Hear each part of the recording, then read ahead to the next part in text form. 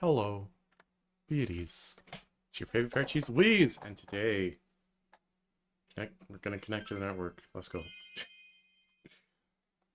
Free DLC, let's go. We're playing Persona 4 Dancing. Yeah. It's a rhythm game. So this is the first one they made. Oh, there is an OP that plays at the beginning. Okay.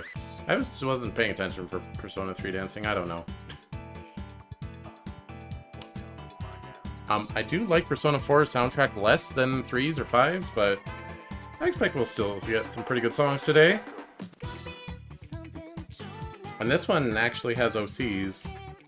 There's characters in the story. But apparently it takes just as long to play through as the other ones. I don't know.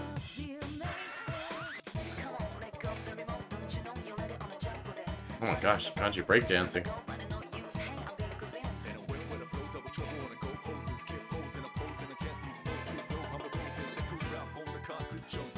Teddy, is that really a dance? You're just kind of jumping.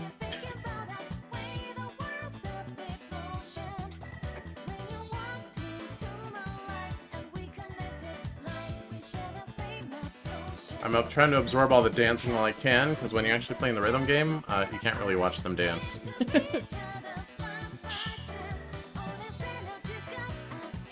Oh, who's that?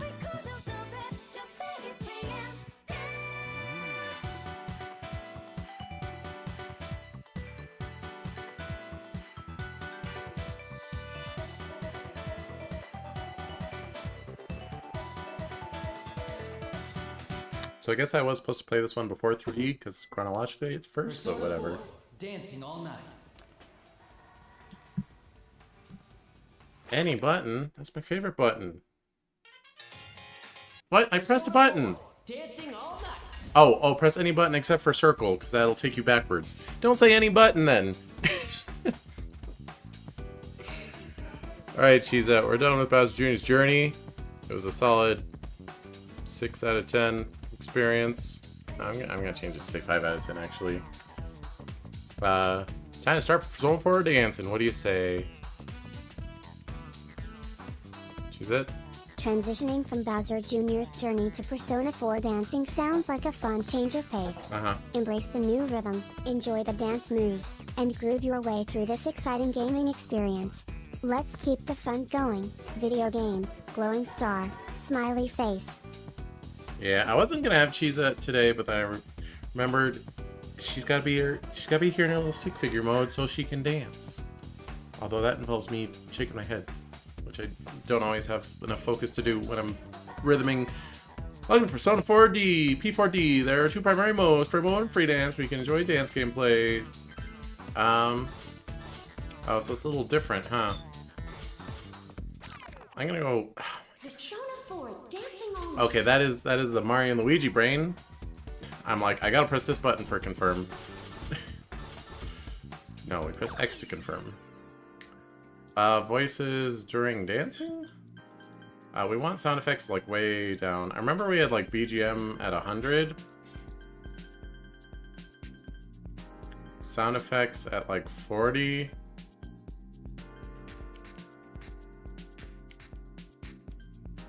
And voices were like, I mean, they were like off, but I'll just put them at like 20. Unless we're talking, are we talking about in the thing? Or are we talking,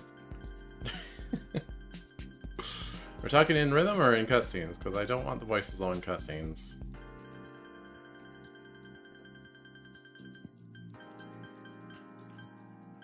Dance voices, I'm just gonna turn them off. Auto advance sounds good. Voices, yes. Dance voices, no. Yes, okay, good.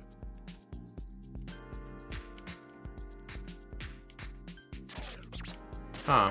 I really expected these things to be like the same. L1 button scratch. Cluster memory off. No timing adjustment. That sounds good. We're gonna go story mode. Story mode, you can enjoy the story of P4D first. Select mode to proceed. What Those who wish to focus on the story, those who are skilled at rhythm games. We can always change it, right? If it's not like Persona 3 dancing and I don't have to get X amount of brilliance, then I'm fine doing normal.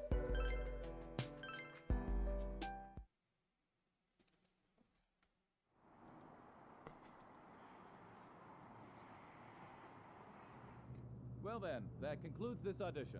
That's a little crunchy. We'll contact you individually with your results after some time. Thank you, sir. Take care now. Thanks for everything. Thank you for staying so late. Thank you so much. See you. Please excuse me. Sorry. Thank you for everything. We'll get back. Good luck. What? Oh, they're auditioning to be idols and she sees Cheezette? Or someone else?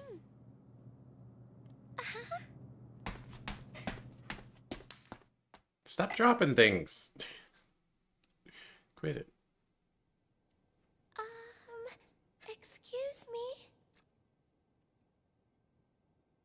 Yuko-san?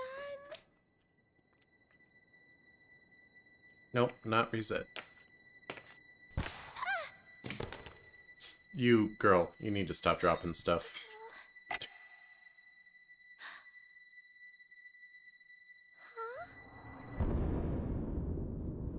Oh. Okay.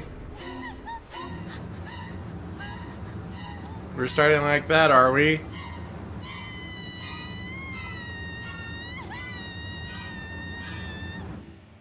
What the? Was that a scream? It was from the studio. Hey! What? What's going on? That's not a good. Hey, have you heard that rumor? Huh? Which one? When you look at some website at midnight, there's this weird video that plays on its own. Of course, Midnight Channel. It's hard to really make out much at first, but you can totally see this idol who should be dead dancing in it. When you watch the video to the end, supposedly you get taken away to the other side, and you never wake up.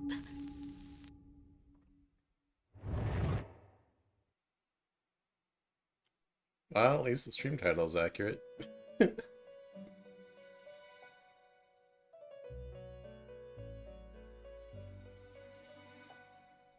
Dot dot dot dot dot dot dot dot. Hi, Margaret.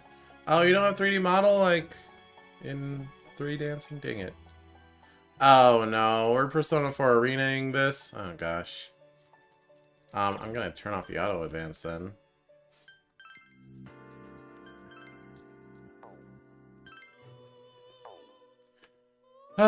When you awaken, you are greeted with an unfamiliar sight. The floor, walls, even the ceiling, everything in the mysterious room is colored a deep ultramarine. Before you sits a similarly unfamiliar woman. Wait, Oh, welcome to the Velvet Room. do we not know Margaret? Don't worry, this is merely a dream. The you in the real world is sound asleep. Having said that, you're no guest of this room. Am I not playing as you? She fixes you with a piercing stare, as if appraising you before continuing on. Perhaps you've gone astray in your dream and wandered into a realm beyond your ken. Not my ken. This is the Velvet Room, a place that exists between dream and reality, mind and matter. Normally, only those who have agreed upon some form of contract may come here. After saying so, she turns her gaze downward, as if in contemplation. But nothing meaningless happens in this room. If you are here, there must be a reason for it. Oh yeah, prove it. Very well. I'll use this as an opportunity to tell you of a guest we once hosted here. The woman before you straightens her posture slightly, then faces you directly. It seems she's going to tell you a story about someone other than yourself. What? I don't care about that. I only care about me. Who does she intend to tell you about? Yes, I know just whose story to relate.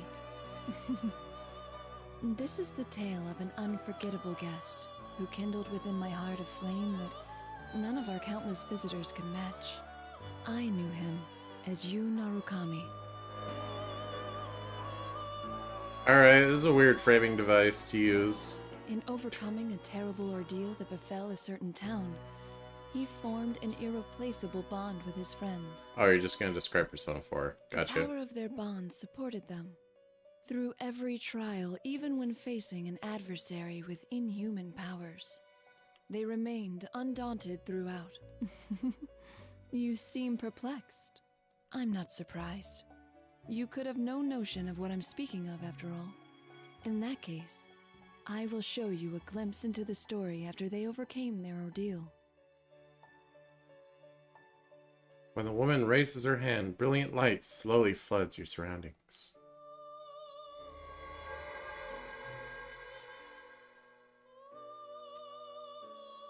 To be clear, this is not the story of the ordeal they faced.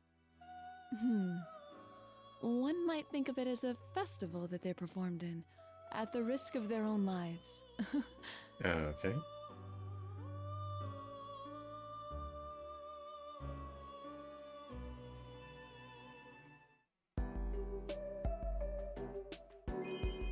Wow, this really is going to be Persona 4 Arena, huh? Well, Ultimax at least.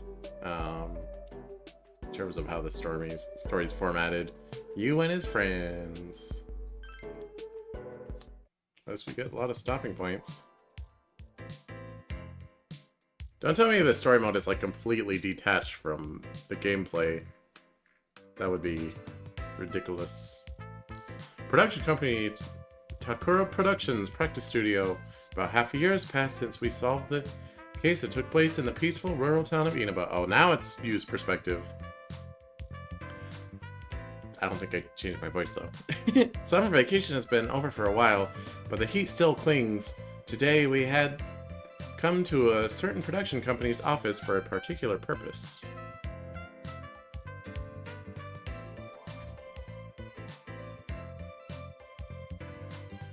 Rise-san's very late. It's past time for our lesson already. Upon saying so, Naoto looks up at the clock on the wall.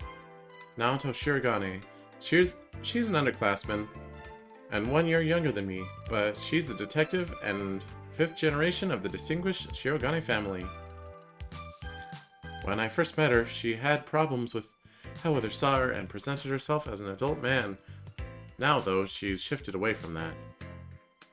I nod to Naoto before taking out my own cell phone, scanning the backlit screen. No text or voicemail from her. What about you? Me neither, it seems. I wonder if something happened. But in that case, I think you'd be the first one Rise-san would contact, Senpai. Rise Kujikawa. She's an underclassman and a year younger than me, like Naoto. She's a teen idol, famous actress across Japan, working under this company, Takura Productions.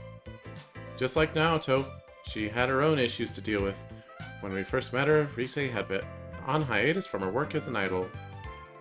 However, the year we spent together helped her grow, and she's currently in the midst of making her comeback to showbiz. Actually, Rise's comeback is essentially the reason ordinary high school students like us are here in the first place. Should I give her a call? No, we can wait a little longer. Now, her work schedule is tight to begin with. It's us who are imposing on her time. Or, rather, it's me. How dare you. My finger hovers over the call button, but I stop at Naoto's words and put my cell away into my pocket. It's true, Rise must be very busy. It may be better to wait a bit longer and see what happens. Just as I'm thinking this, Naoto moves on to another conversation topic. It still seems so hard to believe. For me, of all people, to be standing in a production studio awaiting dance lessons. I couldn't have pictured it either, if it wasn't for Rise's comeback performance. The Love Meets Bonds Festival. They're calling it LMB for short, correct? Okay. It seems to be a momentous occasion. I've heard TV crews will be there on the day of the concert. That's right. We'll be participating as backup dancers in a performance at LMB, the debut show for Risei's comeback. Of course, Risei aside, we're all just amateurs. We're going to need a lot of practice before we can handle a real show. So far, practice has been extremely rigorous, and it's still continuing on now. Ballroom dancing I could have managed, but I'm entirely useless at this. I felt much more at ease fighting monsters in a strange world than I feel here.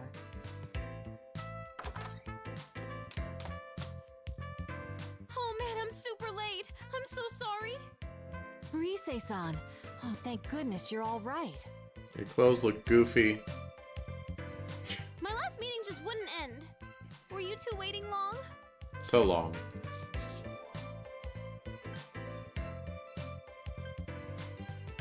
I don't think it matters. We were. You might say that. I'm sorry, Senpai. I really am. Will you forgive me? Never. We don't hold it against you. With the music festival right around the corner, you must be overwhelmed with all the preparations. After all, it's not just we two you've been supervising. I've heard that you're making time to give lessons to the others in Inaba as well.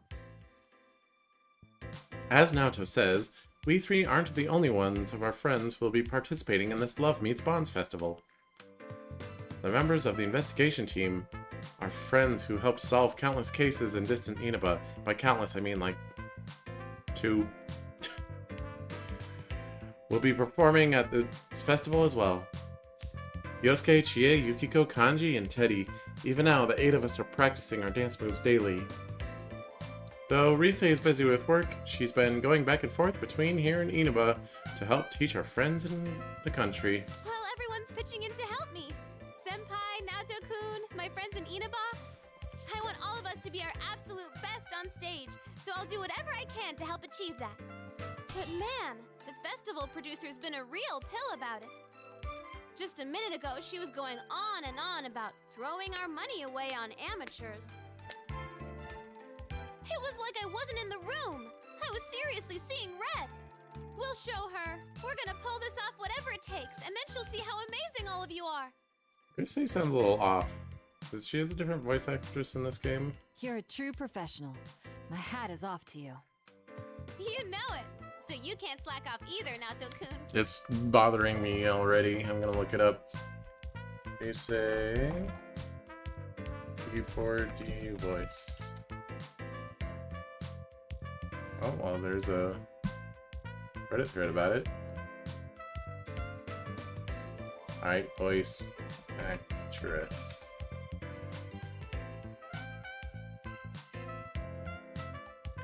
Laura Bailey. Laura Bailey does lots of stuff. She's very prolific. You might know her as Lucina. Yeah, I think she's... Alright, I'm gonna read this Reddit thread. No, she got a new voice actress with the ways Jonathan Lyons is just really weird. Her voice actress isn't bad. Okay, so it's Laura Bailey in dancing? No. Laura Bailey regularly, and they got someone else for dancing?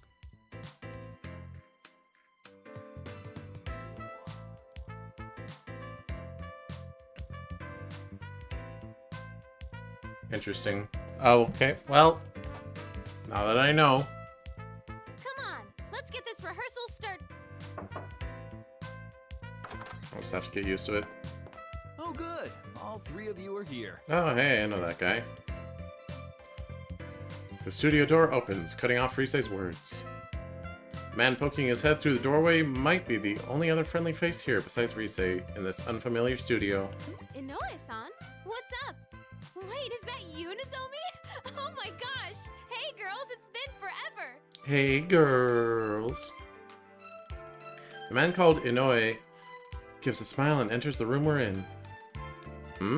There are a number of girls behind him. I don't recognize any of them.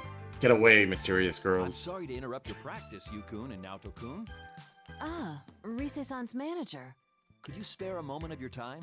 There are some people I'd like to introduce you both to. Why? They're another idol group with Takara Productions. They'll be performing at LMB, too. Okay, fair enough. Allow me to introduce Nozomi Nakahara, Tamami Uesugi, Sumomo Ujima, and Tomoe Sayama. I will not remember those names. These are the next generation of idols, following in Risei-chan's footsteps. Next generation? Risei's like 17. Okay, the generation means something else, I guess. I see, so they're Risei's juniors. The 4 girls, clearly all part of the same group, smile at us, dressed in matching costumes. I guess it's like HoloLive generations. Or Pokemon generations, I suppose. This isn't good. I'm not an expert on the showbiz world to begin with, so there's no way I'd know about them. Is it rude to tell actual teen idols to their faces that I don't know them? If Yosuke were here right now, things would be different. However, backup comes from an unexpected place. Naoto is the one to speak up. Previously lost in thought next to me. I've seen them on TV before. As I recall, they're members of Kanamin Kitchen. Wow, Naoto-kun, that's right. You sure do your homework on this stuff. But it's just you 4? Where's Konami? Bad news. Konami-chan's doing PR right now for her solo photo book that's out soon. Kanamin Kitchen. I recall hearing that name. I see. The members of that group. If I remember right, they're a popular idol group made to center around Konami Mashita, another of Risei's juniors. The 4 girls Inoue-san brought here make up the group Kanamin Kitchen minus Konami-san herself right now. You know, Inoue-san, you've been pushing Konami too much lately. I already don't like her. I don't think having her take on every job she's offered is a good thing. You don't mince words, do you, Tomoe-chan? Well, I have to be direct. LMB is just around the corner. Do you understand that even now we're behind on rehearsing? She's a bad guy. Oh, I do. Trust me. I tell. know how big that event is going to be for your group. Hey, I want to do photo book work too. I want to model lots of outfits like cute swimsuits. All right, Sumomo-chan, just calm down. If a job like that comes in, I'll make sure you get a crack at it. Tomoe-san gives a weary sigh as Sumomo-san clings to Inoue-san like a pouting child. They're supposedly Risei's juniors, but I can't get a read on any of their actual ages. It's a little baffling. How old are they, actually? If I'll be speaking directly to them, how polite should I be? Young people don't deserve respect. While I'm thinking it over, Naoto, who seems startled by their presence, in a completely different way, mutters somewhat taken aback. This is a bit overwhelming. It's like being in a room with 5 Risei-sans. What? Am I that much like them? Is that what you think of your coach? Oh, no. That wasn't my intent at all. So this guy's you-san? They're all villains. You can tell just by how they're drawn. I mean, I could be wrong, but you know. If I recall Inoue-san's earlier introduction, this aggressive girl must be Tamami-san. After walking over towards us, she looks into my face and stares intently at me. Did I do something to offend her?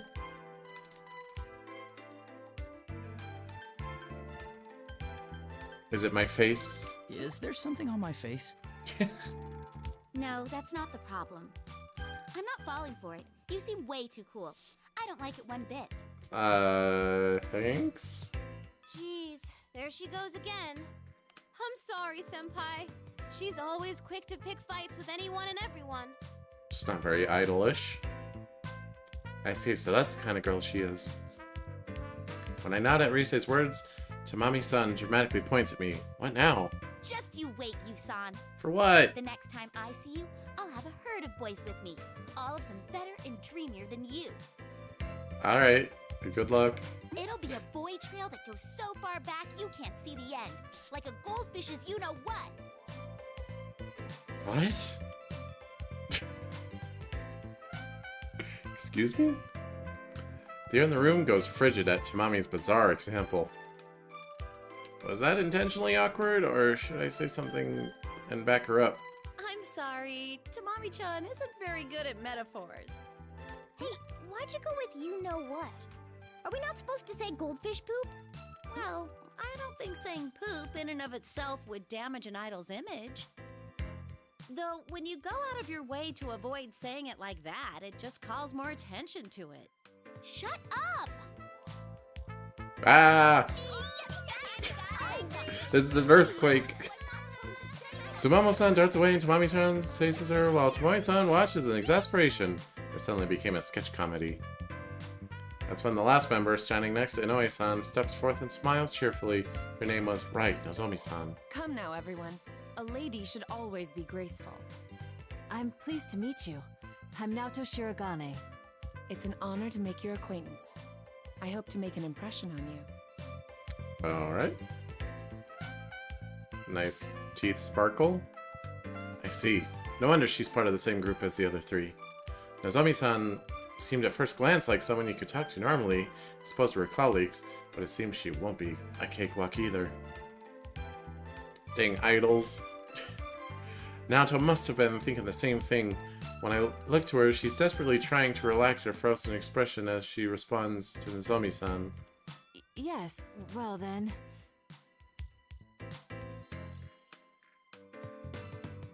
Alright, that's enough, everyone. They're just amateurs, so try not to bother them too much. Oh, it's no bother. We're fine. Right, Senpai?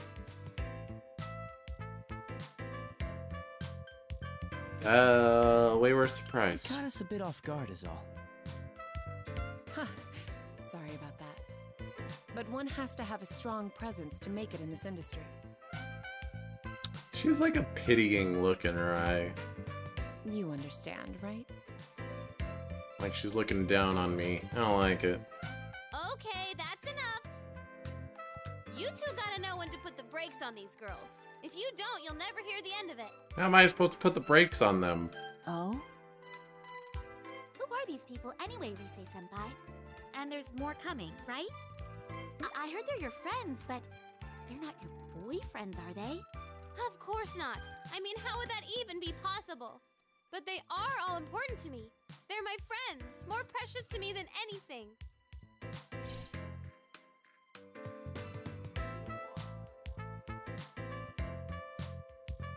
It's gonna take a while to get used to her different inflections. For a moment, the four of them are at a loss for words upon hearing Rise. The odd silence settles. What's wrong? I don't think what she said was that weird. Friends, huh? That sounds so nice. Idols don't have friends. They have minions. You could say you, Senpai, is special to me. Uh-oh. So? Cutting off my train of thought, Rise grabs my arm and clings like usual. Now she's just joking. But Rise, can an idol like you afford to do something like that in front of other people? Rise-san? Oh dear. Well, I guess if anyone can get away with it, it's you, Rise-chan. That reminds me, Inoue-san. You're done introducing everyone, right? We need to get started on our lesson. You're right. We ought to get going in that case. Everyone, let's break until the evening interview. Could you stay in your dressing room so I can come get you later? Okay. The members of Kahneman Kitchen reply in unison and bow before promptly and smoothly filing out of the room. Maybe it's odd, but ever since I started coming to TClem Productions, I've seen a lot of people here automatically shift gears like this. They really are professionals. Cheezette, you're a little off center. I'm gonna move you.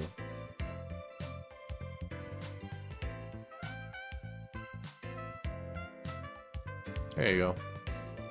And you can cover up those little on-screen button instructions. It's fine.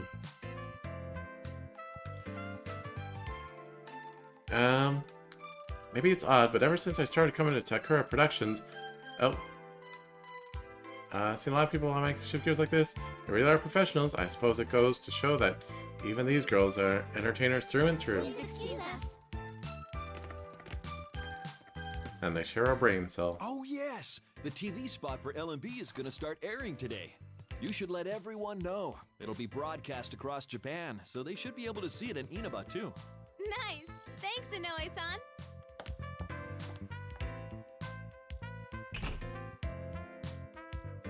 Inoue-san is the last to leave, and we're back to just the three of us in the studio.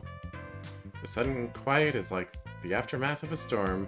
Naoto mumbles almost involuntarily. TV commercial. Well, that's what we filmed the other day, yes? It's really going to appear on TV. Is it finally hitting you? That's right, all our smiling faces will be on TVs all across Japan. So there's no backing out of this now, okay, Naoto-kun? Come now. You needn't say it like that. I'll email everyone about the ad later. Let's get practicing. I'm sure they'll be watching even if we don't tell them about it. On that point, I agree. I doubt they'd ever miss festivities like this. She has a point. I think of the faces of our friends in Inaba and can't help but smile. The Love Meets Bond Festival's TV commercial introduces all the participants of the event, so we all participate in that filming too. We're going to appear on TV, and this time it won't be on some bizarre program that only comes on at midnight. That does feel a little embarrassing, but it'll certainly be an exciting experience. Not to mention, my friends are even more attentive to this kind of thing than I am. They've probably already invited each other over and are waiting for the commercial's broadcast. Funny mental image brings a smile to my face. Alright, are we gonna play the game at some point? Festival. Let passionate songs and dance echo across the world. In addition to this all-star cast, there will be special guests. The talented devilish idol, Rise Kujikawa. The meaty idol group, Konami Mashita and Kanamin Kitchen. Come join us at LMB Festival. We'll form a passionate bond with you all. Why does she look like a McDonald's employee? So, enjoy everyone. I know, I wanted to talk, but... Oh, there we are. Where? Right there. Huh? We had a huge sale on large flat screen TVs today. Mommy, don't look at them. Alright guys, chill out. What's up? Hey Jeff. That night, Rise, Naoto, and I were still spending our time on dance practice at TClem Productions studio.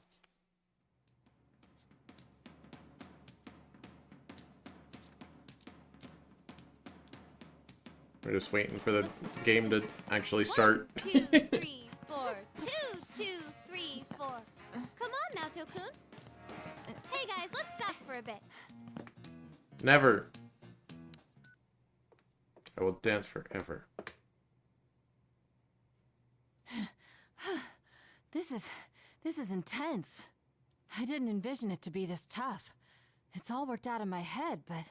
Well, there's your problem. You're thinking too much. You stiffen up like that. Some skill is necessary, of course, and you have to factor in the choreography, too. But once you have that, all you need to do is show how you feel by moving with the music. Is that how it works? You, Senpai, what do you think about when you dance? I just have fun. I don't think of anything, really. I'm just having fun. That's how it should be. Dancing isn't just about moving to the rhythm. It's expressing yourself and your feelings to the people watching you. If you're trying to get across the message that this is fun, then us dancers need to be having more fun than anyone. Expressing one's feelings, huh? That makes a kind of sense now that you explain it. In ancient times, dancing was a form of culture developed as a means of expressing one's faith and ideals without words. So then, it's not a matter of being good or bad at it. I must instead learn how to express myself without fear. Come on, Naoto-kun! You're still overthinking it. It's like what Chie-senpai always says. Don't think, feel. In your case, you just gotta loosen up and enjoy yourself. Don't worry if you do a move wrong. Okay, let's try it from the top one more time. Already? Can't we please, take a short break? Rise is still raring to go, but it's clear to see that Naoto's legs are shaky. She sounds flustered. A quick break might help. As I'm deciding how I can help the situation, my cell that I'd set off to the side begins Ringing loudly and vibrating, as cell phones do. Imagine that. Caller ID shows the name Yosuke Hanamura. Yosuke to the rescue. It's Yosuke. I need to step out for a bit to take this. Okay, then we'll start right after you come back. Oh, I'm saved.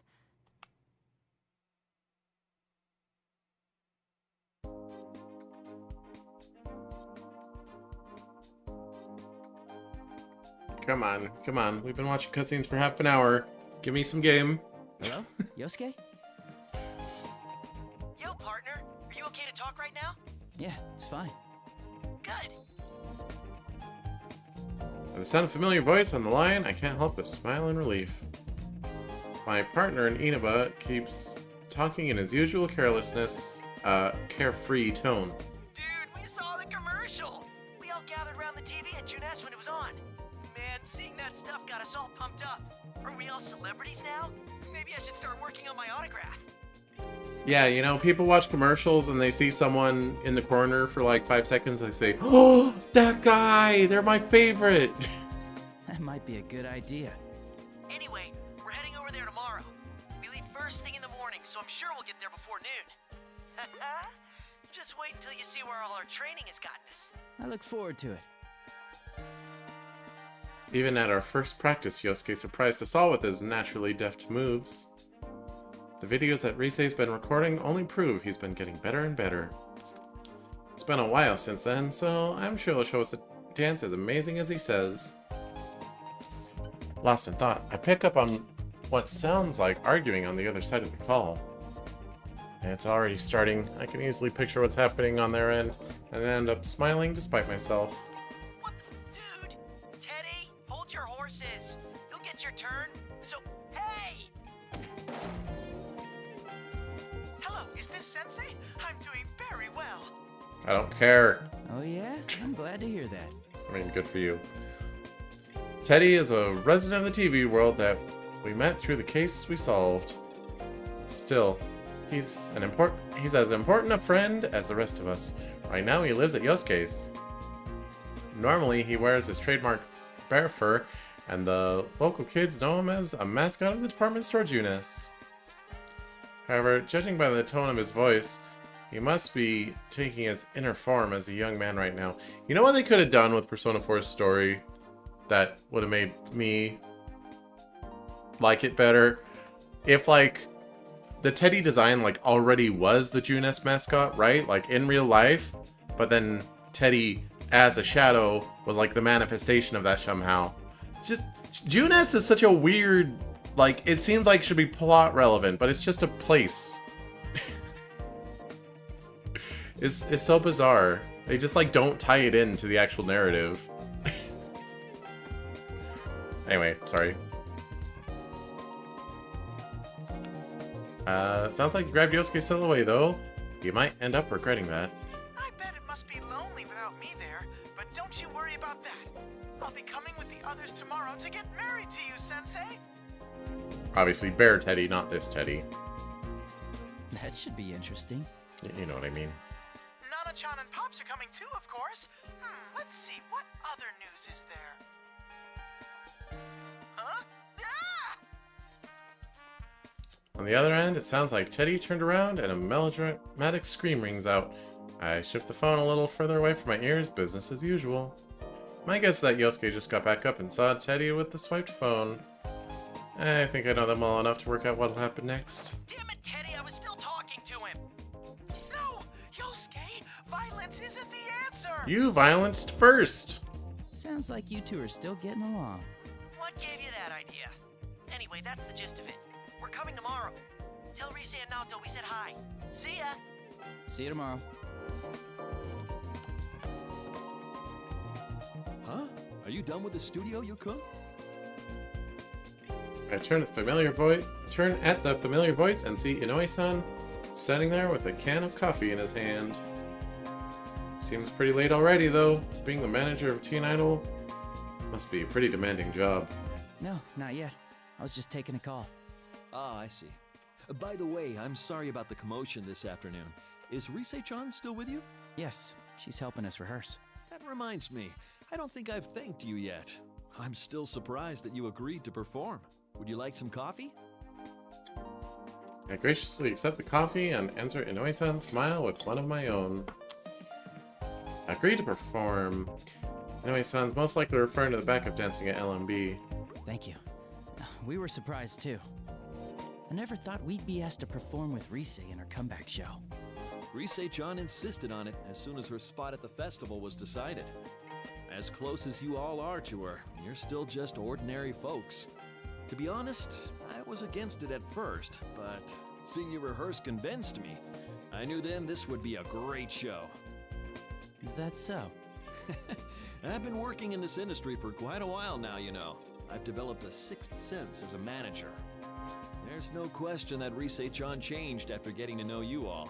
She always had something special that shined from within, but I feel like that's been polished to an even brighter gleam. When Rise-chan's with you, she seems to glow even more than usual. That's why I decided to place my bets on all of you. Give you a place on the reborn Rise Kujikawa's big debut.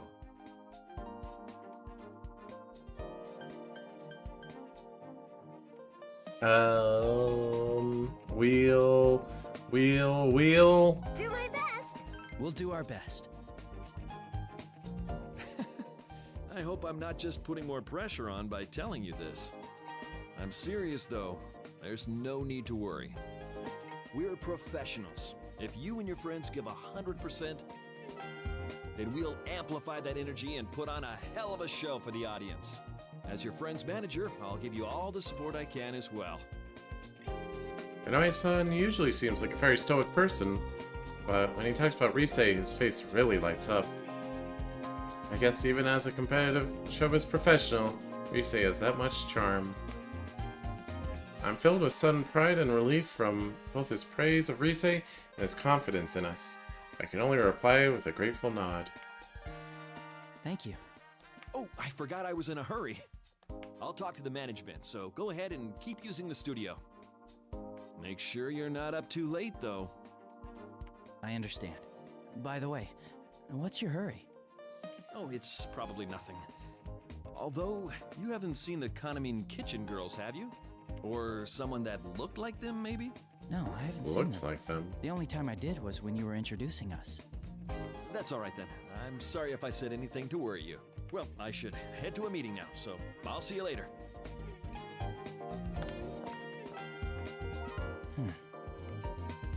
I recall the poor idols I met this afternoon as I consider the situation. They might not be on Rise's level, but they are big names for TClem Productions. It seems odd that Inoue-san, a manager, would ask me for their whereabouts. He looks somewhat flustered as well. Could something have happened? As I puzzle over it, someone bolts in front of me and trips, flailing wildly. I hope she doesn't drop her bag of stuff. Aww.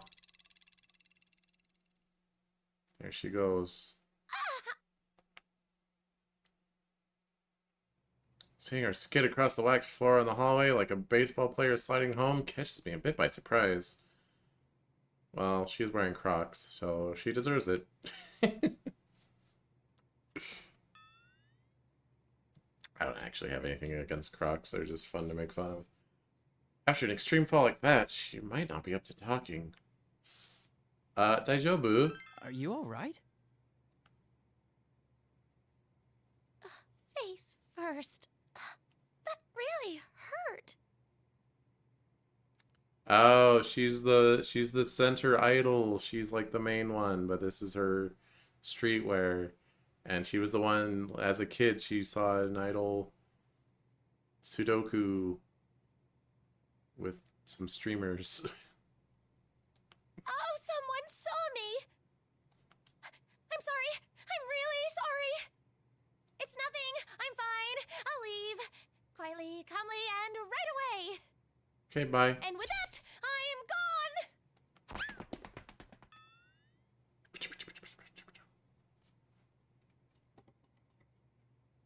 The girl babbles on and on before she zooms off at full speed like a clumsy tornado. Girl, you just slipped on the wax floor. Maybe you shouldn't run. What was that all about? She took quite a fall. Did she hurt herself? Actually, I guess I've been off the phone with Yosuke for quite a while now. If I make the others wait any longer, Rise will probably get impatient and get Naoto up and practicing again. If that happens, Naoto would definitely hold a grudge against me. It'd probably be best if I hurried back to the studio. Having reached a conclusion, I quickly head back with coffee in hand to where Rise and Naoto are waiting.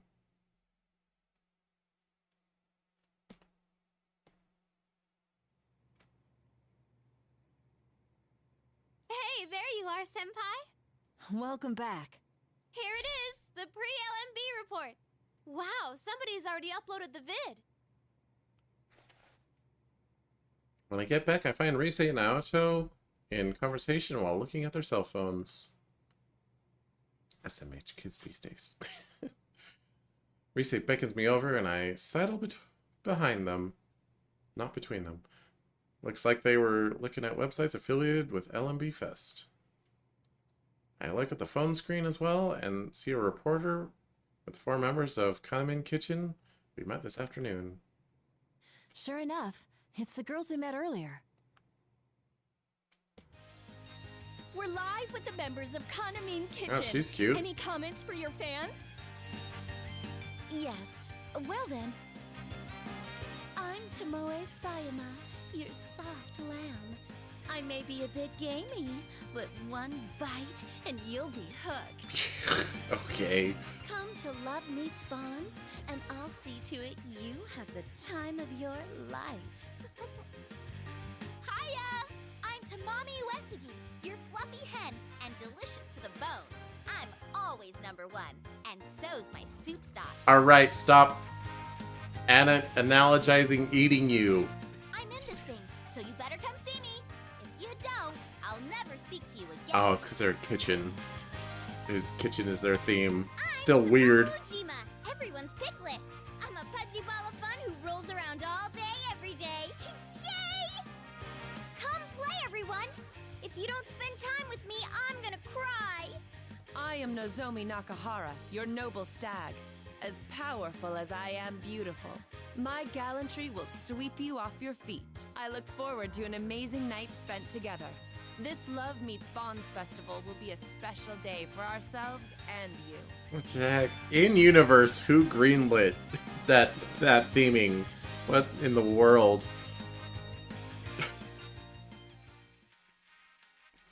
I see. It's an interview with the members of Katamin Kitchen since they're performing at LMB.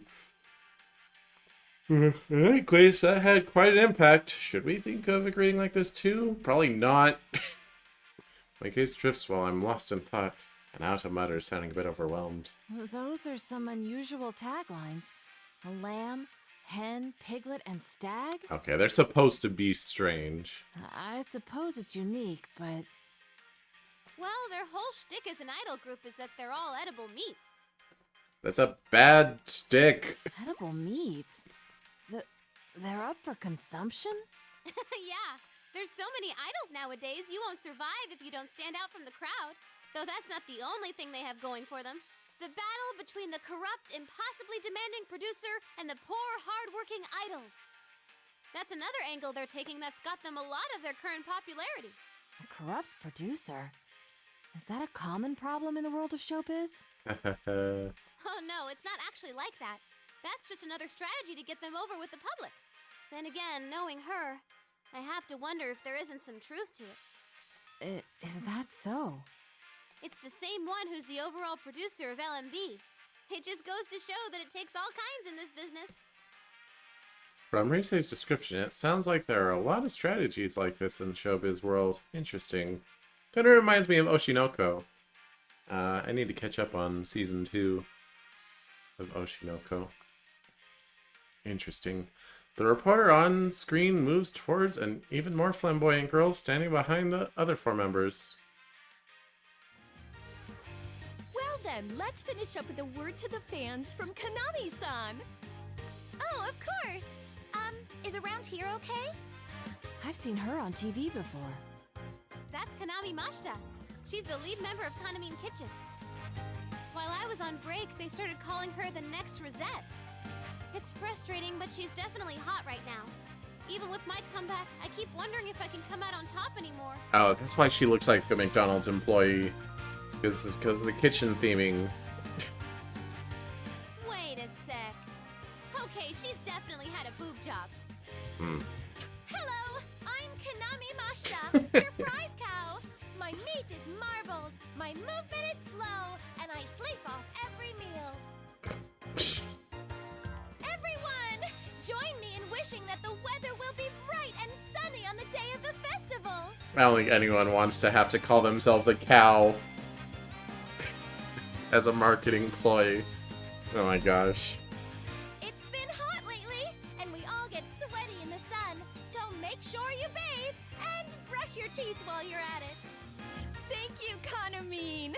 And I take it you all have some closing remarks? Of course. Well then, everyone, on the day of LMB, our meat will be extra delicious, so enjoy every last bite. That's all for our pre-Love Meets Bonds Festival report. Kanami-san wasn't with the group when we saw them this afternoon. Inoue-san mentioned she was doing PR for her solo photo book. To be honest, Konami sells much more than the other four. I mean, the group's named after her. I've been feeling this way since filming the TV commercial, but all those appearing on stage for this event will be industry professionals, no? Maybe amateurs like us shouldn't participate in this after all. There you go with that again. Don't worry about it. When it comes to outsized personalities, we're a match for Konami's group. I'm not so sure that's something to be proud of. Me neither. I said you'll be fine. Anyway, it's getting late. Why don't we get in one last run-through before calling it a night? It's that late already? Yosuke-senpai and the others will be here tomorrow. We'll want to be as ready as we can for the joint rehearsal. Well, that being said, I'm utterly spent. Please, let me sit out on this one. What? Seriously? Okay, then go ahead and kick back now, Tokun.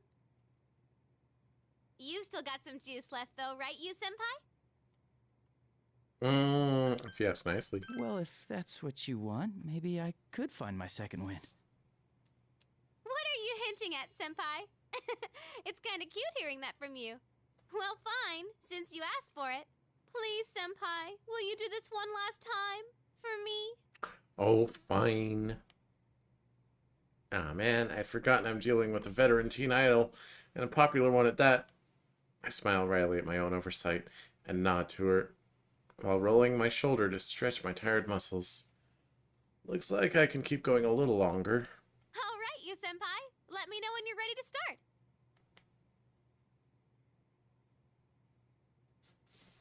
Oh. Yes. Game. It only took an hour. Hello, everyone! Professor Teddy here. While Sensei and the others are learning their steps, we ought to try some dancing too. Let's start with the basics. Press the buttons to match your timing with the flying notes. Are you sure my coach can't be Rise? You get the idea? All right, your turn now. Feel the rhythm and press those buttons. Oh, I thought I was supposed to do it the first play. First. Yeah, that's how you do it. Okay, time for lesson 2.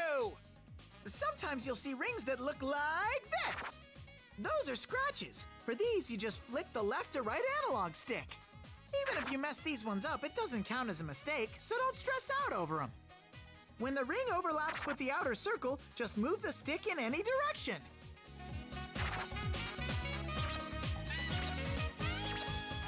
Wait a sec, that last one looked kind of funky, right? This is called a fever ring. They're pretty much like scratches. But if you get enough Wait, of them auto right, doing them. your dance is gonna go into fever time. All kinds of good stuff happens in fever time, so get it whenever you can. Now, last up is how to clear the stage and win. This hype gauge here tells you how much the audience is enjoying the show.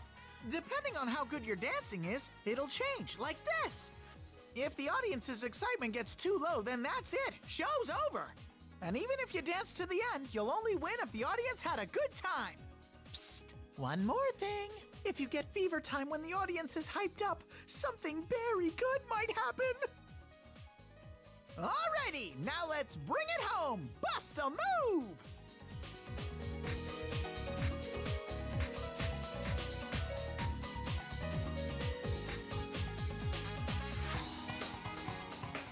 Mm-hmm. Well, the tutorial song's groovy at least. Yeah, you got the hang of it, and that's it for tonight's lesson. Till next time, everybody!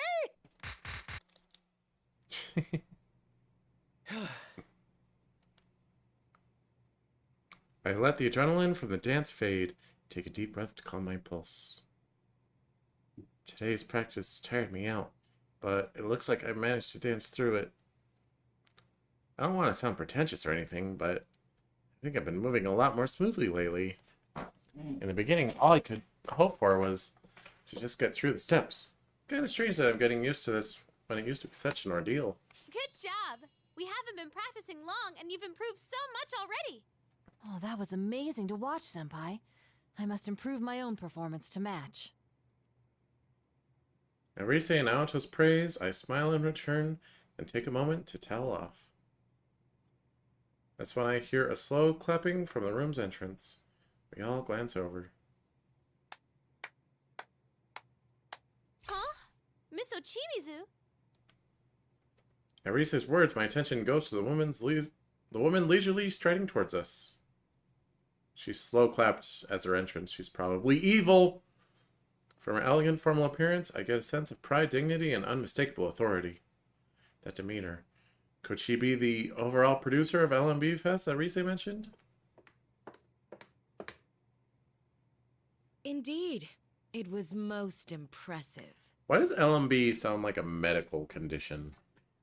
I even left my meeting early to see for myself how things were going. Yep, evil for sure. Do you need something? We're in the middle of rehearsal. I wouldn't have come if I had no business here. How low Takara Productions has fallen. I only permitted this farce because Inoue begged me. Rise Kujikawa, don't tell me that you intend to put these children on a stage. They're barely at the level of a school performance. I think I explained before, but we have the organizers' approval for my friends to come on stage with me. My fans are cheering for us, and my agency made the call that this will be a good way to push my name.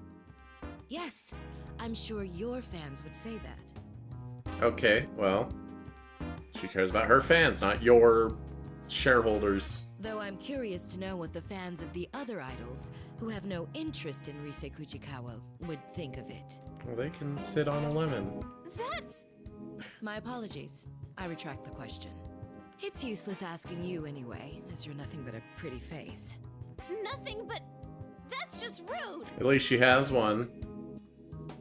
Looks at you. What good can come of complaining to a plastic dress-up doll? Your puppet masters are the ones who should know their place. That would be Inoue, or in fact, Takara Productions as a whole. What? Outrage flashes across Rise's face, and the room is suddenly tense. This could get ugly. His producer, Ochimizu, some of what she's saying is correct, but it isn't something we'll take lying down. It's not just Rise. Even though we can keep a better handle on our emotions, Naoto and I are feeling the same anger. Before Rise has the chance for an outburst, I stepped forward and make calm eye contact with Miss Ochimizu. Senpai!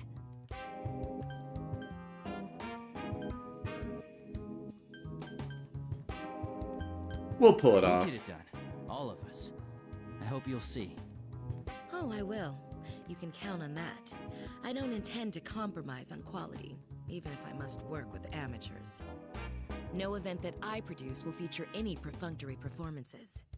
Practice until you drop. You're free to make a fool of yourself in here, but no mistakes will be tolerated on stage. Miss Ochimizu makes her brief speech in the same curt tone, unfazed by my gaze, and then turns on her heel, heading for the door. No wonder she's risen so high in the world of show business. You know, I really thought it would give me the tutorial and then let me play the level.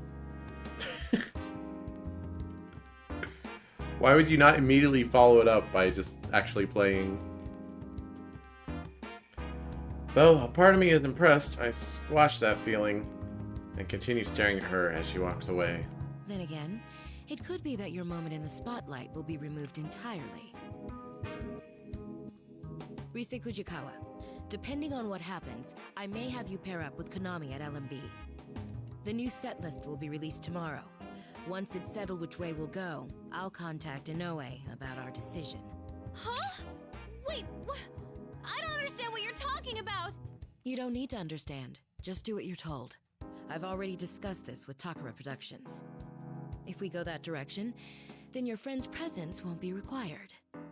Excuse me, but our friends will be here tomorrow. And they're traveling quite a distance just to perform at this festival. My sincerest apologies for that. We'll have seats reserved so that they may enjoy the concert.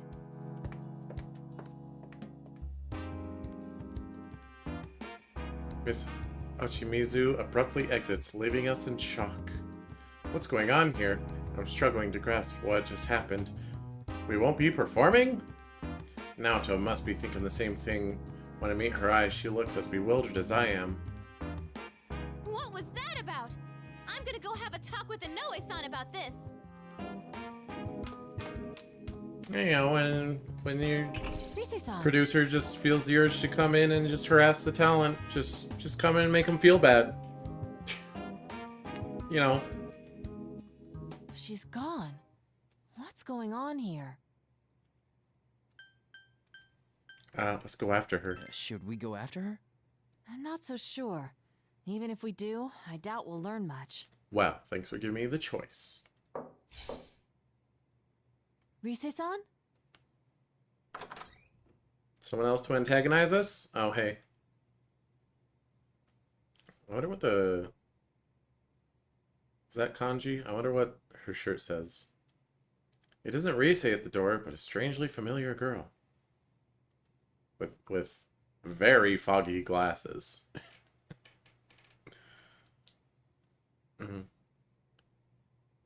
Where have I seen her before?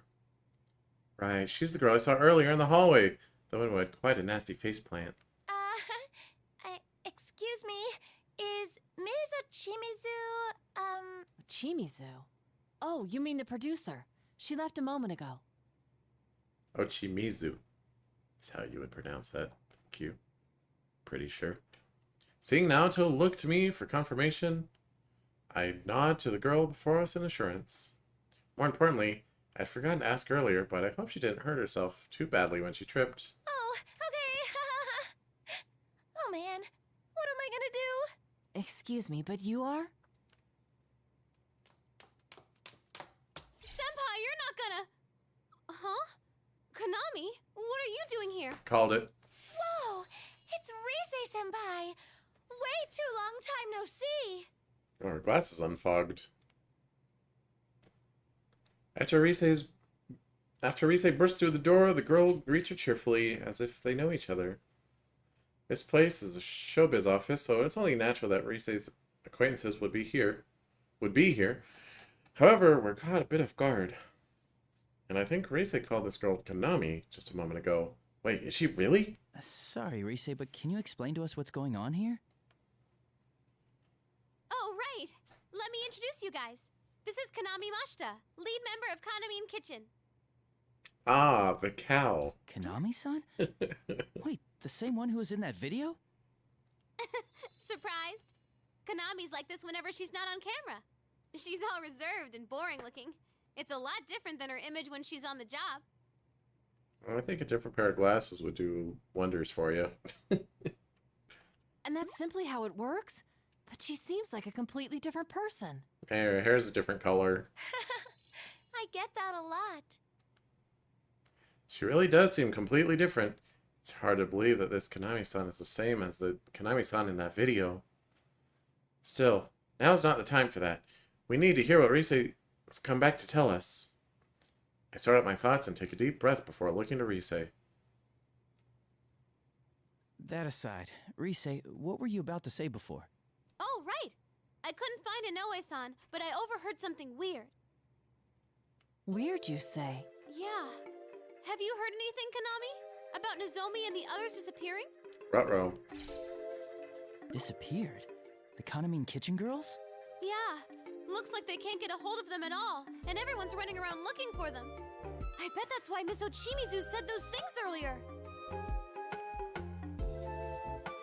Risei's revelation is enough to shock us all into brief silence. They can't get in contact with the members of Kanamin Kitchen? Kanamin Kitchen? We just met them this afternoon. Okay, maybe they're not evil. They're not nice, though. I see. That must have been the reason Inoue-san asked me earlier if I had seen them. And then there's Miss Ochimizu. This would explain why she suddenly ordered Risei to pair with Kanami-san, and why she told us we may not be performing. At that moment, everything connects. Next to me, Naoto rests her hand against her chin thoughtfully, as if making deductions. I see.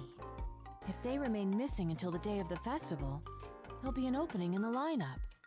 Miss Ochimizu, worried about this possibility, mentioned her suggestion about Risei-san and Kanami-san performing as a pair. But we just saw those girls this afternoon.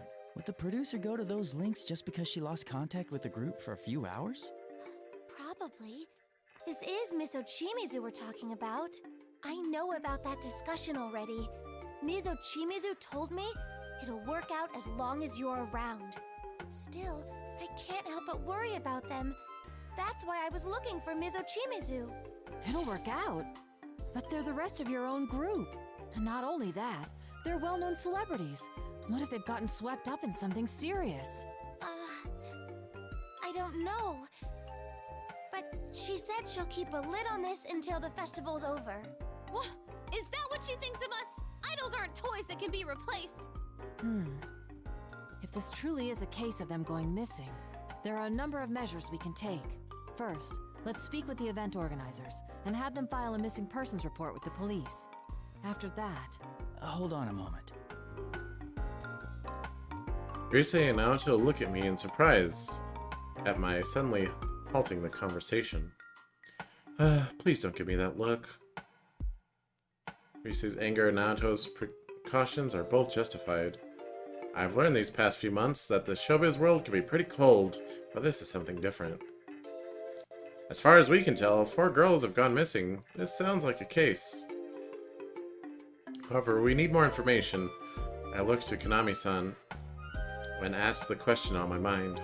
Kanami-san, when did they lose contact with the rest of the group? Huh? Not too long ago, I think. I only heard about it from Ms. Ochimizu a moment ago. Like I said, we met them just this afternoon. Even if we went to the police with this, I doubt they'd pay us any mind. Plus, if this doesn't turn out to be anything serious, wouldn't it put the girls in a bad position? Oh, yeah, that's true. You're right. I gave Inoue-san a real scare a while back myself, but even then he waited quite a while before going to the police. If he had reported me missing at the time, it could have snowballed into a much bigger problem. Oh, same here. One time I slept through a day off I finally got, and even through the day after that. My agency apologized to our partners and said I'd been laid up with a cold. All that oversleeping gave me such a headache. That's not as serious as the situation here, but you, Senpai, may have a point. Well then, why don't we do this? If no one has heard from the rest of the group by tomorrow, we'll go ask the organizers to take the necessary steps. And if they refuse to make a move, then we'll take things into our own hands and notify the police directly. That sounds reasonable. Yosuke and the others will be here tomorrow too, along with Dojima-san. I have a lot of reasons for holding off on doing anything drastic until tomorrow, but this is the main reason.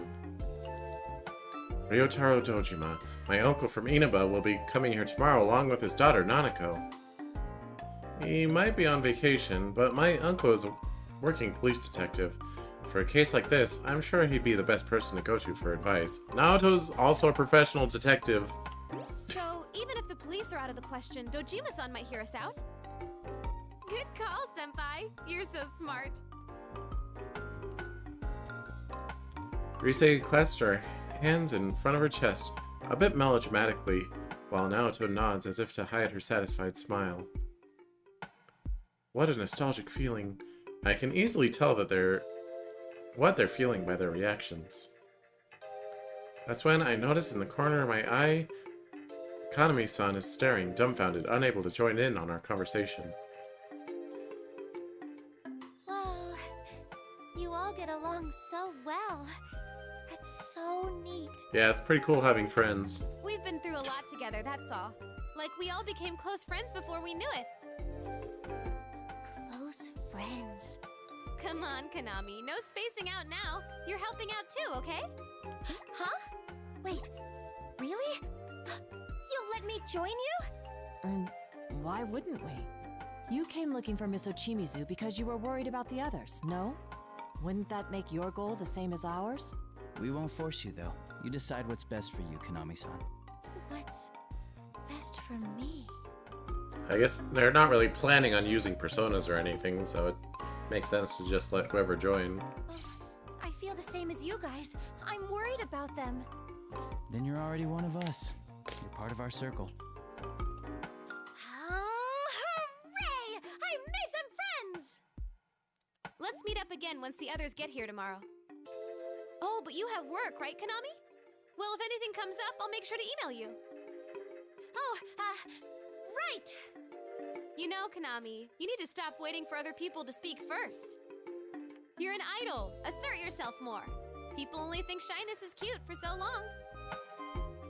Yes, I'm sorry. Such a harsh world they live in. Alright, it's pretty late, so let's call it a night. Disagree, though. I think shy girls are cute forever. Haha. I'm sure Naoto-kun wants to freshen up too, so... Senpai, we're gonna ask you to stay in the room next door for a little while. Let's meet back here in a bit. Hey, Cheezette. If you had to market yourself as an idol using the theming of edible meat, what would you go with? Don't say ferret, because people don't eat ferrets. I'd go with cheesy chorizo charm. A flavorful blend of cheesy goodness and zesty chorizo charm, serving up a sizzling performance with a side of fun. Let's spice up the stage together. Cheese, hot pepper, glowing star. Chorizo is a type of pork sausage originating from Iberian Peninsula. Alright, you know what? Not bad. Oh, are you... Iberian Peninsula is Spain and Portugal, right? Are you Spanish?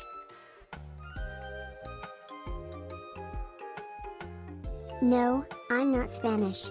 My name and persona are inspired by my love for cheese, gaming, and positivity. Together, let's enjoy the adventures and experiences that unite us in the world of gaming, cheese, video game, smiley face. I see. What would I be? Going cheesy. Cheese on top of it is an excellent idea. Cheezette, I'm glad you thought of it.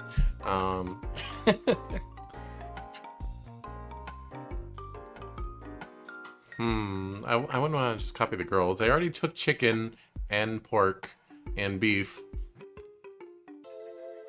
and lamb.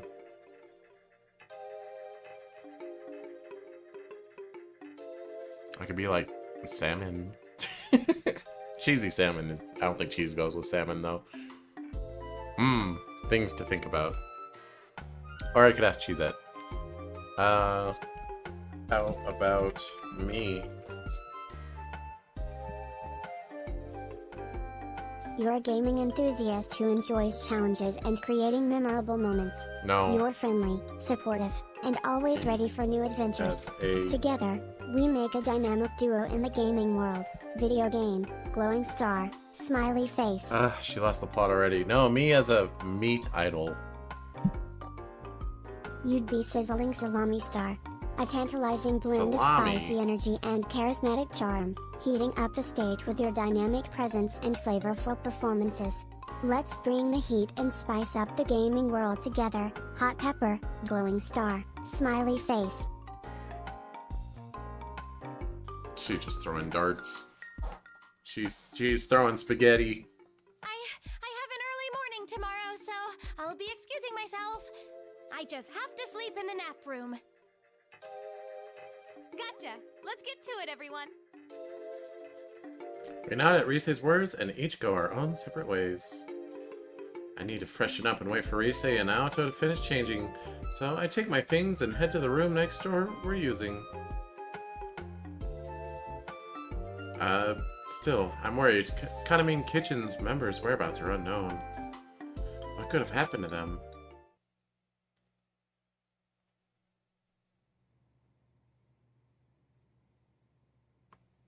After getting ready to leave and killing enough time for Rise and Naoto to change, they don't look changed. I return to the studio and find the door ajar. I guess they finished getting ready to go. Take a quick glance inside just to be safe. See them standing around, their belongings lost in conversation. Looks like I may have made them wait instead. But much as I hate to admit it, once she became the producer, Konami immediately started taking off. Sorry for the wait. Are you both done? Oh, were you talking about Miss Ochimisu? Oh, Senpai, are you ready to go? Yep, we're talking about her. She's always like that, so even though she's legit, everyone calls her corrupt. They say she's the worst producer ever. She overworks her idols and makes shameless cash grabs from the fans. Some go so far as to call her a demon or a money grubber, including fans of the idols she's produced. When she started with Kaname and Kitchen, she had footage shown on TV of her forcing impossible demands on those girls. I see. So by showing images of them being abused as they earnestly pursued their dreams, it would only encourage the audience to cheer them on out of sympathy. Is that how it works? Maybe in idol culture, my experience is like, oh, the Papa John CEO is racist, so therefore everyone that works at Papa John shouldn't make money anymore. Something like that. Exactly! That's the kind of thing she's good at. But doesn't it seem like cheating? Plus, if it really was all an act, I might respect it. But she's exactly the same when the cameras aren't rolling, so sometimes I seriously wonder if she's not faking it. Having been on the receiving end, I can see why you'd think so. Right? She always makes us do insane things without running them by us. I wish she'd think about the people who actually have to do that stuff. What's she up to? What about LMB? Do you think Miss Ochimisu is scheming something with that? I don't know. What if Kaname and Kitchen going missing is another one of Miss Ochimisu's promotional tactics? I hadn't considered that possibility. Wait, scratch that idea. Even Miss Ochimizu wouldn't go that far. I think. I see. By the by, there's something I'd like to mention which may have no bearing on this case. I heard an odd rumor regarding the festival. An odd rumor? Yes. If you go to the festival website at midnight, it plays an unusual video. The video shows an idol known to be dead dancing in it. Those who watch the video to the end are taken away to the other side and never awaken. Or so the rumor goes. Whoa, Naoto-kun! Where is this coming from? I'm sorry, I wasn't trying to scare you. Of course, I don't believe this tall tale about some dead idol. Not one bit. Oops. Naoto-kun, you're scared, huh? Yes, but that isn't important. I didn't bring this up to talk about that. Rise and I can't help but exchange looks at Naoto's inability to hide her anxiety. Still, she's right. Now's not the time to be worrying about something like that. Go on, Naoto. Yes, anyway, there's something that disturbs me about this rumor. What's that? Well, doesn't it seem a bit similar to our prior experiences? When you look at a switched-off TV at midnight on a rainy day, you'll see your soulmate. You're talking about the Midnight Channel. Midnight Channel, the cause behind the mystery we were faced with when we were still just ordinary high school students. A world within TVs, the monsters called shadows lurking there, and an enigmatic serial murder case centered in the town of Inaba. All the memories of last year flashed through my mind in an instant. A sudden chill runs through my spine. Down even. Wait, Naoto's next words. Our growing unease justified for once. Of course, it's hard to say how much we can trust these sorts of rumors. On the other hand, this particular rumor has some troubling aspects to it. Such as? There have been genuine victims, and their numbers have been rapidly increasing. Though naturally, there's no proven correlation between the victims and the rumor. It's quite possible that the rumor sprung up in reaction to the victims. But it's a fact that a good handful of people are in a comatose state right now. A coma? Seriously? I never heard about that. Hey, is something like before happening again? Is this another case with another world? That's what Risei's probably trying to ask. I was wondering the same thing myself, but Naoto shakes her head in response to Risei's question. There's no knowing whether this is a case yet or not. I only briefly heard about it the other day during work. I was going to look into it, and if it did turn out to be connected to that case, I thought it might be necessary for me to consult everyone about it. The LMB website at midnight, huh? Offhand, I glanced toward the clock, high on the studio wall. 11:58 p.m., almost midnight. If I pointed it out, at the very least, the three of us here could check the truth behind the rumor, but... yeah, let's look at it. It's almost midnight. Why don't we check it out for ourselves? I knew you'd say that. In all honesty, I doubt that this rumor has anything to do with the disappearances. But all the same, it may be faster to get to the bottom of this rumor ourselves. Wait, you want us to look at it right here, right now? Geez, fine. But we're all gonna look at it together. Senpai, you come over here. Naoto-kun, you're over there. And whatever happens, no running away, okay? Let's see. Love meets bonds. Oh, here it is, the official LMB site. You don't have it bookmarked, Risei? Risei taps her cell phone's touchscreen and the LMB Fest website comes up. Set list, ticket details, participating artists, several topics and details have been added, but the website seems mostly unchanged from other times we checked it. Ding. The site appears to be operating normally. Ding. See? Nothing's coming up. That rumor has to be fake. Ding. Ding. I check the clock on the wall again and see that it's now a minute before midnight. I just hope nothing unusual happens. Wait, what is this? Gasp. Risei's voice pulls me back to the phone screen, and I see something completely new being displayed. Crackling static fills the screen, and an eerie light flickers, countless shadows sway in the visual noise, just barely visible.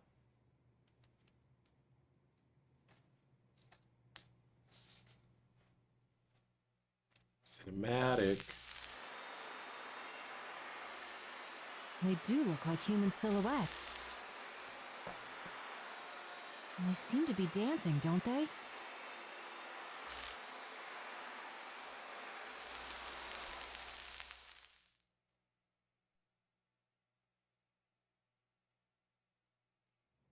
Uh-huh. That's all of it. This has to be just a prank. I'm gonna check with the admins about this. Oh, or it's part of Miss Ochimizu's PR. I bet she spread that weird rumor to get Konami's group to sell more.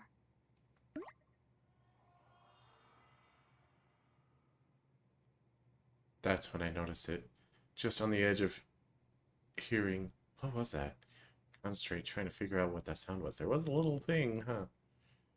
If it's just us here, I can't have heard something that unusual, right? What's the matter, Senpai?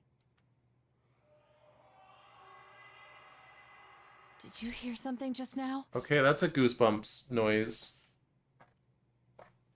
I did. Yeah, I heard it too. No way. So it wasn't just me?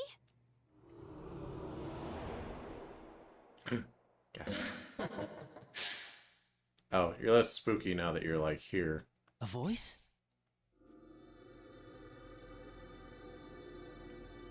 What is that? I follow Naoto's gaze and notice an eerie light swaying near the studio ceiling.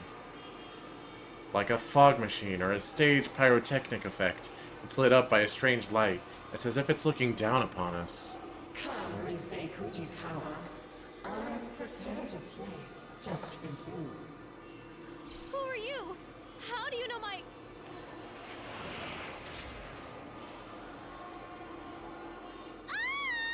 Oh, the ribbons. I see.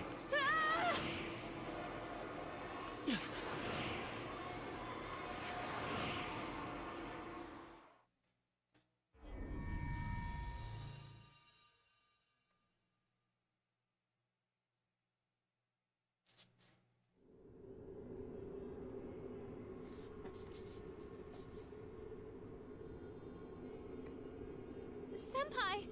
You, Senpai! Hang on, I just realized I need to double check something in my real life. Relevant.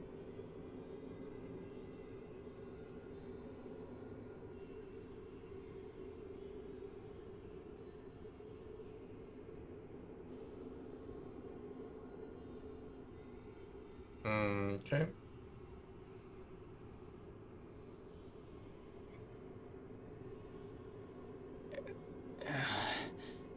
Oh, you're up.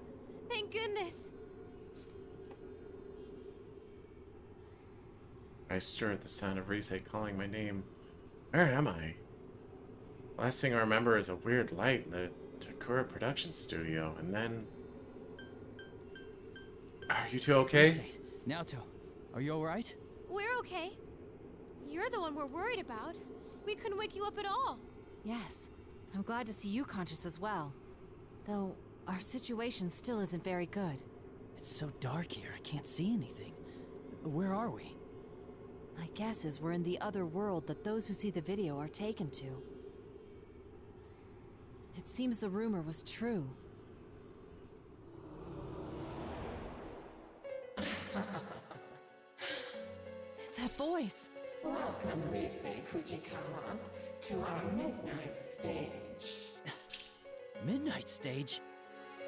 That's right. An ideal world where no one hurts or gets hurt. I only intended to invite Rise-san here.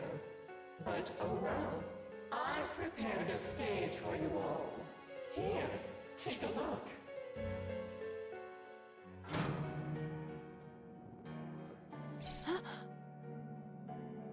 Suddenly, a dim light turns on, and we realize where we are. Well, perhaps it's not exactly where we are, but what kind of place this is. We appear to be standing on a stage, a fairly gaudily decorated one, like for a concert. The stage itself isn't lit, but it's overly decorated and exaggerated in every way possible. Simply put, its design screams out, Rise's back in showbiz. What in the world is this? Just who the heck are you? Not only did you drag us here, you put this thing together. What are you trying to accomplish? Never mind that. I just want to connect with all of you. Look, see how many have been waiting for your comeback.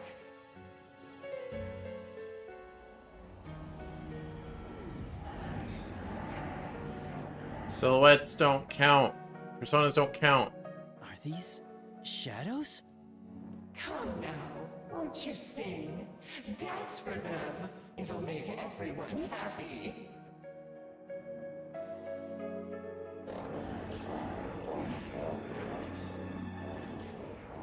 The shadows that fill the seats give an eerie cheer and sway their bodies as if to commend us. What are these shadows? They've been waiting for for Rise's performance? On closer inspection, the shadows' bodies are all connected from their necks, hands, and legs with strange ribbons, writhing as if alive themselves. This isn't good. If a battle breaks out, it won't be easy breaking through their numbers with just the three of us.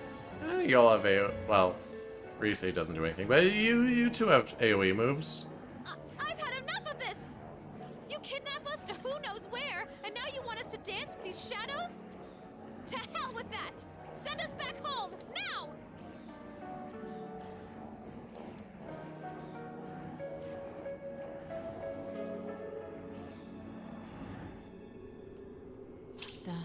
The shadows.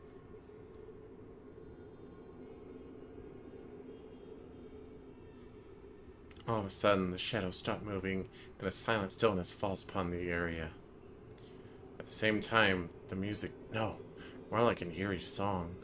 I've been hearing ever since entering this world begins increasing in volume, as if encroaching from far beyond.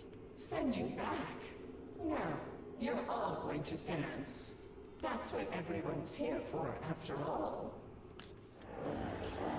After the mysterious voice's loud reply, shadows begin moving their limbs in time to the song, as if they're dancing. Suddenly, we're hit with an overwhelming weakness. We have to fight just to remain standing.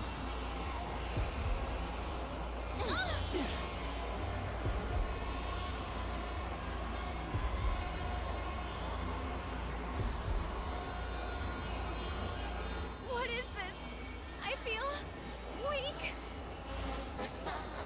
Isn't it wonderful? This song is my gift to everyone. Don't you feel it? How they all desire to connect with you? So that song and the shadows dance is what's affecting us. You, Senpai! Right. I instinctively sense Naoto's intent, and we react at the same time. It's as if Naoto's quick draw and my call to the persona in my heart were completely simultaneous. Ready? Persona!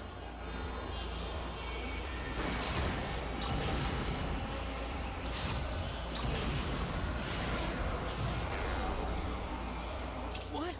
Ugh. My bullet disappeared. And Senpai's persona too? You just shooting randomly, Naoto? Who are you shooting at? Is this your doing? Don't accuse me of something I didn't do. I told you earlier. No one gets hurt here. Unbelievable. Both my persona and Naoto's bullet disappeared like smoke before they even reached the shadows. I guess they are all shadows, so. Just like the mysterious voice says, it looks like anything violent at all gets somehow negated in this world. What do you want from us? Nothing really. We're just asking you to accept us. Come on, let's connect with these eternal bonds.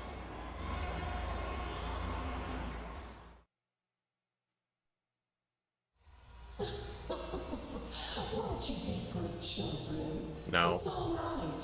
Don't be frightened. I'll never be a good child. You can't make me. Dance together. Won't you join us? Racing Kujikawa.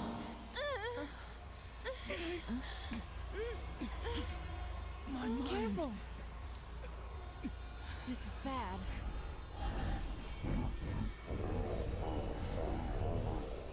No, I can't. Rise-san.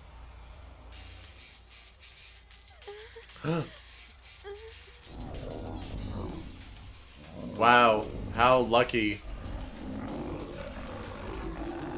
I can't lose. What the? I can move again? But how? Could it be? We need to move. The shadows are being affected by our music and movement. It's just as I thought. That eerie song we're hearing is forcing the shadows to dance. If we can interrupt that song and the shadows dance, we might get through this. But how? I don't know. But one idea comes to mind. If we can force them into a different song and dance like before, then maybe... What a chatty child! Hey. No, Naoto-kun! You're connected with us. Now you can become the you everyone wants you to be. Senpai! Rise-san, please! Stop their dance. Naoto! We just have to get those shadows moving to our music, right? Rise? Senpai, if that stuff Naoto-kun was saying is true, then there is something we can do to help her. Right now. Huh? I'll try and use my persona. Maybe I can deliver our music to those shadows at full blast. The way they reacted to my music earlier. Oh, that's a shot. I think I might be able to affect them a little bit. But I don't think that'll be enough. Her face is up there. I need your help too, Senpai. If music and movement affects them, then we should be able to pull them into our rhythm, right? Don't worry. Just show off your cool dance. I know you can do it, Senpai. So, Time to Make History exists in universe, then? Since that's what was playing. Okay, here we go. I mean, it is an iconic song, but they probably could have played, like, the, I don't know, the song that Rise performed on top of Junes. Boom, boom, boom, boom.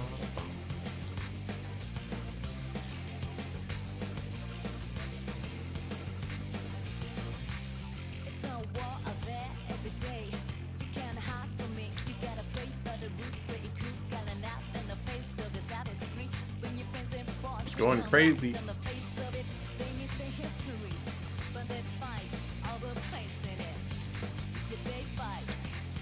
Oh geez. It's going to opposite ends real fast.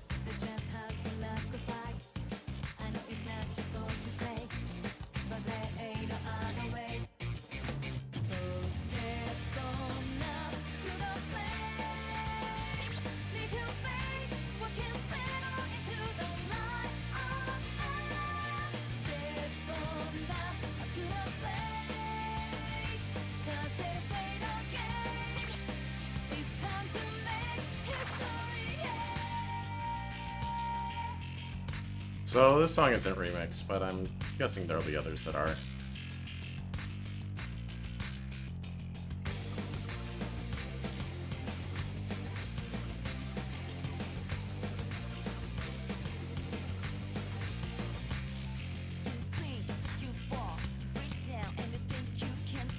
Oh, I don't recognize this part.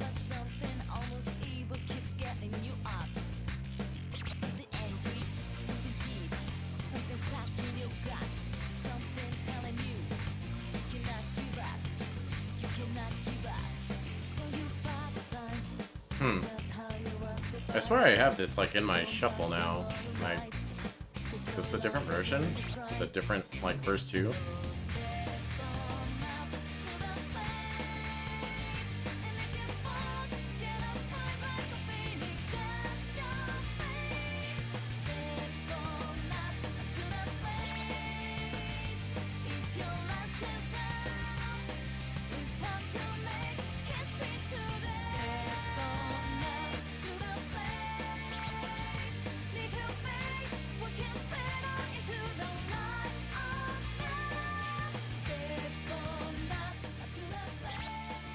Persona is the power of the heart. And Hey! depending on your heart's true nature, it changes form. Not just for hurting, and not just for fighting. Right now, I know I can show you how I really feel. We will never stop changing. I turned off voices though. Izanagi!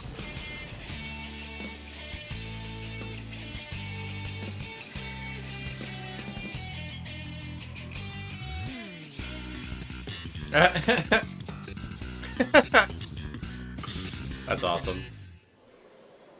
That went exactly the way I pictured. Nice. Got a brilliant. I don't think brilliants matter for this run. Wait! I thought I picked normal mode. It was on easy? Or is it just the song's considered easy? Yay, we actually got to play the game. It only took 2 hours.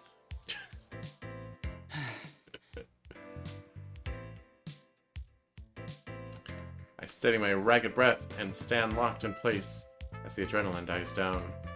I see. I only realized it after dancing in front of an audience for the first time, but dancing really is expression. It seems like conveying what's in your heart is easier in this world compared to ours. At first, the shadows were just pushing that eerie song at me, but I could feel their hearts being drawn to our music and dancing. That eerie voice in the shadows must have been using that system to their advantage to try to control us. Instead, we used that against them. In other words, we won them over. Still. Good job, Senpai! That was a fantastic performance! Actually, what was that persona just now? There was something different about it. I'm not sure. Just Izanagi. But when I thought I wanted to convey my feelings to those shadows, my persona responded from within me. Way to go, Senpai! And that's why you're our leader. Only you can pull off something that amazing. Come on. It's true. Ever since I felt myself conveying my heart to the shadows, I had a kind of newfound determination. I had nothing concrete backing it up, but I still felt it clearly. In truth, my persona was responding to my desire to express my feelings and took on a new form. It just looked like Izanagi just had a guitar. We can still continue to change. Ever since the case ended and we got back to our normal day-to-day, I felt so uncertain, wondering how I could move forward. But just then, my persona erased any doubts I had. Naoto-kun, we did it! Senpai gave him a super sweet show. I sensed it as well. That's what allowed me to return to my right mind. You sensed it? But you got caught by that ribbony thing and... Yes. Because of that, I learned something about those shadows. Really? What did you find out? They like ribbons. When caught in that ribbon, it's as if you're forced to be the you that others desire, rather than how you perceive yourself. Ooh, interesting. You're made to believe you want to be tied to the other shadows with that ribbon, even if it means discarding who you truly are. The most dreadful thing is that I myself felt sure that it was what I needed to do. Just as I thought, with Naoto's theory and my intuition, it seems clear that the song and shadows dancing are meant to bind us to their will. As I speculate, Rise seems somehow unhappy with Naoto's words. She pouts, indignant. That's crazy! You're no one else but you, Naoto-kun. Well, in hindsight, I can see how bizarre the assumption was. So my theory is that the ribbon has the power to induce those beliefs. Yeah, I sensed it too. While I was dancing, I felt like I couldn't let my guard down at all, that the shadows would take me if I did. That song and the shadows dance probably have a similar power. So what I did was concentrate on getting my message across as I danced. It's not interpretive dance. You said something like that earlier, too. What did you want to tell them? I just did what you said, Rise. Dancing is about expressing yourself and your feelings to the people watching you, right? So I danced to show the shadows who I am, not what they wanted to see. Huh. And as a result, I remembered who I am. It's ironic that the key to this confrontation was the true self I once tried so hard to deny. One shouldn't abandon oneself just because they've been connected to others. I feel that those shadows were released from the ribbon's binding because they sensed that as well. Rise-san, you didn't get that sense from watching him dance? Of course I did. I could tell his dancing was different from usual. I just couldn't put it into words because of all that persona stuff that happened. Yeah, I'm sure you got the message loud and clear, Rise. Gosh dang it, Rise's outfit is distracting. You know why. I don't need to say it. Suddenly, the cheering shadows, enveloped in the glow, shine even brighter and begin dissolving as if melting into light. It's a beautiful sight. Despite the situation we're stuck in, we can't help but marvel. Wow! It's beautiful!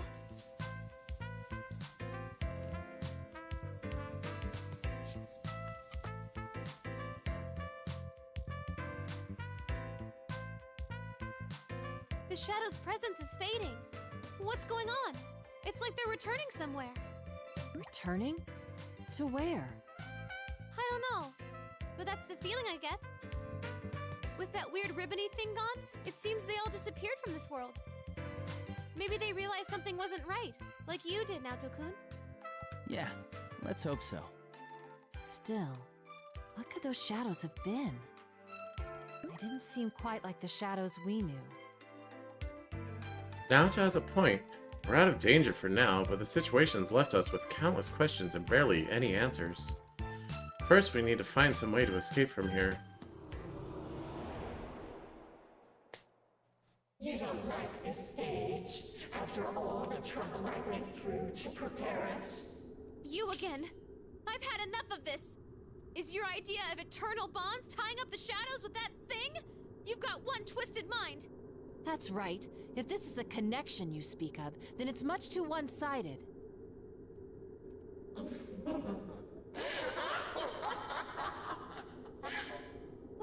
What's so funny? It's okay. If that's what you think, then I certainly won't force you to stay here.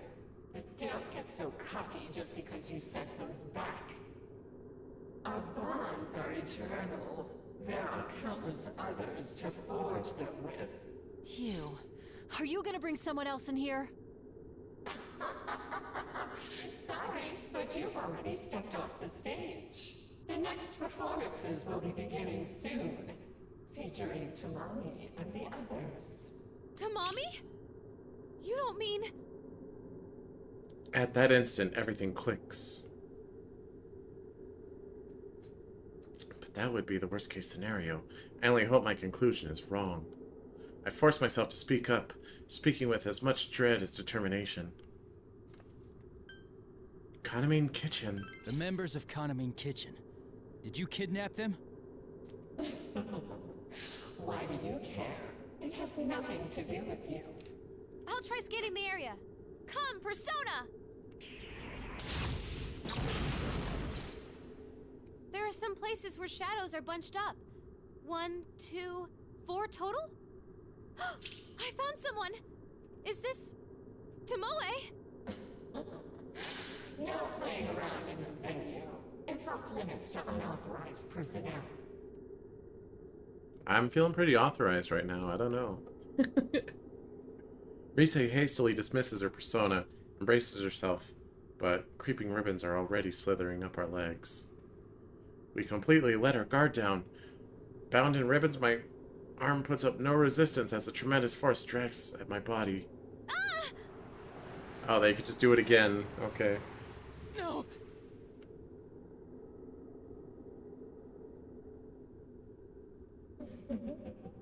Goodbye, Rise Kujikawa.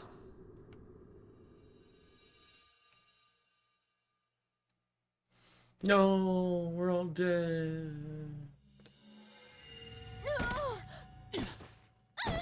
It's weird it has, like, the chapter breaks, because, like, this chapter's been going on for a while.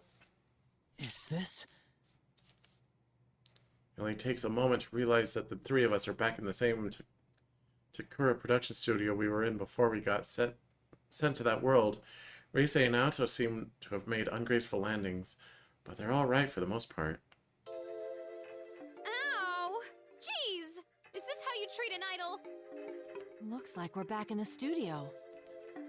So as soon as we reject the bond that voice spoke of, we're promptly asked to leave. At least we're all back safe. Uh-huh. I was honestly bracing myself for the worst. But wait! That reading I got a second ago! It was definitely Tomoe's. I'm certain that's who I picked up on. The same Tomoe-san we met earlier? I'm pretty sure, yeah.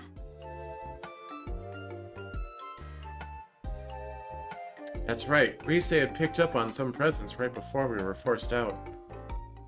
If it really was Tomoe-san, then she must still be trapped there, even as we speak. If that's the case, there's something else I need to confirm immediately. Just Tomoe? Did you just sense Tomoe-san? I mean, Kanamine Kitchen is Kanami-san and 4 other girls. I don't know. That place was a lot bigger than I thought. The only reading I picked up on in the moment I had was Tomoe's. Given what we heard from Kanami-san, it's safe to assume the rest of Kanamine Kitchen disappeared around the same time. If you detected Tomoe-san's reading over there, the others are likely to have been taken as well. Yeah, Naoto's right. The rumored video clip that plays at midnight, victims who have fallen, this does seem to demand an investigation. The rumored video clip that plays at midnight, victims who have fallen unconscious, and now a group of missing idols. First things first, though. What was that world we were in? The name Midnight Stage bothers me. There were shadows there, too. It seemed kind of like the TV world we used to go into. And then there's Where's that voice? It has to belong to the root of this trouble. You don't really think it's that, deceased idol behind this, do you? That's beyond my knowledge. Let's put that possibility aside for now. Yeah, that's not what we need to focus on right now. The video that plays at midnight, a world apart from reality, shadows that lurk there, our personas, and the missing victims. Even at this stage, it's clear enough that it's beyond what normal people can handle. We need to sort through the situation and come up with some plan to rescue Tomoe-san and the others. Either way, I can't leave them in that awful place.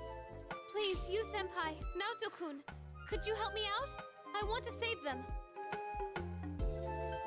Of course. Of course. Count me in. I'm a bit shocked, in fact. Did you think we'd shrug it off as none of our concern? There are already victims, making this an honest-to-goodness case. And we're the only ones who can solve it. That's right. Rise was probably serious when she asked us to do this, but the truth is, we're taken aback that she had to ask. This isn't about just anyone. Our friends are in trouble. She's trying to save them. So of course, there's no reason we wouldn't lend a hand. Yeah! Now that that's decided, we need a plan. Yosuke and the others will be here in the morning. I'm sure they'll help us out too. And let's go over the case once they join us. For now, though, I think we should leave. We need our rest after all. Right. Things are gonna get busy, so we should rest while we can. Got it! I'll go ahead and email everyone about the situation. Oh, we shouldn't drag Konami into this, huh? I feel bad, but I won't tell her anything. Yeah, I agree. It's for her own safety. Okay, so I'll just contact our gang. Well then, you two ready to go home? Yeah. Very much so. 4 members of Kanamin Kitchen missing in a mysterious other world. We might be used to this by now, but I doubt it'll be easy. Looks like we'll have a lot to talk about when Yosuke and the others arrive. I follow Rise and Naoto and head towards the studio exit.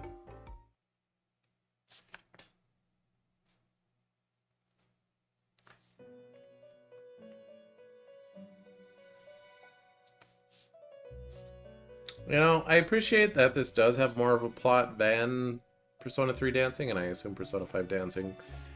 It's just that the P4 cast is like definitely the weakest of the 3 groups. So I'm not as happy to spend more time with them. Hi, Margaret.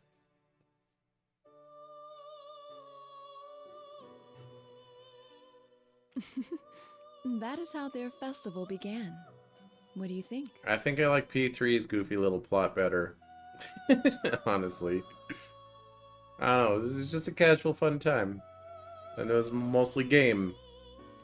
Fate is truly full of surprises, no? They faced themselves and gained the power to stand up against difficulties. But their next trial was quite different. Rather than a contest of strength, it required them to openly express themselves and convey their feelings. The woman smiles joyously before looking towards you again. However, this did not deter him, and as if in response to that firmness of will, his power changed its form, adapting perfectly to the new situation. Fascinating, don't you think? So fascinating. By the way, have you thought about why you have found yourself here? A little bit. Don't worry yourself over it. I don't have that answer for you. Oh. And why'd you bring it up? I asked only out of my own curiosity. Well then, allow me to show you a little more of the story. When the woman raises her hand, that same light radiates from it, swallowing the surrounding scenery.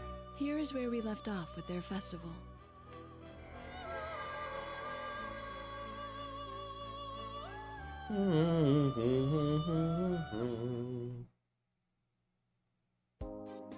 Wait, it's not... Alright, I've been waiting for like a chapter select, but I'm gonna go grab some snacks. Alright, I'm not even gonna be able to screen it.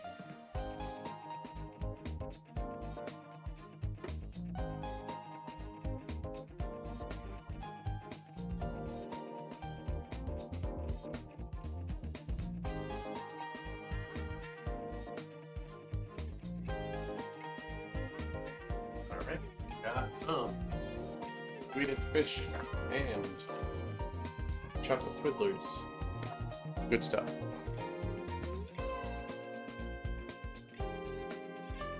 The next day, Rise calls Naoto and me up. We might as well practice until the others arrive. Just as we're finishing up, I get word from Yosuke saying they're here. We head down to the TClem Productions lobby to greet everyone as they come over from the train station. It's not long before we see their smiling faces again. Oh. Woo! Hi, Spot Sensei! Your friendly bear is back in town! That makes no sense when you're not in the costume, man. Oh, man. It's so nice and cool inside the office. I feel like a human being again. Okay, why are some of us wearing our school uniforms? Yosuke seems overwhelmed by the unexpected heat wave and takes exaggerated deep breaths while tugging on his collar. You're wearing a scarf, man! It's not gonna help you cool down. Same old Yusuke. Even though they must have gotten Rise's message about what happened, none of them seem too fazed. Though that doesn't necessarily mean they're taking this situation lightly. It's more that they've already made up their minds what to do. I'm glad you're all here. Hey, have you met any celebrities yet? Are they cute? Tell me everything! I wonder if I should take back what I said before. Yosuke's not shrugging this off, is he? Kanji... Is he?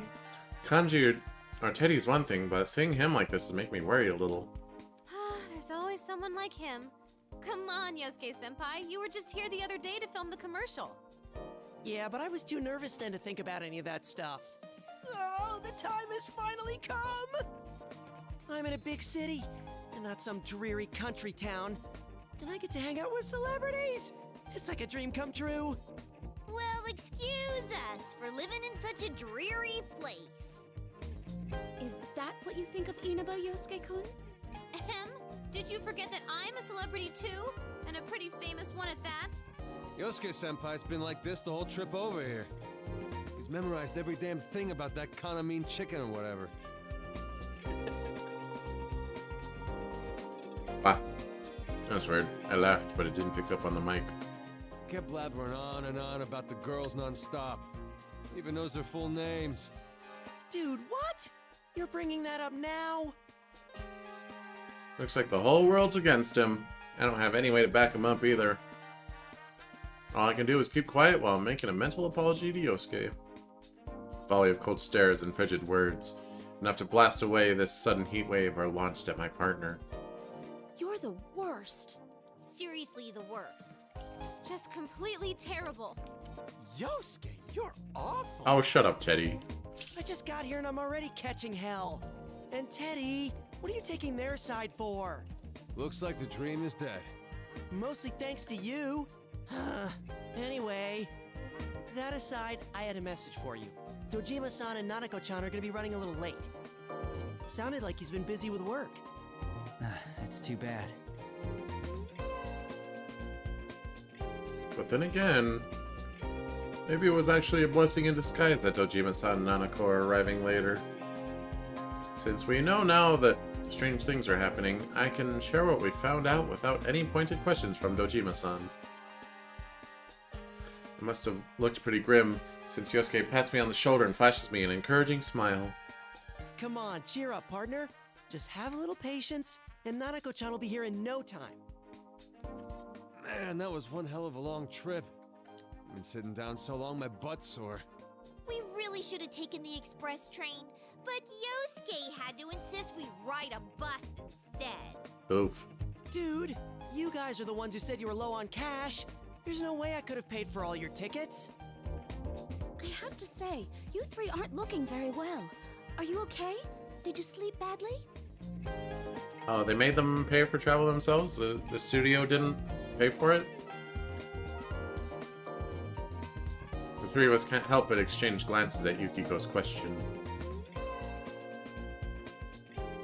I was planning on getting a good night's rest, but kept thinking about the case and ended up getting almost no sleep. Seeing the way Naoto and Rise react, it must have been the same for them. A lot happened last night after all. You mean that midnight stage stuff? I got most of the story from Rise's email. Though it was so out of nowhere that I had to ask a ton of follow-up questions. I read it too. Those girls are being held captive, right, Rise-chan? Yeah, I'm sorry. You guys came all the way out here and I have to ruin it with bad news. Hey, no need to apologize, Rise-chan. Never fear. All the dance practice I've gotten in lately has been a good workout for me. And I've never missed a day of regular training either. I'm ready for anything. Count me in too! Look, look! Behold the results of my training with Rise-chan! 1, 2, bam! Eddie puts his palms together and keeps his face at a fixed angle while craning his neck around. That kind of thing is called isolation in dance terms, but I don't remember Rise ever teaching Teddy such moves. Where did he learn that? That has nothing to do with fighting shadows. You never know. I mean, it's gonna be our dancing that beats him this time around, right? Why is Kanji like the only character that's like in a completely different outfit? And everyone else is just like wearing the normal outfit with a little bit of extra stuff. Oh, right, yeah. Man, why dancing of all things? We're not sure how that really works. In fact, there are many things that we don't understand as of yet. All we know is that our power won't defeat these shadows. Instead, we've discovered that we can free them by affecting them with our dance. They're trying to capture us with their dancing too, right? Then it sounds to me like we ought to fight fire with fire. Expressing ourselves through dance. It sounds exciting. You guys, this isn't all fun and games. What a relief. Though everyone is chatting like normal, I can tell that they're already thinking about how to solve this case. As long as they're with us, I'm positive we can get to the bottom of any mystery. Thanks, everyone. It's time the investigation team got back in action. I can't remember how many times that's happened by now. Persona 4 Arena.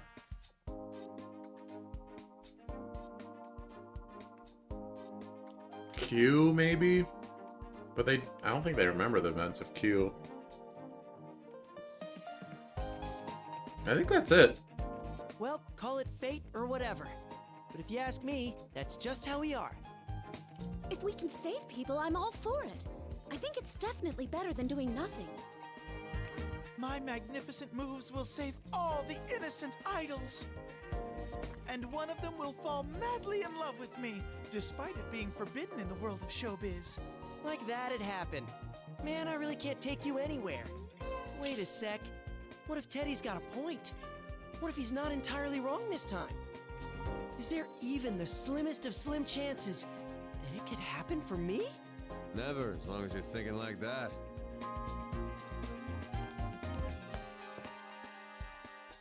Ah, you're all here. I hope your long trip was a smooth one. Oh, hey, Inoue-san. I turn to see the voice coming from behind us, and find Inoue-san coming toward us with his usual smile. He must have been passing by when he noticed us.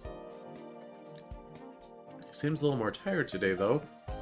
Is it because of because the Kaname Kitchen girls are missing? I hope I wasn't interrupting anything. Isn't this our chance? Want to try and get some information out of him?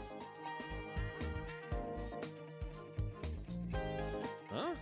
Wow, you're all in costume. Now the show's still a ways off, but you seem so fired up already. I mean, it's not his full uniform, but like, he has the uniform jacket, you know? Well, we were thinking we should do a full group dress rehearsal. But we didn't know if there was any place to change, so we just wore our costumes. Also, if you're complaining about the heat wave, shouldn't you just not be wearing a jacket? I see. But you know, there are plenty of changing rooms available here. Goodness, Kanji-kun, your hair certainly stands out. It really packs a punch. Huh? You think so? Guess I'm used to it. I mean, I had it like this for the longest time. Hope at this festival is the last time I'm gonna wear this punk getup, though. I made up my mind to stop acting like a badass and be more like who I really am. Ah, I see. That sounds like a fine idea. I must say, those costumes look splendid on all of you. I guess that sort of natural high schooler look can't be faked. People respond well to that sort of thing. Okay. The outfits seem to fit well, too. I'm glad we went to the trouble to have them custom tailored. That's right, the thing Inoue-san was most particular about was how we're genuine high school students. Because of that, we all had to carefully bring back our look from when we used to go to the same high school. Everyone got excited and worked with each other to get their hairstyle and things just right, the way it was then. Me too, even though I go to a different high school now, I'm wearing the outfit that looks like a match to their school uniform. The whole thing gives me an honest sense of nostalgic joy. Oh, by the way, can I ask you something, Inoue-san? It's a really lame excuse, but okay. What is it? I'll try and answer if I can. At least they thought about it. Well, it's about the Love Meets Bonds festival. Kaname Kitchen is performing in that too, right? That's the plan. What about it? Oh, it's nothing important. I'm a huge fan of theirs, so I was just wondering if I could, say hi to them. That's all. Nice. Ah, I see. Unfortunately, they're all pretty busy right now. Huh? Really? That's weird. I mean, most of the group is in the Oh, ignore him. Just carry on. Chie instantly covers Teddy's mouth and motions for us to keep talking. That was a close one. Teddy, for his part, is still flailing his arms and legs while Chie shushes him. Seeing question forming in Inoue-san's eyes, we slip between him and Teddy, trying to gloss over Teddy's slip-up with our smiles. I mean, of course they're busy. I'm sorry I even asked. It'll be fine. Man, what a shame, though. Oh, but Kanami-chan is in the midst of a poster photo shoot in the studio here. Why don't you go see her later? Rise-chan can show you the way. She'll probably sign an autograph. An autograph? Seriously? I mean, that'd be great. Then I guess we'll go stop by later. You must be tired from the long trip, though, so get some rest first. Well, I have a meeting to attend, so you'll have to excuse me. Okay, see you later, Inoue-san.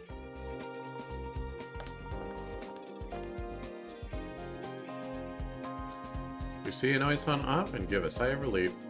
Whew, looks like we managed to squeeze some information out of him without raising any suspicion. Yosuke-senpai, your acting sucks. I was afraid Inoue-san would pick up on it. You too, Teddy. What were you thinking letting that slip? I'm deeply sorry. I'm very sorry. Well, at least it's clear now. From how I was acting, those Kaname girls ain't come back yet. Mm-hmm. There's no doubt about it. It must have been Tomoe-san herself that Rise-chan picked up on. There's no doubt.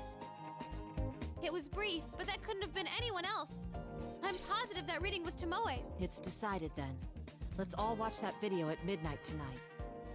And we'll head into the midnight stage once more. What? Did I say something odd? No, Do. Every now and then you say some pretty nutso stuff like it's no big deal. I didn't think too much about how we were going in there, but that sounds pretty scary. There's no other way. We don't know any other means of getting in. In any case, time is of the essence. Come on, let's hurry to the studio.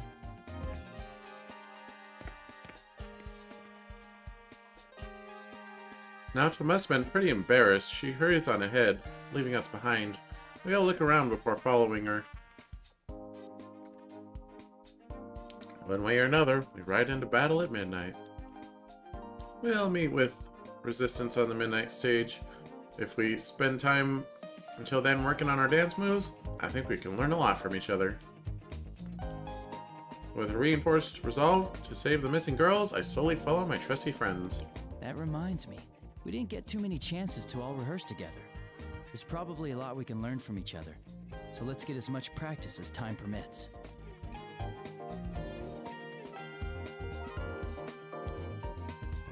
Fine. Get ready to dance. Yo, yo, yo! Time for me to get your next lesson rolling!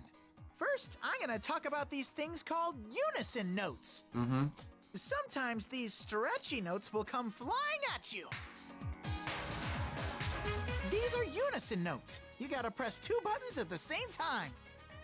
Give it a shot. Press the 2 connected buttons. That's enough of that.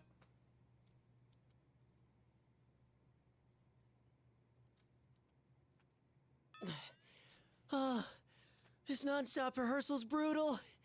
My legs are killing me. We've been practicing the routine ever since everyone arrived, and Yosuke finally speaks up from defeat. Has to be expected. Rise is the only one who managed to keep dancing throughout the rehearsal, and Yosuke was the only holdout not taking many breaks. We are appearing in a professional concert after all. Plus, there's the midnight stage to worry about. We need practice. Yeah, that stuff about fighting through dance, it sounds pretty hard. It does, but we have to do it. Good job, guys. You're all working real hard. I didn't think our routine would come together so well from the get-go. That's why I think I'm gonna give you a reward, Yosuke-senpai. A reward? Did you have something for me? You like Kanami's kitchen, right? Well, why don't we go check out Kanami's photo shoot? Seriously? Everyone else wants to go too. Plus, I want to introduce you all to Kanami. Come on, you senpai. Shake a leg or we're gonna leave you two behind. I'm coming, of course we'll go with you. Let's just hang on a sec. So that's what that was about. I was wondering what she was talking about with everyone over there. Rise is very good at this sort of thing. You could say she has a knack for making people smile. I've already met Kanami-san, so I honestly just wanted to practice a little more. But if everyone else is going, I might as well tag along. I quickly towel off before heading towards the entrance where everyone is waiting.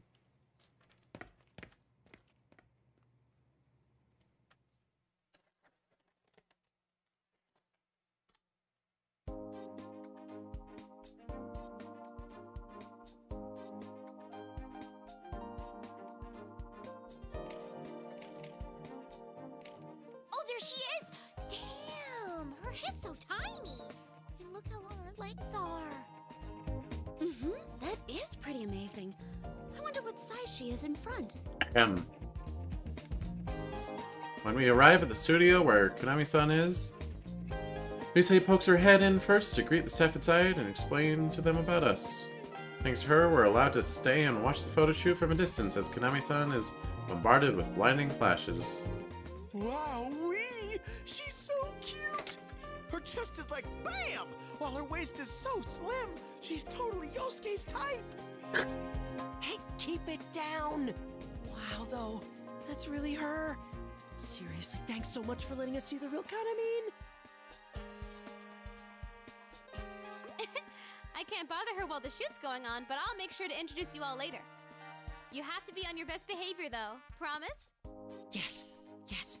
I swear on the Junes name that I won't cause a scene. And Teddy should just probably be banned from meeting her. I swear on the Yosuke name that I won't cause a scene either. That makes no sense. Then why are you swearing by me? Uh-oh. Rise Kujikawa, what is the meaning of this? Are you on some sightseeing trip with that group of yours? If it's a field trip you're interested in, could you take it elsewhere? Oh crap, it's Miss Ochimizu. Rise furrows her brow and looks away. Miss Ochimizu, the producer of the LMB Fest, who was so harsh towards us yesterday, is standing imposingly before us, as if to block our way. Who's this nasty hag? The LMB producer? She's the general producer of the festival we're performing in. Her name is Miss Ochimizu. Dude, are you serious? The general producer of the Love Meets Bonds Festival is Kyoka, the Empress Ochimizu? You know about her, Yosuke? Of course I do! She's always on TV! She's this super scary lady who has no problem making other celebrities cry!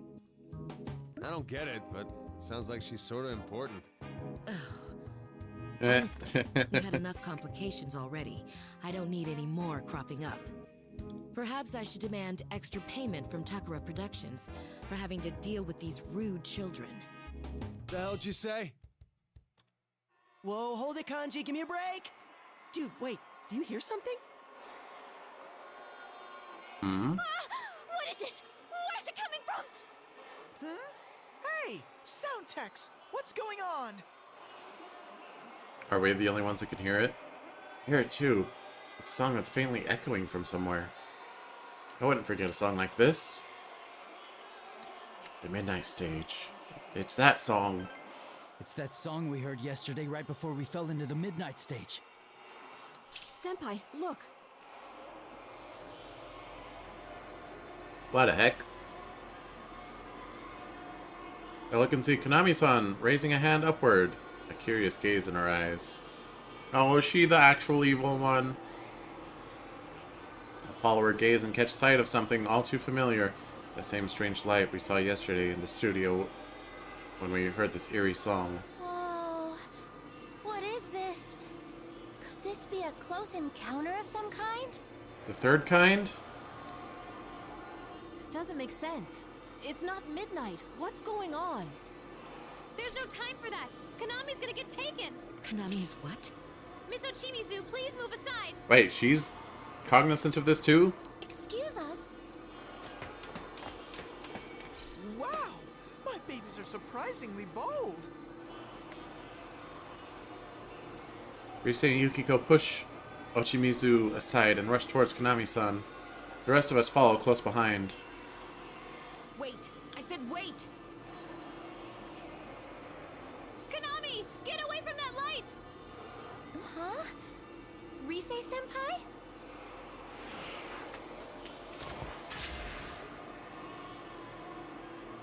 Oh. Miss Ochimizu? We all try to shield Konami-san from the ribbons shooting out from that eerie light hovering near the ceiling.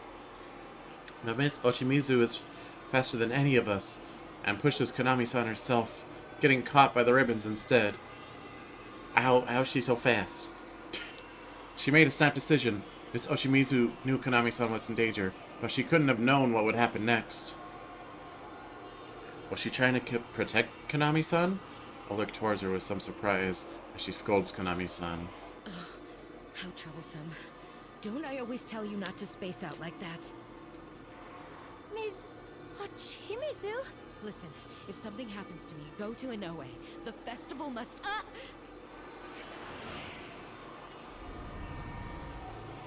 She got dragged in! What are we gonna do? We go in. We follow her. Come on, everyone.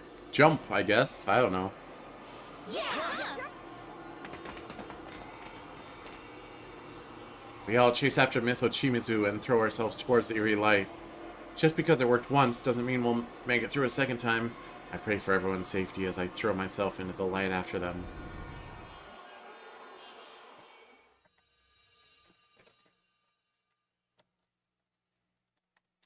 Well then.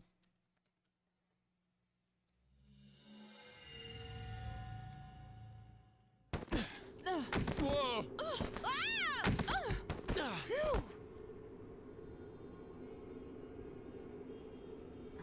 Looks like we made it. Well, I'm out of suspects for who the culprit is. Ow! I fell right on my butt. That's like the best place to fall, Chie. Do you not understand how butts work? Just as we caught sight of a faint light, we were suddenly thrown out somewhere. We all managed to keep our balance as we land. When I look around, I see that everyone is safe, though Teddy and Kanji appear to have landed right on Yosuke. Well, at least we made it in one piece. That took a while. I was worried I might get separated from everyone and be one lonely bear. You know, I remember something like this happening before. That takes me back. Can you guys chat after you get off of me? The hell are you doing, Yosuke-senpai? What's with that tone? I'm the victim here. All right, no fighting. Is this the midnight stage? I take the chance to check my surroundings once again. It's a dark, eerie place filled with bizarre objects and patterns. It's a familiar sensation, and then there's that eerie song I hear echoing from somewhere. There's no doubt this place must be the midnight stage. However... Yeah, but this place looks different from where we were before. Last time, that voice seemed keen on capturing Rise-san. It invited us directly to a prepared stage. Perhaps we're being treated differently this time because we forced our way in.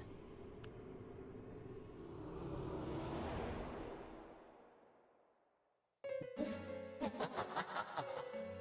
is that voice? It's the master of the midnight stage, and probably the culprit behind this. Didn't I say this place is off limits to unauthorized personnel? Or do you want to connect with us after all? The eerie voice echoes from all directions, making it hard to tell where it comes from. Though we're on guard and searching for the source of this eerie voice, we don't have even a chance of finding them. Enough with these games! Who are you? Release Tomoe and the others right now, and Miss Ochimizu too! Release them? That wouldn't be right. Can't you see they're happier here? Happy? Is it serious? They're locked up here by force. There's no way they're happy about that. Do I see some new faces here? Good. You can connect with us too. You're not willing to listen, huh? And we'll have to do it the hard way. Do what you want. You'll understand eventually.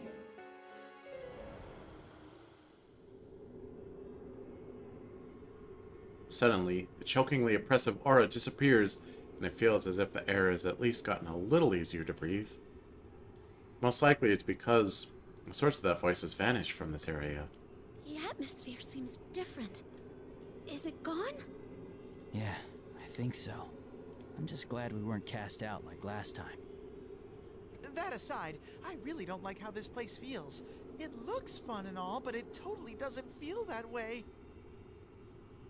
It's kind of like my world, and I can smell some familiar scents from way off, but it doesn't feel connected to my world.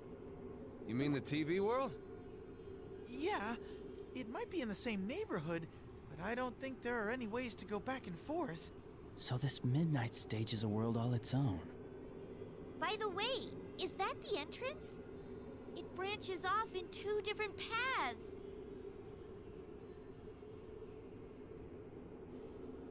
You look to where Chie is pointing. Sure enough, there looks to be a giant gate that splits the path into two directions. The atmosphere seems to be welcoming us to some kind of event.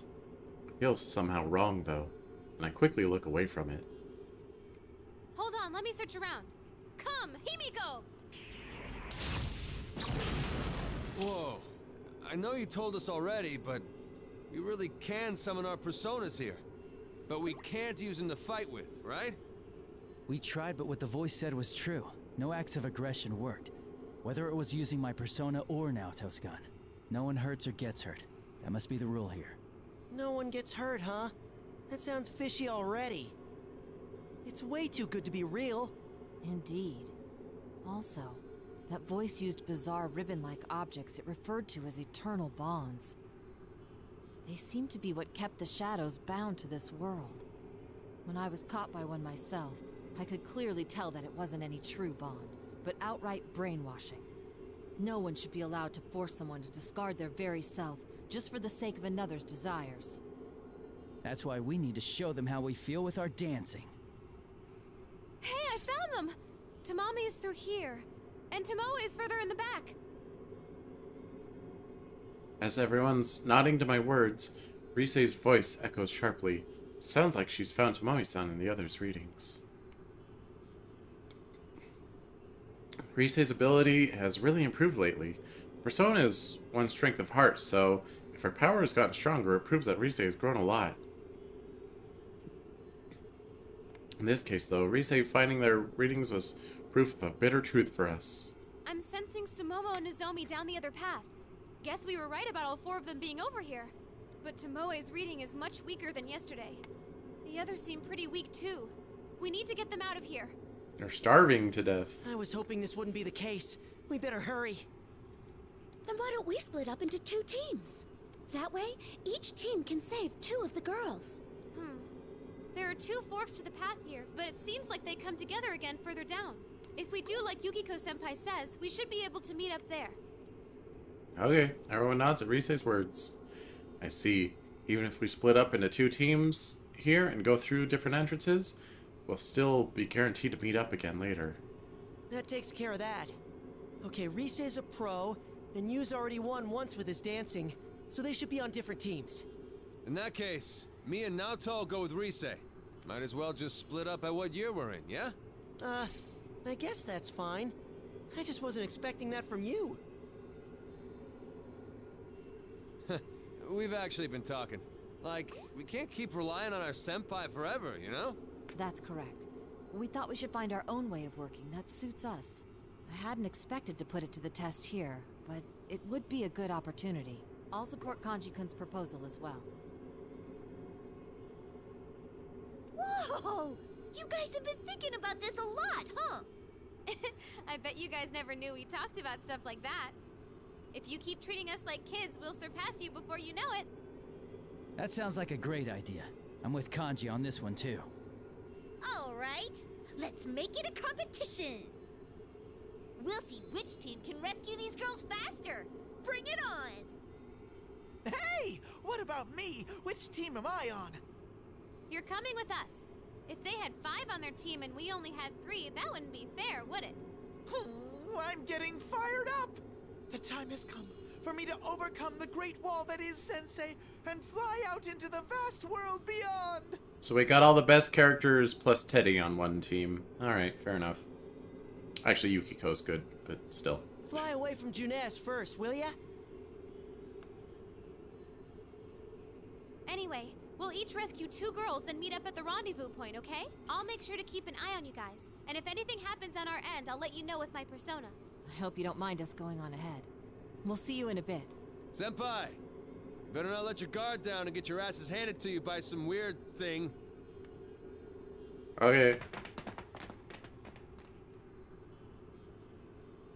Kanji, Naoto, Risei, and Teddy each give us big smiles as they run past the giant gate.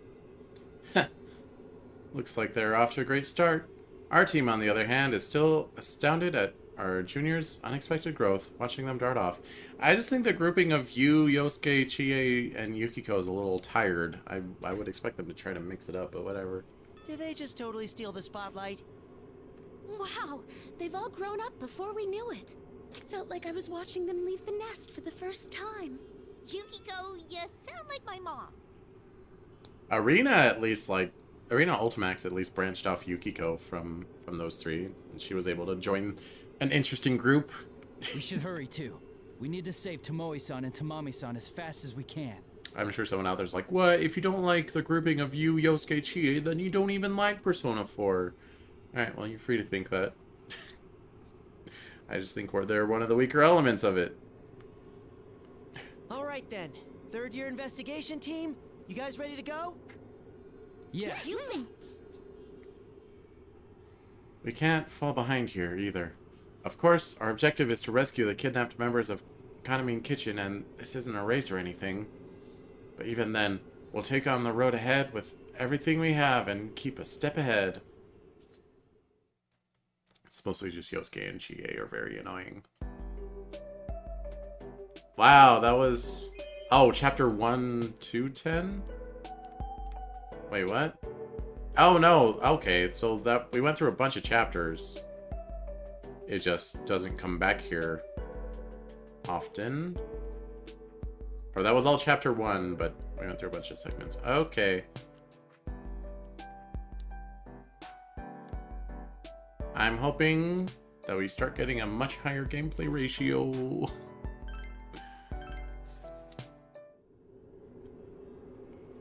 After splitting from Kanji and the others and traveling further down the path, the atmosphere starts changing. It's still a creepy sight, but how do I put it? It feels like the surroundings and paths have been kind of standardized. It looks like the others are feeling the same thing. They are glancing around with worried expressions on their faces. Okay. This is a very different look compared to the last place. Yeah, this place is made of nightmares. What is this? It's starting to look like some weird circus. An intentionally creepy circus. The TV world changed according to the mind of whoever appeared on the Midnight Channel, right? Ooh, which one's the clown? Is it the small one, the piglet? There's shadows around, and we can call our personas here. So does that mean this midnight stage works the same way? You're telling me someone's mind looks like a circus on the inside? That, raises a lot of questions. Is it Teddy's mind?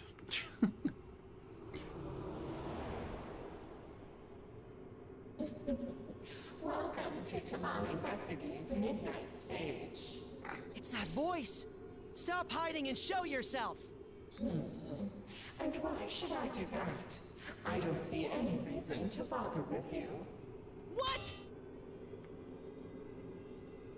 Yosuke's anger is only natural. We can't see whoever's speaking, and we still haven't figured out what it's trying to do. It's like our words aren't even reaching it. But that's not important now. If it's not going to listen, we need to at least draw out as much information as we can. You just said this was Tamami-san's stage. Is she up ahead? Which one's Tamami? Yes, she is. And her performance is about to begin. She's going to become the Tamami everyone wants. A true star, shining brightly at our eternal concert. Rise told me about your spiel. Becoming the you that others want, huh? That's just letting yourself be brainwashed. Brainwashed? Not at all. This is for Tamami's sake. You say not at all, but actually it's, yes, very much so. So, take that. Forcing others to deal with your true self won't make anyone happy. To her, there's no point in being someone that nobody loves. But if she becomes the Tamami everyone wants, then everyone will love her. Nothing could make her happier. I'm guessing we're gonna face them in the order they were introduced in, so this is gonna be the blue hair one. She does seem like the most putting on a front. I mean, they probably all are, but, you know. A white hot flash runs through my mind. I knew the voice wouldn't listen to us, but I didn't think it would be like this. That voice has no ill intentions. It truly believes it's doing this for Tamami's sake. This doesn't look good. Nothing we say is getting through. In any case, I'm sorry you've come all this way. But I'm afraid there's no admission for those without a ticket. Hey. Well, let us in the circus.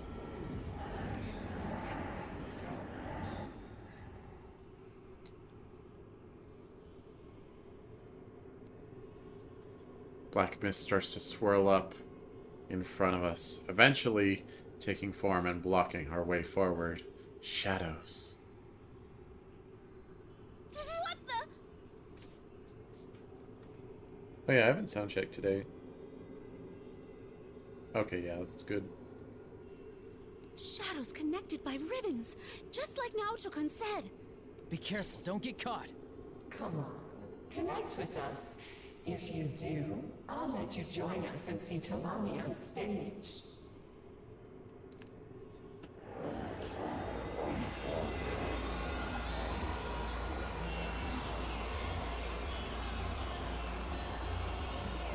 Oh, sorry, I got distracted. As if triggered by the voice, that eerie song begins playing, causing all the shadows to dance. I instinctively look away, but it's futile.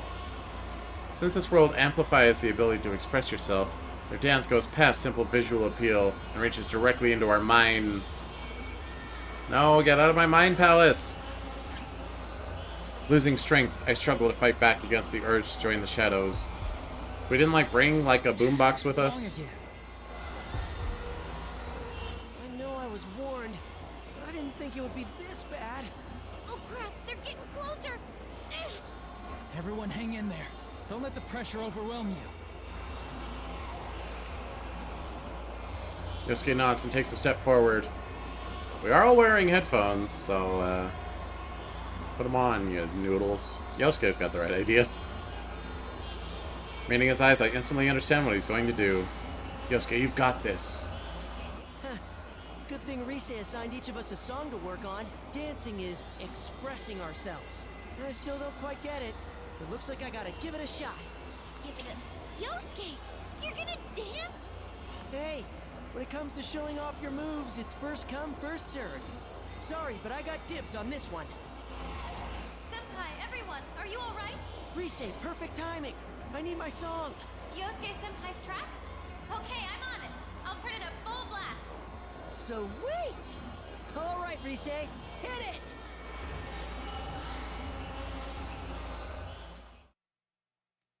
Yay. Gameplay.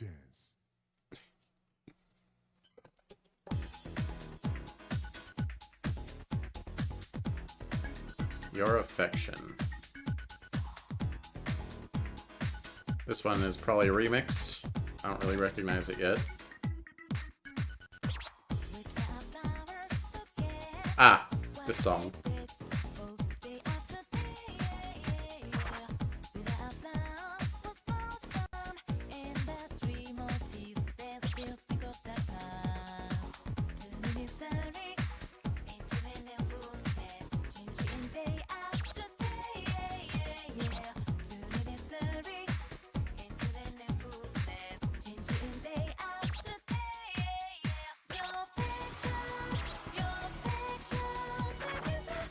Oops, they didn't explain holds. They probably would have if I let it play.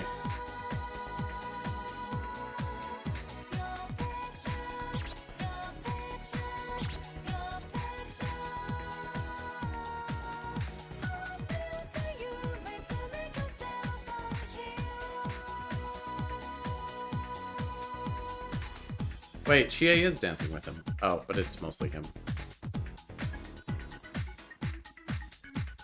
Right, I forgot other people come in during certain parts.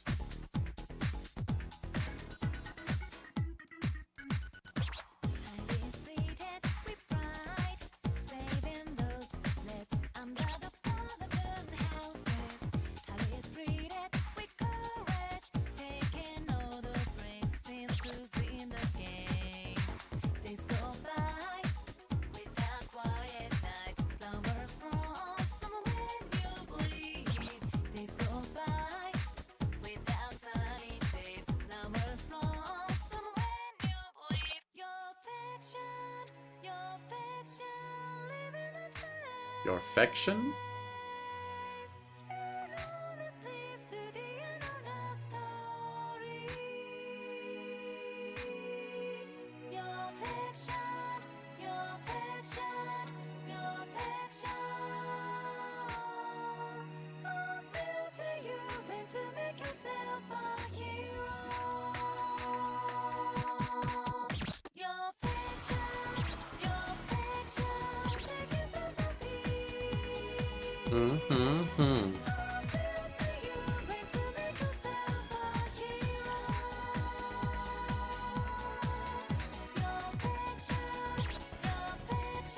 Oh, I broke my combo!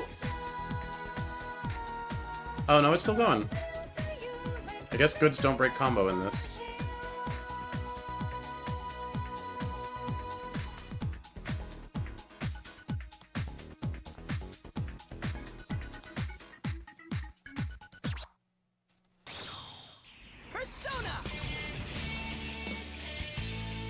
Oh, they come in and just play this song every time, not... Oh, I thought it would be unique to each song. I mean, that is a different thing than they played last time, but still. I think each character just has a one that they do. I nailed that.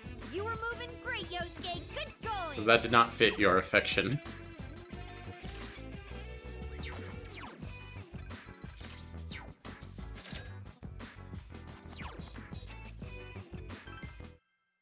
Bump dum bum bum bum ba dum ba dum.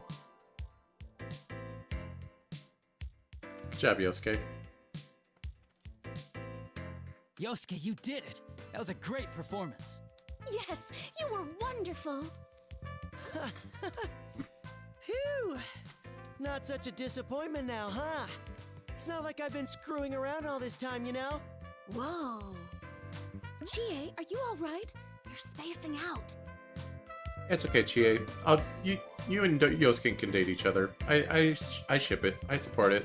Oh, it's nothing. It's nothing at all, really. Just, it caught me off guard, and I was like, damn, Yosuke! Chie, you danced for part of it. Oh, what was that, Chie? Now that you've seen how cool I can be, are you falling for me? No, that's not possible. Right, Chie? Yeah, your dance was awesome, but none of that other stuff. Yukiko-san, Chie-san? What if you can throw him a bone? Well, not Yukiko, you're my girlfriend, but still. It was supposed to be a joke. Could you please get the punchline instead of taking it seriously? Oh, damn it. Even the shadows understand me better than you two. Chie and Yukiko ignore Yosuke's stubborn complaints. As I approach Yosuke to console him, the glowing shadows around us suddenly begin melting away.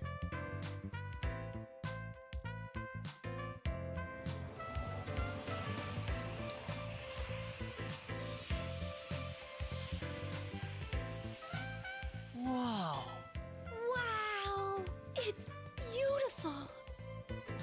Shadows cheering in joy at Yosuke's dance are engulfed by light. Little by little, they fade away into the air. It's a beautiful sight, no matter how many times I see it. We all watch in awe.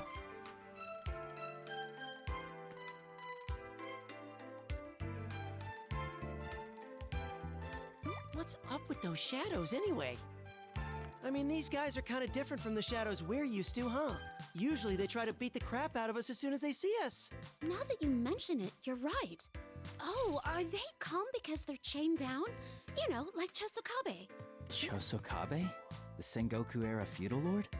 No, not him! You know my dog!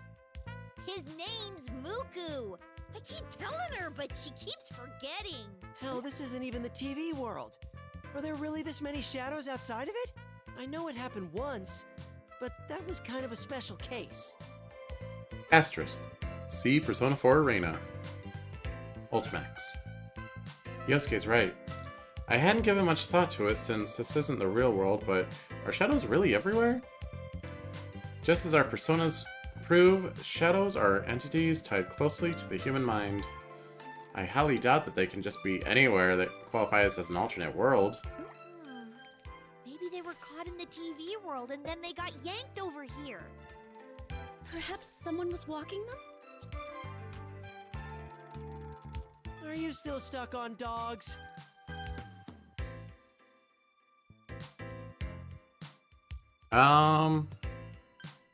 They're from here. Maybe they've been here all along in this world. But didn't Teddy already say this is a totally different place from the TV world? Wow, this came out in 2015. That's like way older than the other ones, right? Persona 3 dancing is, wait, well, I guess that's not that much older. 2018 seems like yesterday, but 2015 is like, oh, that's so long ago. What is time? Do shadows exist, like, everywhere then? That's a scary thought. First off, where even is here? This definitely isn't the TV world, right? Teddy said as much, so we can at least be sure about that. Probably. That voice said this is a place where no one hurts. Yeah, no one hurts or gets hurt, right? Well, if you get brainwashed by that ribbon, I guess you wouldn't even think about hurting anyone. Who the heck is that voice anyway? Sure sounds like they know a lot about this world. More like it rules this world. Maybe that voice created everything here. That is a very Chie-like idea. Made this place? It's certainly possible, but we don't have enough information to determine that. Well, if it's like any other Persona spin-off, besides Arena, some god's behind it. Who knows? It's not like any one specific person made the TV world either. Okay, I'm just thinking of Tactica, but the Strikers didn't really have like a... I mean, it kind of had a god behind it. A little bit... What am I saying spin-off for? Any Persona game. Though if the voice does have that kind of power, then we're up against one tough opponent. I guess Base 4 doesn't, but Golden retconned it. Anyway. It's hard to believe this is all the work of a normal person. Aha! Maybe the culprit isn't human. An alien, maybe? I kinda doubt that. Based on what? Oh yeah, that reminds me. I did a little research after getting Risei's text. You know what people are saying about the LMB website's video, right? That it's the curse of a dead idol? Everyone turned towards Yosuke, startled. No, Yukiko was fascinated and Chie was horrified at his unexpected words. Chie has a known problem with dealing with this kind of subject, and she's quick to challenge Yosuke's statement. No, stop right there! How can you bring up that stuff at a time like this? I can't believe you! Hey, I'm being serious here. There was an idol that committed suicide a while ago, and rumor has it that she cursed the site from beyond the grave. Yosuke, you just got me demonetized. Rude. So since she's already dead, you think she has supernatural powers? Oh, you too, Yukiko! Just stop! Conversation over! Chie, we've dealt with so much supernatural stuff. Why do you think ghosts is, like, improbable? Or aliens? Oh, aliens aren't technically supernatural, but you know what I mean. Come on! We should get going! We need to save Tamami-chan, right? We don't have time to be standing around chatting! She's right. Maybe what we're talking about relates to the incident, but it's dangerous to waste time talking, mostly for Chie. She's right. Maybe what we're talking about relates to the incident, but it's dangerous to waste time talking, mostly for Chie. We still have a ways to go. We can't have her losing her composure. She's valuable help. Plus, she dislikes the subject. See, like, Yosuke and Chie are wearing, like, different shirts under the jackets, but Yukiko's just, like, full uniform. You're right. Let's focus on rescuing Tamami-san. Alright, if we're ready, then let's move. Could they not think of a hip-looking shirt for her to wear that was in character? We all nod and start running down the path. Tamami-san is up ahead. We need to save her.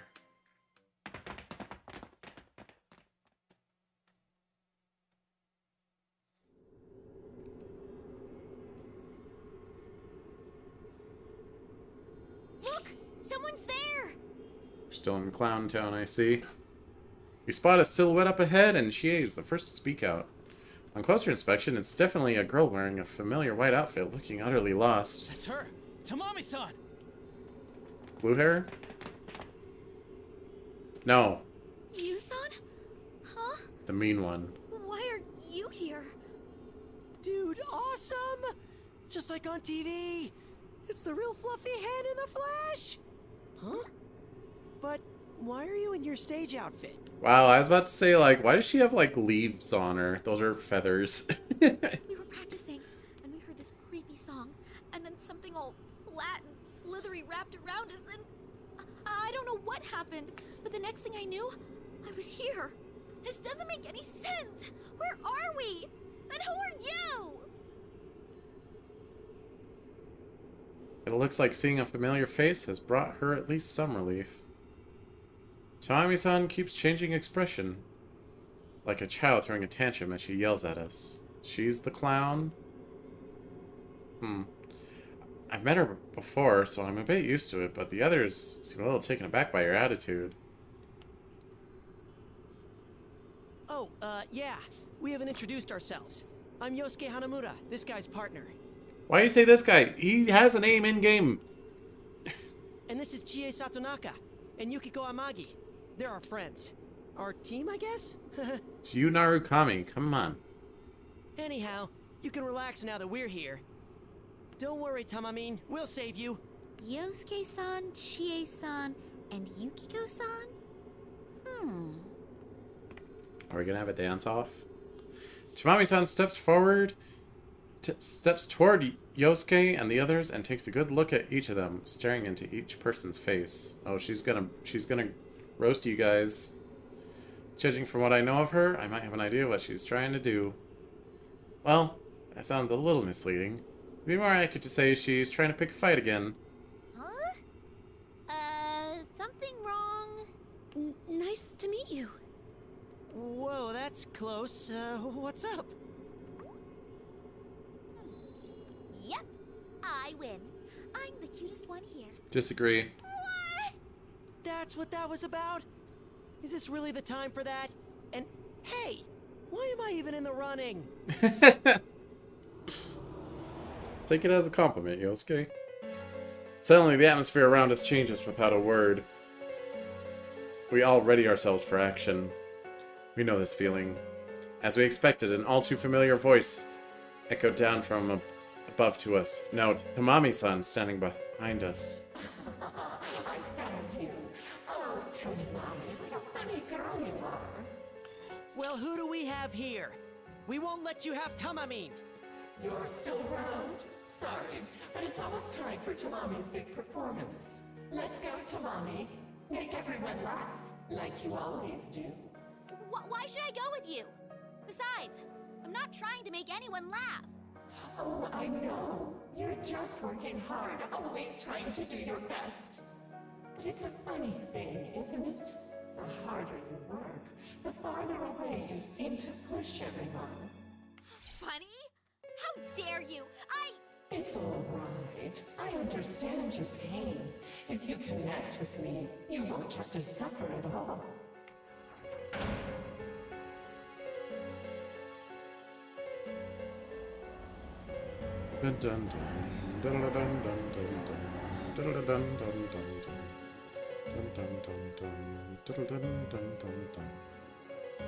Yeah, you're getting a lot of mileage out of that one picture. Black mist gathers and forms a crowd of shadows. Like before, they're all connected by ribbons. As they eerily sway their bodies, they try to reach out to us. These guys again? Dude, there's even more of them this time. I won't have to suffer?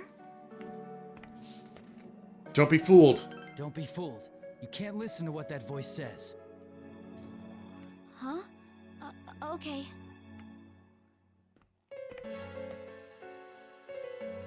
All four of us, Chie, Yukiko, Yosuke, and I, stand in front of the shadows, blocking Tamami-san.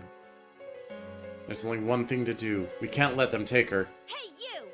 Think you can smooth talk to Mommy-chan? Whoa, not gonna happen. Sorry. That's right. All your pretty words are nothing but lies. Huh. Now that we're here, it's not gonna be so easy for you. Stop yapping. You don't know a Yep. thing about Tamami. No one likes pain or suffering, so let's all get connected.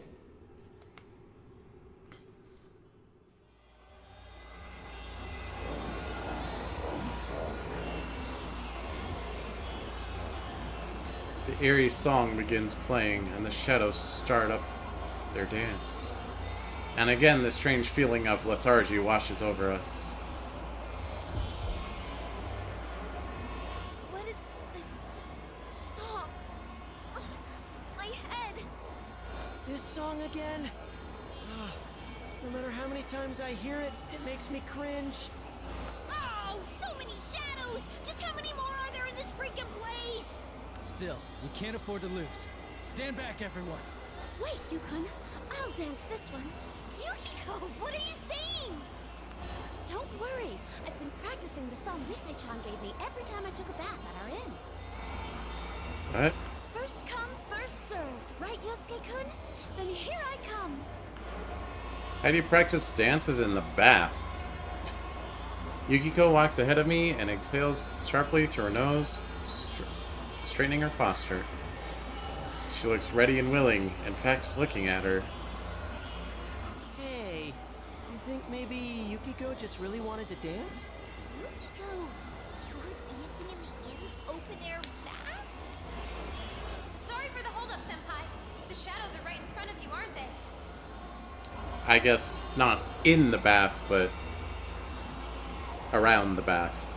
Which is dangerous. Don't dance on slippery surfaces. Risei-chan, I'll be dancing this time. Can you prepare the music for me? You mean your track, Yukiko-senpai? Give me a second. Did we contact Rise last time and I just, like, didn't notice or, like, absorb it? Okay, ready when you are. Thank you. See, that's a much better ratio of cutscene to gameplay. Let's go get it. Hobbit, hobbit, Hobbit, hobbit. heartbreak, heartbreak, heartbreak, heartbreak, hobbit, hobbit, it keeps on pounding. Heartbreak, heartbreak, you tell me goodbye. Hobbit, hobbit, hobbit, heartbreak, heartbreak, heartbreak, heartbreak. Tell me why you did it, every dream falling apart. Tell me why you did it after the bonus. Still I can, oh baby, I need your love. Looking so deep and cutting street light. Hobbit, hobbit, it keeps on pounding. Oh, that good broke my combo? What the heck? Maybe the other one was Ring of Fever.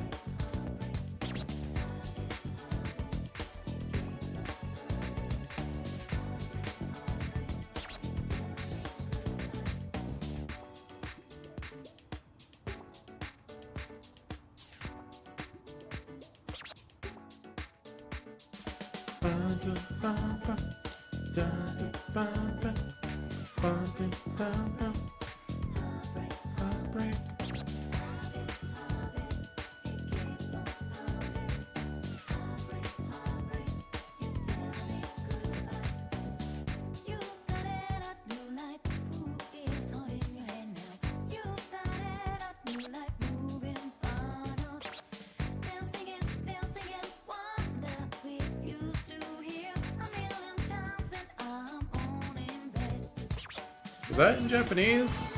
I could, like, not parse any words out of that.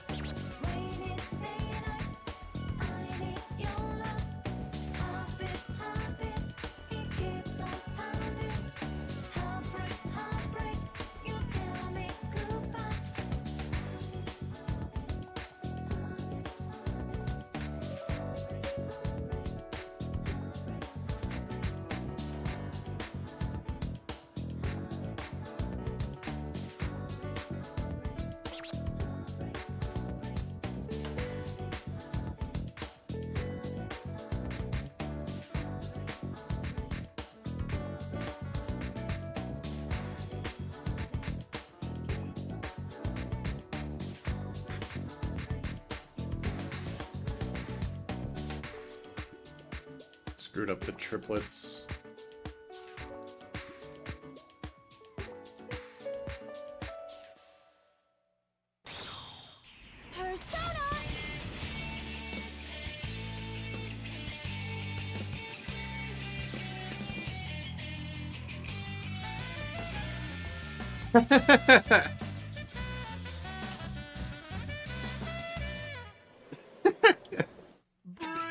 Love it. All right, I danced well.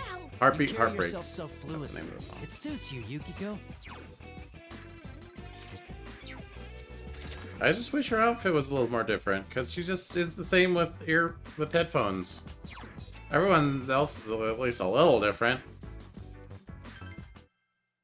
And her scarf, I guess? Wait, doesn't she normally have that scarf, though? Little yellow scarf? Thank goodness. I guess they understood me. How well did I dance, though, I wonder? You got a brilliant. As the shadows clear at Yukiko's amazing dance, we run toward her, all smiles. Her, Yosuke, they're all incredible. We may have had Rise's help, but it's still impressive how far they've come. Maybe that something in this world is affecting them.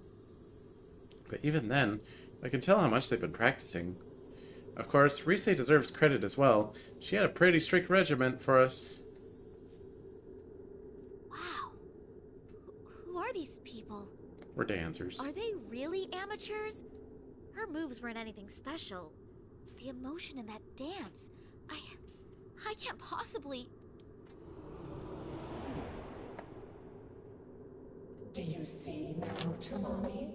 They'll only hurt you. By being better than you. You're not like them. They can't save you. Stop being a sore loser. You trying to pull something else? Me? Oh no, you're the ones tormenting Tamami. No, I need to be number one. The best. Or else my place, my purpose. Tamami-san, stay calm. No!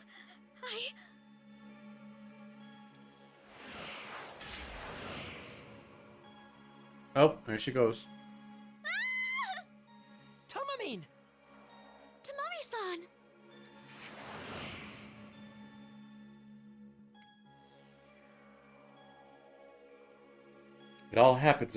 It happens all at once. Countless ribbons start out from nowhere and drag Tamami-san off into the distance. We stand there frozen, everything happening before we have a chance to react. What was that? Voice talked to Tamami-san, and the moment she faltered, the ribbons bolted out with unimaginable speed. Damn it, what the hell was that? We can't save Tamami-san? What did that voice mean? What do you mean? Later, we have to hurry. She wasn't acting normal at all. Tamami-chan is in danger. You're right. Let's chase after her. After sharing a nod, we dash off in the direction Tamami-san disappeared. We won't let our guard down this time. Tamami-san, we will save you.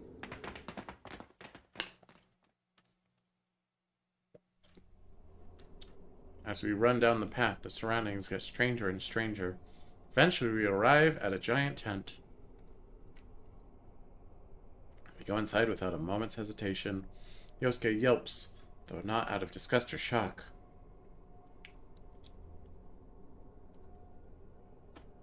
What the? This is an actual circus tent. Is Tamamine really here? I see her! Over there! Tamami, why are you a clown? Explain yourself. Yukiko points to the center of the tent, where Tamami-san stands, lit up by a spotlight as if she's performing. Shut up! I'm going to be the best. The #1 idol in the industry. Do you have any idea how much I've done?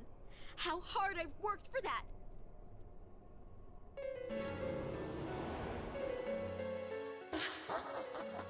True. You've put a lot of effort into realizing your goal. But is that what you really want? Huh? You just want to be accepted. All your life, your famous actress of a mother and your beloved father have told you to be a star. How could you know about that? I know everything about you. And I know how badly you're hurting inside. You've been trying hard for them. But you're well aware that you'll never live up to your mother's image. Or even Konami. And since you're not the best, no one is going to accept you. No one will ever love you. Poor Tamami. Stop it! Stop it! Stop it! Tamami-san shakes her head vehemently. I know how to say that word. Like a child, and crouches down as if to reject everything it's saying. It's so familiar. I've seen things like this happen again and again. Again and again. It's the worst case scenario, when a human who has fallen into the TV world denies their own shadow, and the shadow goes wild. I'm sure everyone's thinking the same thing.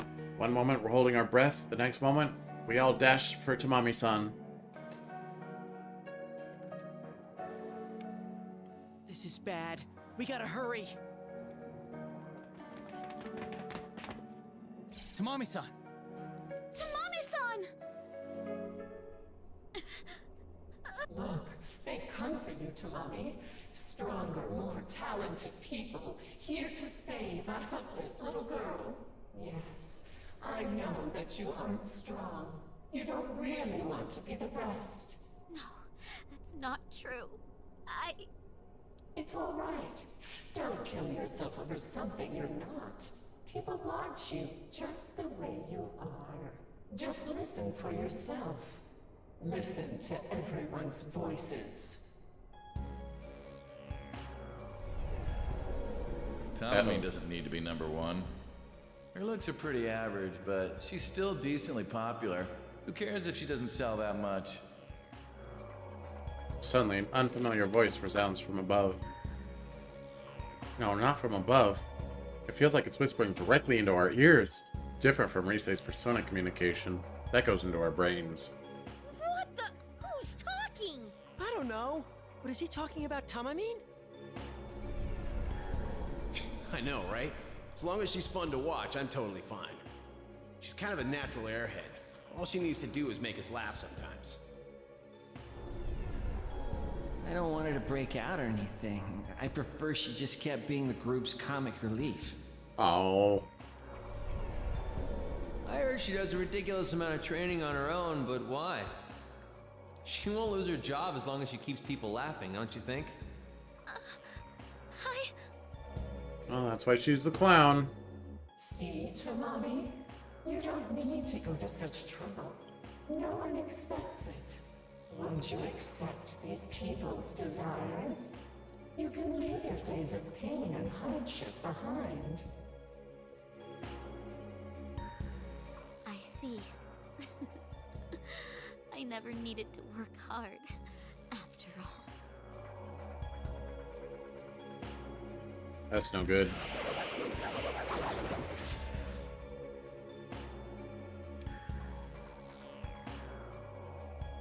To Mami-san's words, it happens. Ribbons fly from all sides, wrapping around her body and lifting her into the air.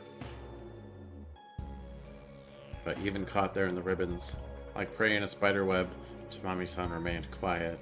Tamamine! Tamami-chan! I don't care anymore. If that's what everybody wants, I might as well take the easy way. I'm sure you're lots of people's favorite, Tamami. You're not everyone's favorite, but you're lots of people's favorite. In universe. Suddenly, the ribbons bind Tamami-san's entire body, wrapping her like a cocoon. And at the same time, black mist like that of a shadow frenzy. Just like we saw upon first entering this world, begins churning over her body. What the hell? Dude, this looks bad. She's been taken in by the voice's power. There, we're connected. Now you can become the Tamami everyone wants.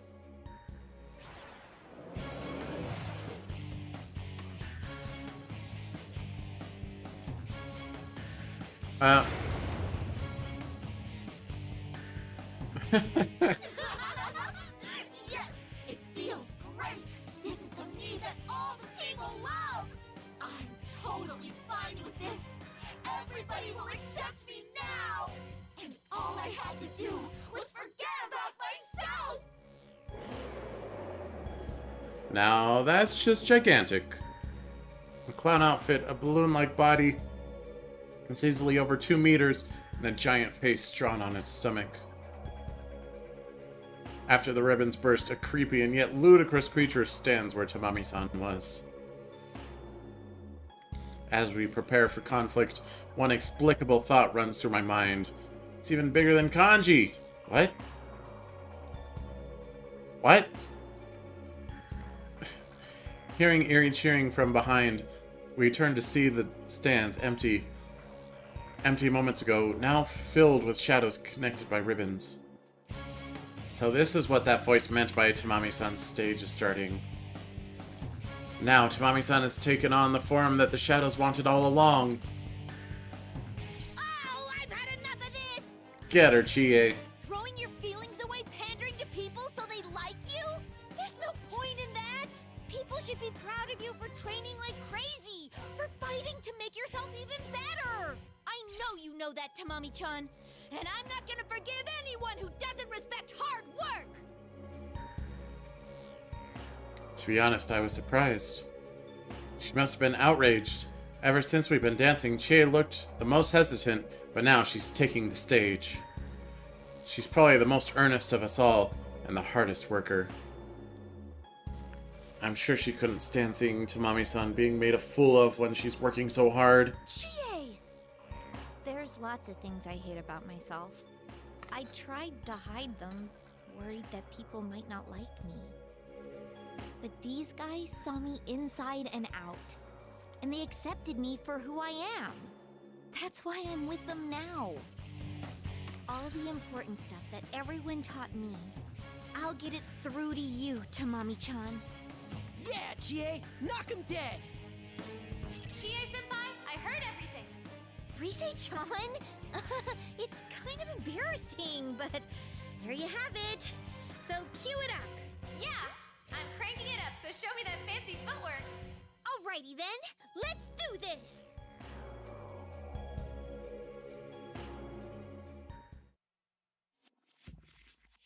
Okay, here we go. Alright, what's our boss song? Oh, I missed it.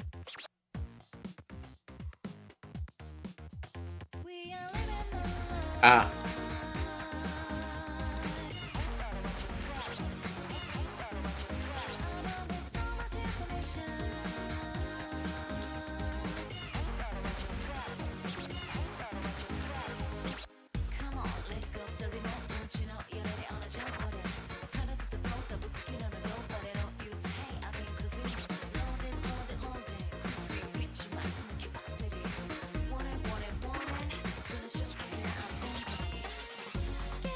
Mm-hmm.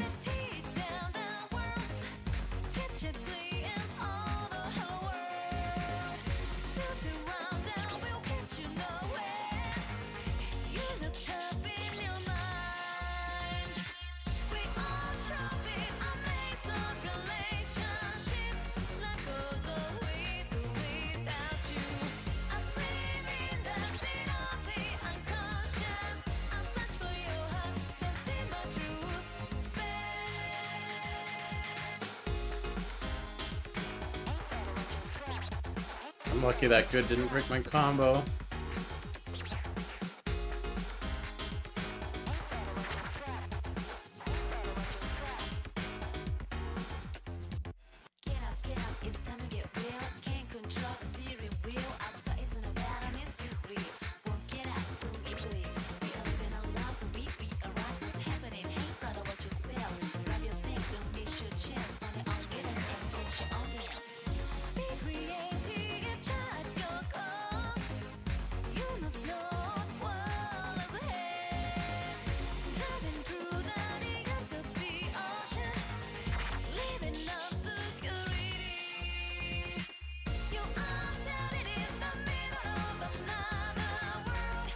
Oh, I almost missed that one. Jeez.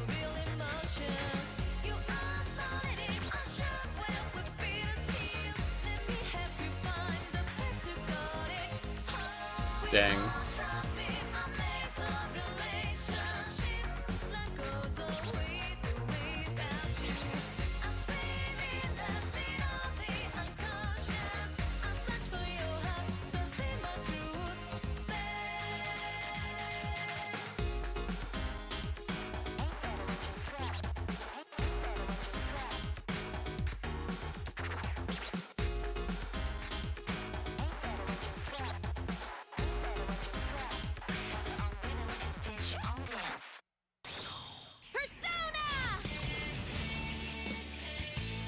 I really like that font that your combo counter is made of. All those lines.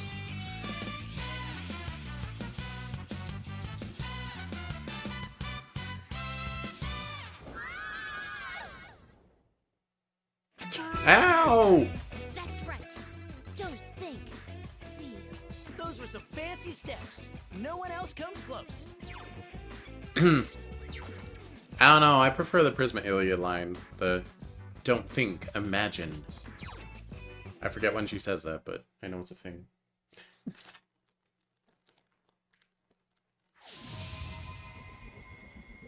Did that do it? The monster lets out a scream of pain and writhes. awakened by Chie's dance. Its voice is gradually turning back into Tamami-san's. When it finally breaks down, the monster crumbles away, and only Tamami-san is left standing there, hanging her head. I still forgot to check the name of that song. Oops.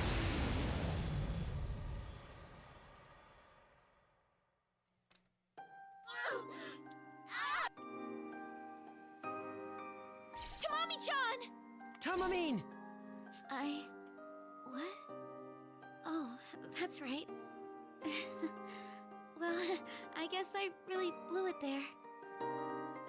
No biggie, right? Yeah, what's important is that you get it now, Tamami-chan. Oh, man. I thought I did everything I could, but I didn't realize I had so much to learn.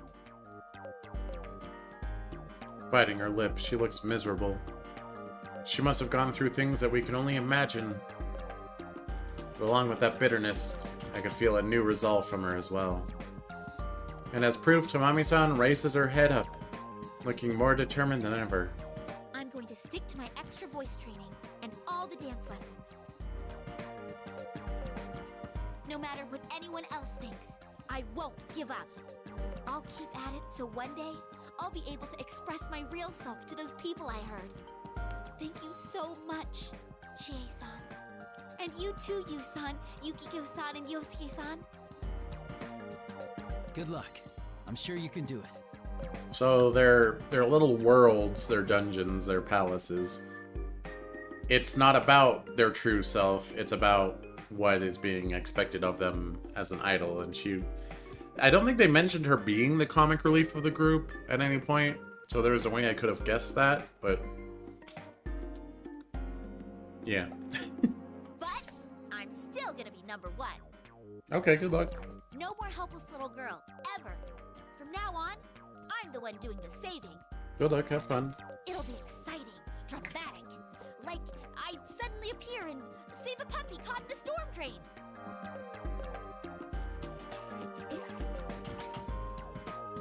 Hey, you think she knows this kind of stuff is why people think of her as the goofy one? Oh, she did have that one really weird analogy before, the goldfish poop. But they didn't like comment on like, oh, classic. I forgot her name. Classic Tamami. Always making weird analogies. We're always laughing at her. I don't know. Anyway. Don't ask me. You guys, I'm standing right here. I'm an idol. A very serious, very professional, non-comic relief idol.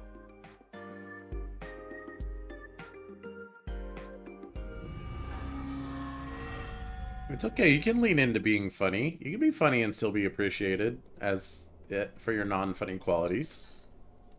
Tamami yells, and for a moment, it feels like the same hectic atmosphere when we first met her before a pillar of light descends nearby. A thick metal door appears as if from thin air. What is that? What the? A door of some kind. But where does it lead? Wait, is this the door to our dressing room? Oh, it totally is. It's got the same scratch right across here. The door to the dressing room? Yeah, the one at Takara Productions.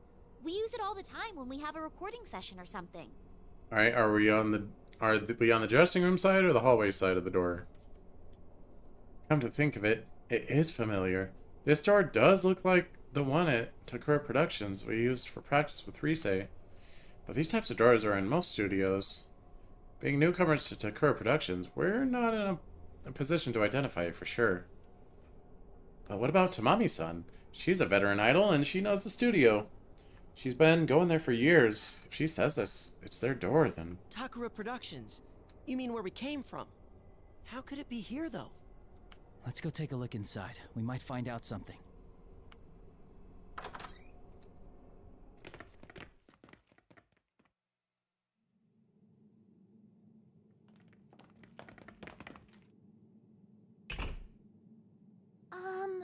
Hello?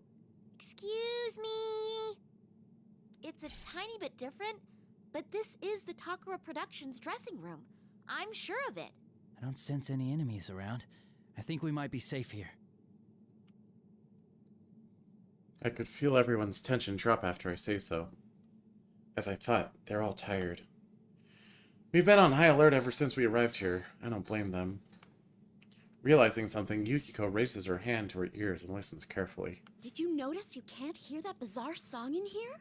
There's something about this room.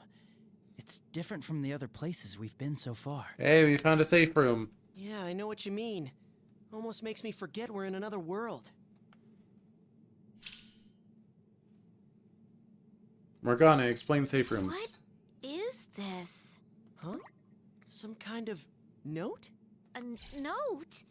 Does that mean someone was here before us? I don't think this is a letter. It's more like a diary entry. A diary? Whose, though? Hey, you mind reading that out? The pressure from everyone is crushing me. No one really knows me. I don't have any bonds with anyone. Never mind, this isn't a safe room. I don't want to sing. I have no right to sing that song. It hurts so much. I feel like I'm suffocating. I want to disappear. Yeah, not a safe room. Yeah, it's a very unsafe room. I'm too weak even to stand on my own. I just wish I could connect to someone, to have a bond to support me.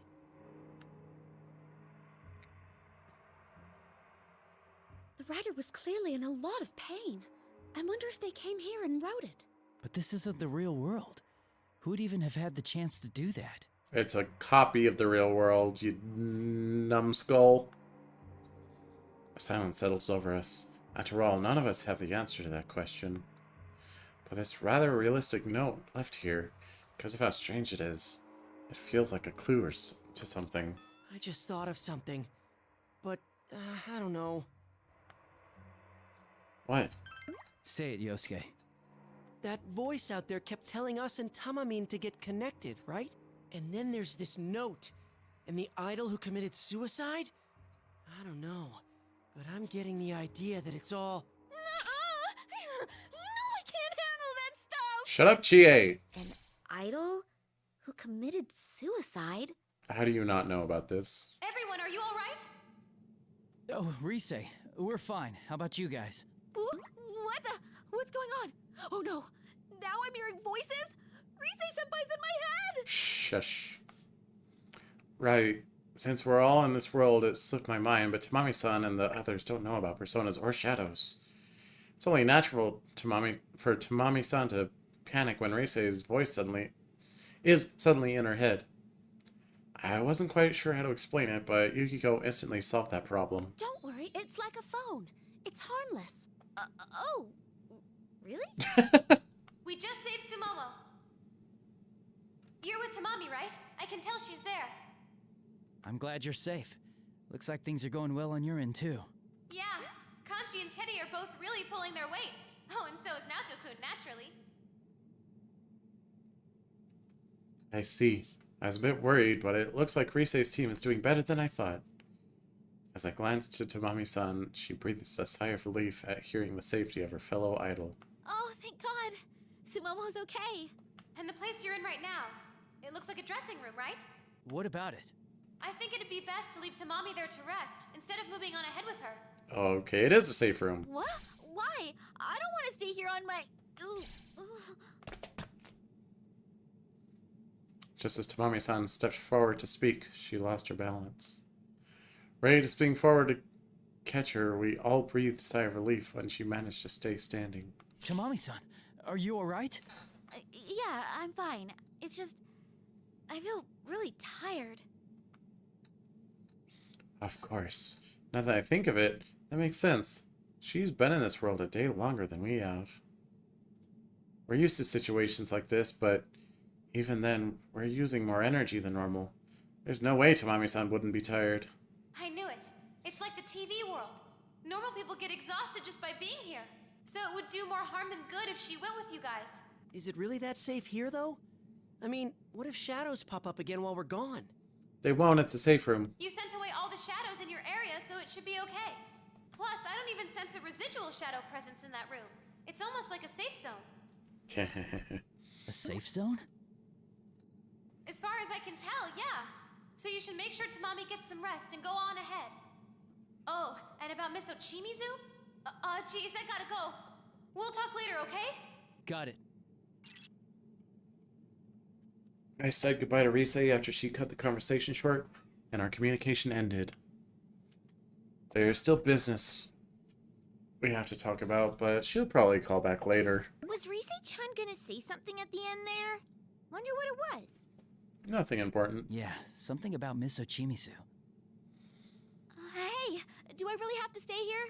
I can't go with you guys? Yeah, get out of here. I mean, yes, stay here. Being stared down by Tamami-san, I was at a loss for an answer.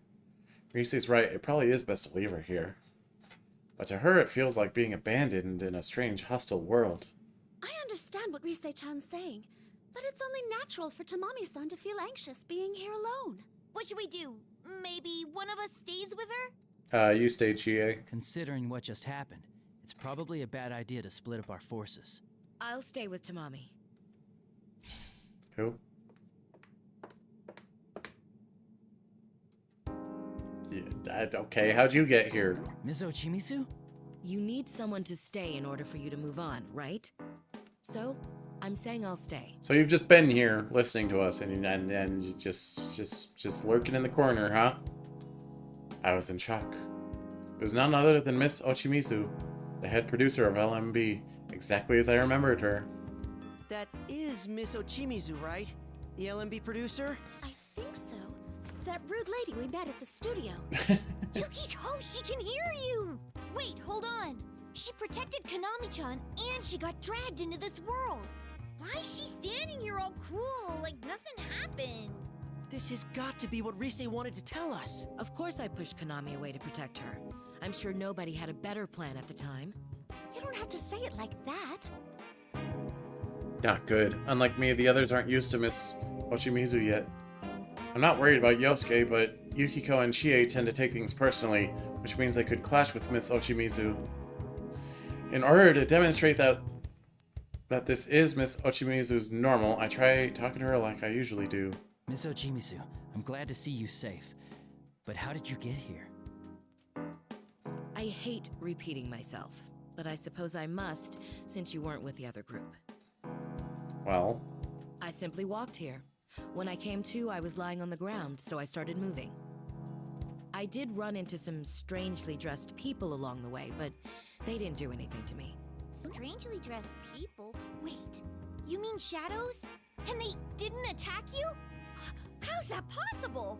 I don't know, but when I got closer, they vanished into thin air. Suppose I'm not too popular here either. Shadows have likes and dislikes? Pardon my rudeness, but you don't look very surprised given the situation. Why is that? I have RBF. Leave me alone. Well, I'm not that hard-headed. I don't know where this is, but after what happened, it would seem reasonable to think that something supernatural is going on here. And panicking won't get me anywhere, will it? Now, from the looks of you, I'm guessing you have an idea about what's going on. Or this is something you're used to. I mean, it's Cheezette won't say it. Cheezette, this lady Ochimizu has RBF. Does Cheezette know what it means? Resting bitter face is challenging, but Oh. remember, everyone has their reasons. Perhaps a friendly chat or kind gesture could unveil a different side.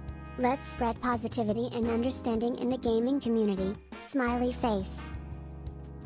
Bitter is a good substitute word to use there. Sure. And you've come here to save Tamami and the others, is that correct? We all couldn't help but exchange glances at Miss Ochimizu's sharp deduction. She's certainly on the mark, but we still don't know her intentions. Well, that's pretty much it, yeah. Then I can only offer my thanks. Sumomo and Tamami, at the very least, your group rescued those two already.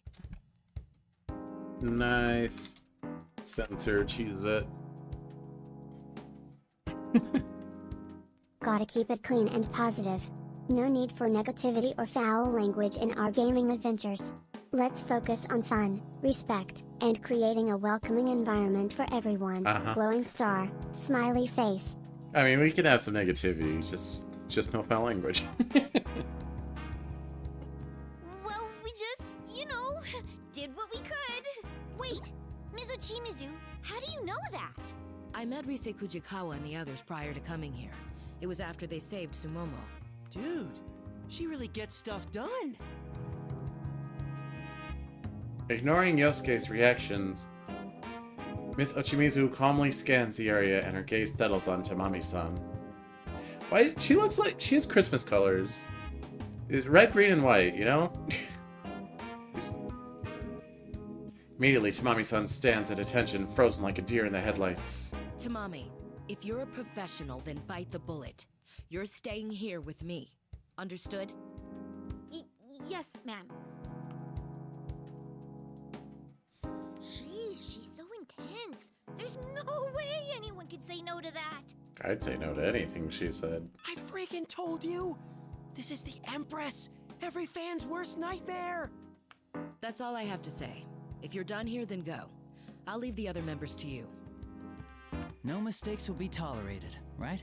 We'll do our best.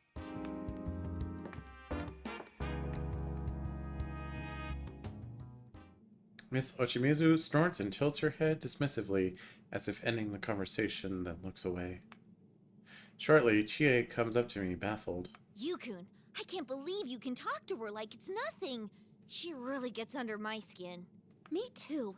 Does she really have to put things so harshly? That's no way to ask favors of people. It makes me lose the will to even try. Alright, calm down. Yeah, huh? I've seen her on TV, but man, she's even rougher in person. But is it me? Or is she harsh on purpose? I wonder if there's a hidden agenda or something. Tough love, something, something. You really think so? She did thank us, so I don't feel bad about anything she said. Well, we're here to save the members of Kanamin Kitchen. Whatever she says, it doesn't change what we're going to do. Yes, you're right. I'm sorry I brought up such an awkward subject. I guess you also doesn't have anything different about his outfit. I guess it's unbuttoned a little bit. And he has the headphones and the armband. Otherwise, it's the same. These two. What are you two doing? Change your clothes. Be different. Anyway, we should take a quick rest and get moving. We don't have any time to lose. We need to save everyone. To left, there's still people we need to save. Yosuke's right. It doesn't matter what anyone else thinks. We've got a job to do. As I'm thinking, Miss Ochimizu finds the strange note, looking it over.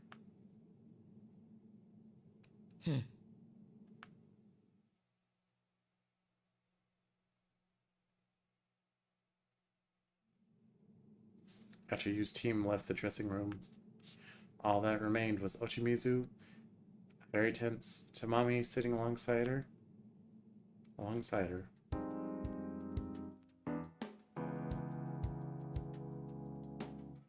You have a solo part at LMB, don't you? Yes, I do. How are you feeling? Any better now? Yes, I was exhausted before, but I think I'm okay now. I see. Can you dance for me? Right now? If you're too fatigued, then that's fine.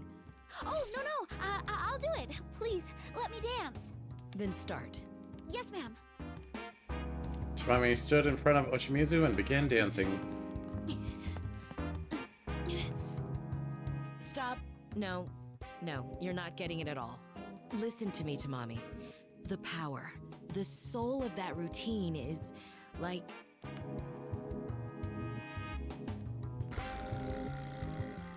Huh?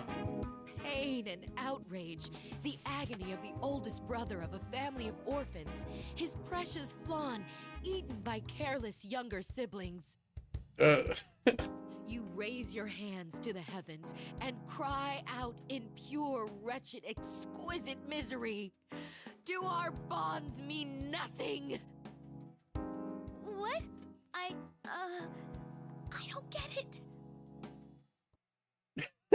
They're peas in a pot, I think. Weird analogies is their game. Leaving Tamami-san behind, we move on. After some time, our surroundings start changing again. Are we gonna get to see the other group? What is this? It was Tamami-san's stage just a minute ago. Does this mean that from here on it's something different?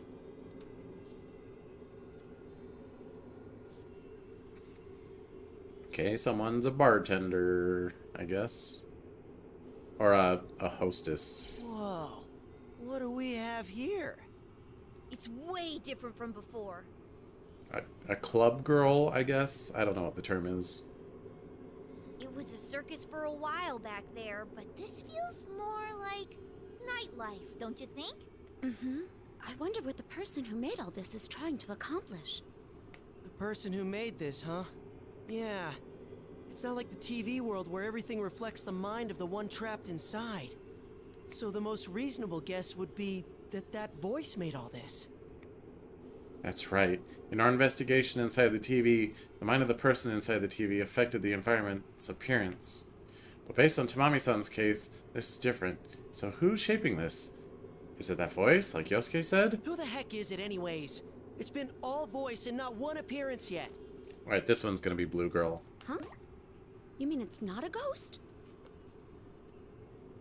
Yukiko, I know it's unintentional, but you really should watch what you say before you start losing friends. Look, forget the ghosts. Either way, we have no idea who this person is, right? Isn't there some sort of hint anywhere? You know, something not ghost-related, please.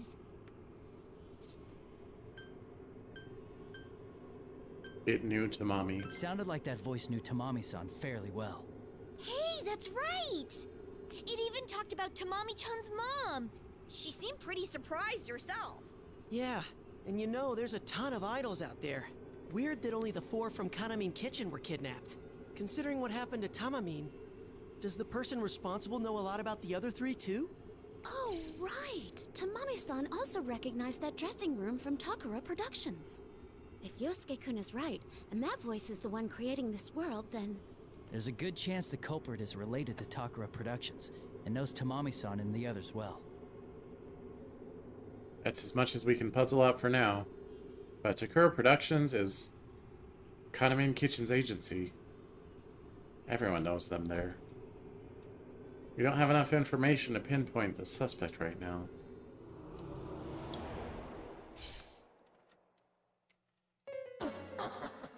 Playing detective, are we?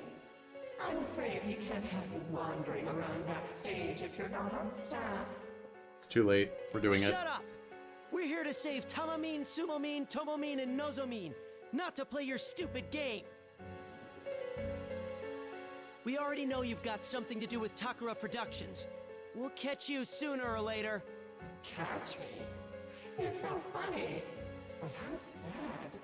You don't listen to a word I say. Poor Tamami paid the price because you poisoned her. She abandoned her bond with us. Don't say it like that! You're twisting things to make us sound like the bad guys! Oh, but you are. A cruel poison that eats away at our bonds. If people like you didn't exist, they could all be happy, never having to deal with pain and suffering. How about this? I can return you to the world you came from. After all, if you're not interested in making a connection with us, then you have no place here. Huh? You'll send us back? Well, that's good for us, isn't it? Don't fall for it, Chie. I'm almost positive that voice's offer doesn't include Tamami-san and the others. It's only trying to get rid of us. Oh! Oh yeah! Sheesh! Trying to be sneaky, huh? We can't leave alone. Sorry, we don't plan on returning by ourselves. We're going to find all 4 of the Kanamin Kitchen girls, and we're taking them back with us. You's right. There's no way we're just taking off on our own. I see. Then do as you like, I suppose. But I wonder, will Tomoe go with you? Tomomin? She's up ahead? Maybe.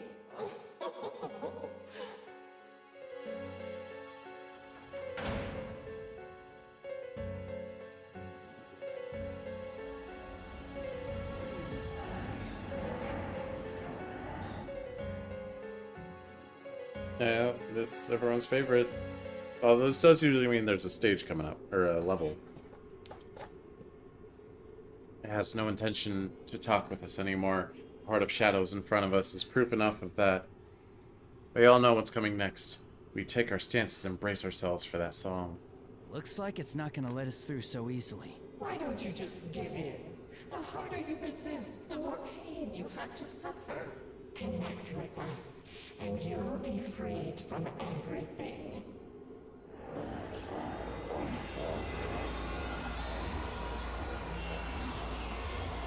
The volume of the eerie song keeps going up, and the shadows dance is affecting us. Dance, shadow, dance. We're shaken up, but we can't afford to let our guard down now. We won't let this delude us anymore. That's my cue. No way in hell we're backing down now. Yosuke. Alright, go Yosuke! Show him that you can be cool sometimes. Gee, thanks. That's really encouraging. Rise, can you hear me?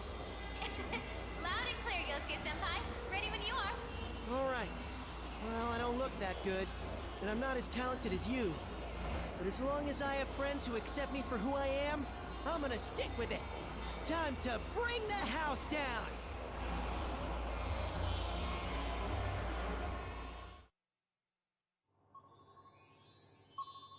Yosuke's dancing again. Backside of the TV. Oh.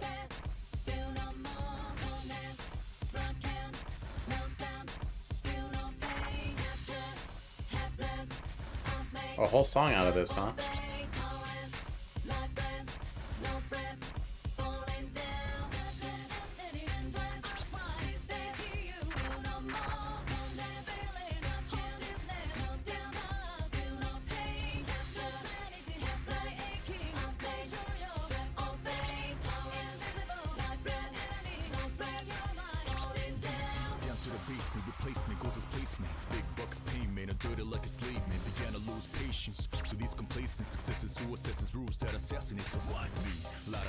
It's the Persona 3 rapper. I got a crew behind me, my family. Even if they try to bribe me, never ride. Believe in beauty or destiny. It's fire. Talk of the blood, the flesh of the flesh, but talk of the soul, the less of the heart, the lessons are taught. Yo, backside of TV, this sounds like DV. Bottom the dark, so don't mean not for the weak kids. Underestimate the way your brainwash illuminated, bunch of hallucination, but to some's elucidation. Hell now, won't cave. I'm an outlaw, outlaw. Switch my style, count tap for the southpaw.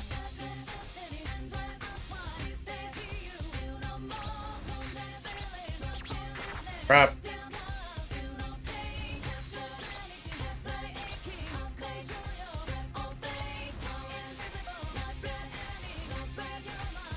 Nowadays, many people lose information's better choose. Recognize the source, of course, so get accused soon. Be careful who you choose to speak in back room.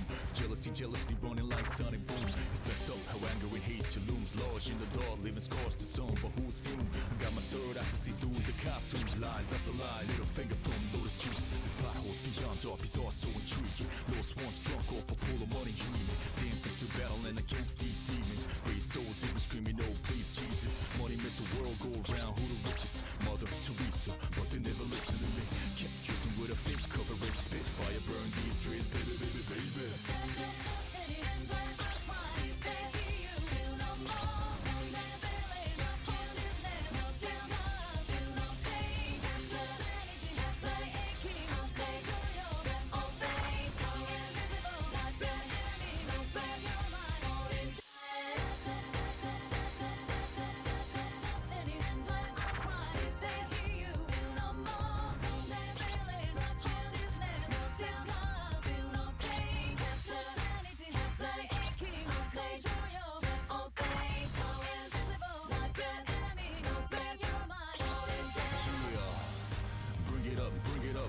To everything, but we're gonna bring it up. Even if I die, my words will live. Bring it up until my last breath. Never ever gonna give it up.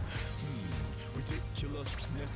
Suppose it's sick business, but we ain't gonna be fooled by these sickness. My brain is safe and sound with pure goodness. I guess comparably. So just throw your hands high in the air. In the air, so I can see how you're feeling. Put it up in the air. When I say yeah, I wish you say it back. Say oh yeah. Yeah, I love it now. Let's change the world. Hey. Come, Persona!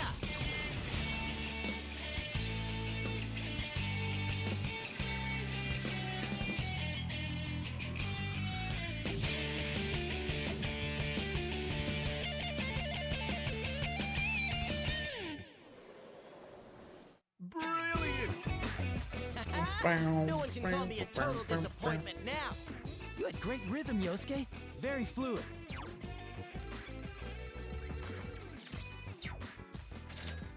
Is the total disappointment thing a arena callback? Because it was like, he's a disappointment once he opens his mouth. Yosuke Hanamura.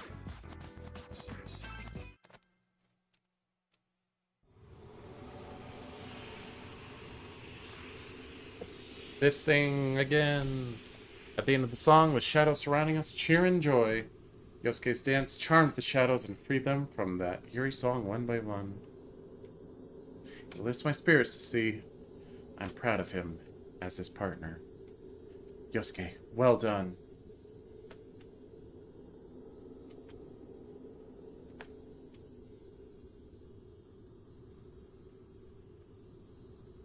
Phew.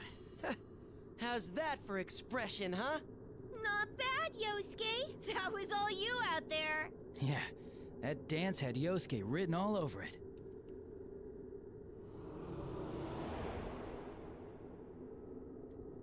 You don't give up, do you? Well, no matter. Whatever you do, our bond is eternal.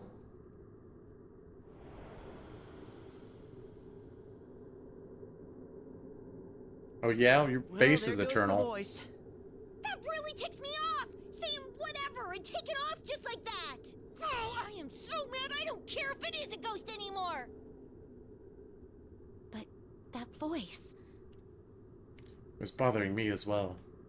Yukiko seems to have noticed. Something about its words feels strangely wrong. What was it? If people like you didn't exist, they could all be happy? Never having to deal with pain and suffering? Wait, if you flip that around, isn't it saying as long as we're here, they'll have to deal with pain and suffering? Sounds like it actually understands what we're saying. They just want to sweep the pain under the rug. Maybe the voice knows what it's saying is wrong. So what? It's painful to face the truth, so they're choosing to look away from it? No, you have to reach out and face the truth or whatever. I noticed that it's hung up on the whole bonds thing, too. Then we might be able to reach out to the voice after all. Yeah, we gotta make it come to its senses, even if it hurts us. In any case, our top priority is still saving everyone. If what that voice said is true, then Tomoe-san should be just ahead. Alright, let's get hyped! Let's keep our momentum going and save Tomoe-chan. Then we'll meet up with Rise-chan. Right! Okay. Yeah.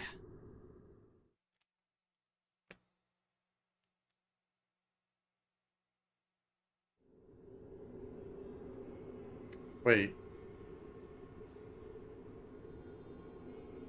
I was talking earlier about like, oh, every game has a god as the villain, and I excluded Arena. Arena does have a god as the as the source of the problem.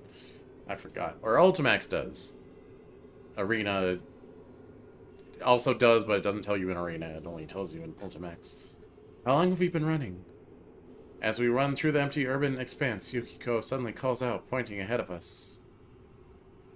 It's the same place we just were. There! Yep. Whoa! That's definitely her! Those wistful eyes, that alluring look, that flowing hair. That's Kanamin Kitchen's leader, Tomomin, the soft lamb. You're at a different angle than before. Wow. I mean, wow! Holy crap, this is a dream come true! Well, here we go. When it comes to this stuff, you can't shut him up. That's definitely Tomoe-san. Still, recognizing her before me, even though I'm the only one who's met her before me. I see. Yosuke is amazing. As we talk amongst ourselves, Tomoe-san notices us and bolts toward us before we can call to her. You Rise-san, Yukun, right? Tomoe-san, I'm glad to see you're safe. Are you hurt? I'm fine, but I couldn't find anyone else. I don't know what to do. I'm so worried. Sumomo, Tamami, Nozomi. Oh, I hope they're okay. Tomoe-san looks really shaken up. The composure she had on our first meeting is long gone. To calm her down, I decided to explain everything calmly and steadily for her. We just rescued Tamami-san. She's with Miss Ochimisu now. The others are on their way to save Sumomo-san and Nozomi-san. Oh, really? Oh, thank heaven. I was afraid something might have happened to them. Where's Tamami? I need to see her. She must be feeling terrible right now. Whoa, Tomomin, calm down. You're not really, acting like yourself. Oh my god. I'm sorry. I can't believe that I'm so sorry. Oh, no. It's fine. I was just surprised. I never really imagined Tomomin losing her cool, you know? Oh, look at what you did, Yosuke. Come now, Tomoe. That's not the you that everyone wants. The air around us suddenly goes cold, and that voice echoes around us.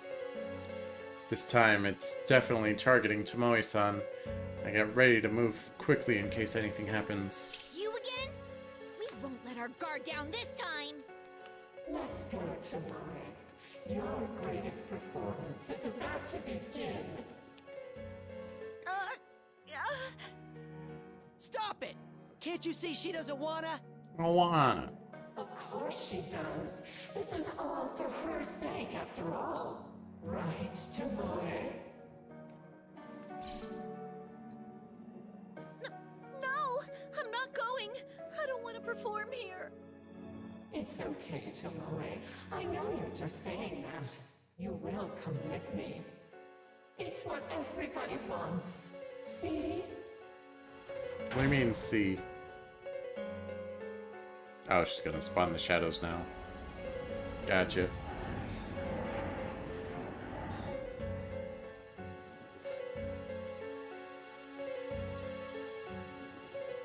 It's clear enough. Everyone is referring to the shadows around us. It's trying to push its own will onto Tomoe-san, whether she wants it or not. Look, the shadows here are connected by those ribbons too. Come on, Tomoe. You're the leader.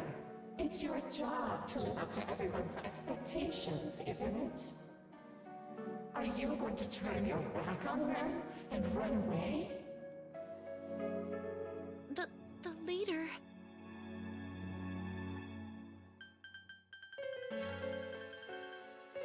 Calm down. Tomoe-san, you need to get a grip on yourself.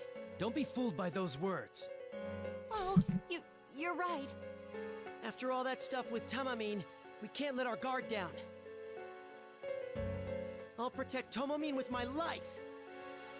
Yeah, but first we need to do something about these shadows. Chie was right. Even if we can take Tomoe-san to a safe place, like the dressing room Tamami-san's in, we need to take care of this first. So now the only question is, who's going to do the dancing? Don't worry, I'll handle this. Yukiko! I kind of understand Tomoe-san's feelings. When everyone has high hopes for you, you want to make them happy, but your feelings are all mixed up. You don't want to disappoint anybody, so you struggle. It's always on your mind. You don't know what to do. It hurts. Yukiko. But you can only be you. Nothing good comes from lying to yourself. I understand now that telling others who you are and being understood makes life so much better. So you think you understand? I'm afraid you don't understand anything. No one wants a bond that only brings you pain. Connect with me, and it'll all be so clear. Oh, this song again.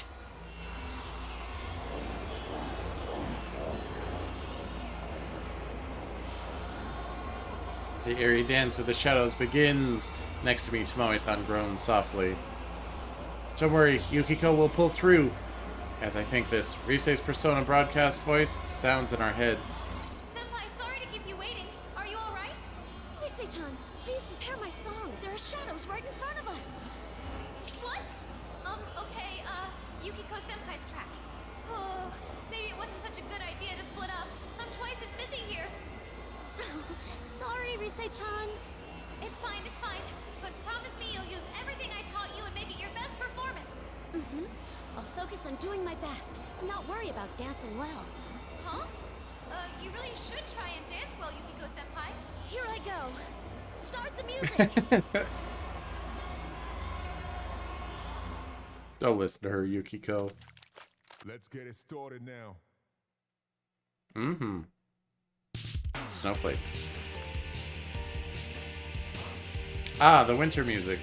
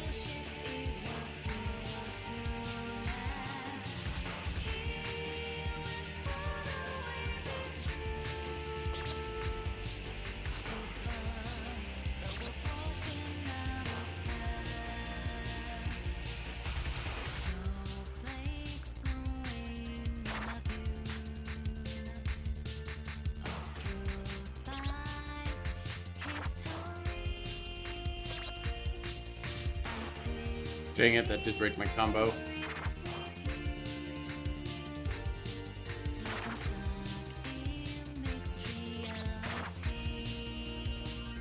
Song's a little nasty. It's like do a triplet on different positions. It's like, I'm sorry, I thought I was playing normal mode, not hard mode.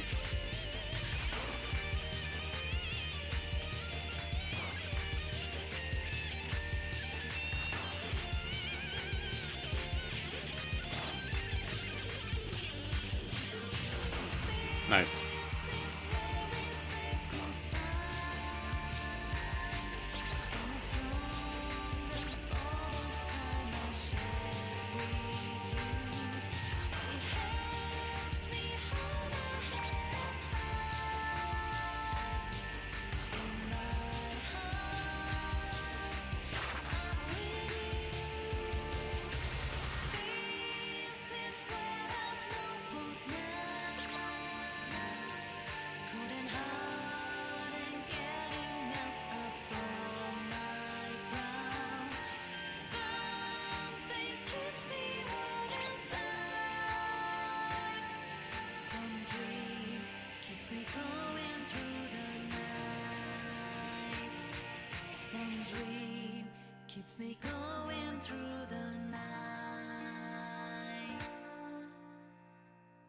Nice.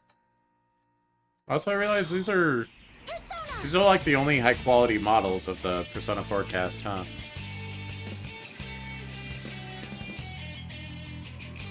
Because like P5, of course, all P5 models are high quality. Well, not necessarily. Q2 isn't, and Tactica's at different proportions. I danced well. Bravo, Yukiko. Your training is But I mean, there's five strikers and dancing, and then 3 has reload and dancing. But this one only has dancing. Good job, Yukiko. Proud of you.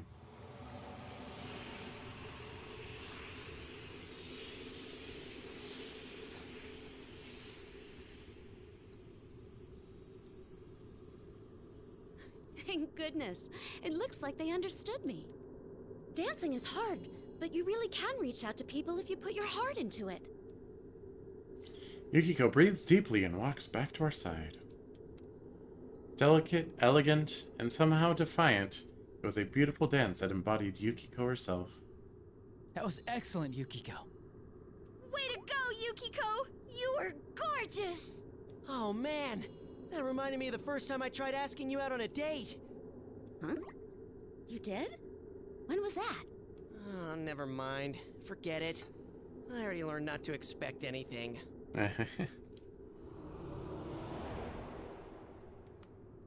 So, you've poisoned them as well. That's not how it really is.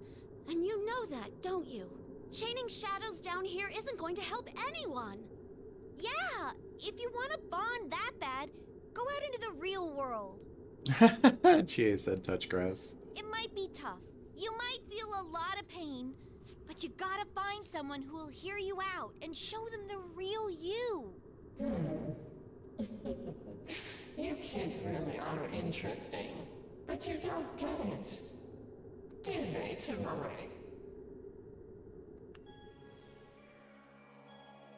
The more you act as yourself, the farther you push people away. You know that better than anyone. Have you ever been loved, even once, for who you truly are? You only get hurt and betrayed. Isn't that right, Tomoe? I'm... Tomoe-san steps back and shakes her head in both denial and terror at the voice's implications. Tomoe-san looks more frightened than I'd expect. Which means, just like with Tamami-san, the voice deliberately going for her deepest insecurities that we don't know. Do you really want that? You're the leader. If nobody loves you, how can you protect anyone? Is that how being leader works?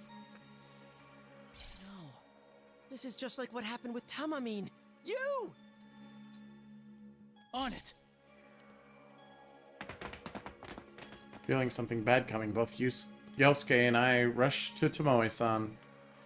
This is just like earlier, then the instant Tomoe-san gives into that voice. No!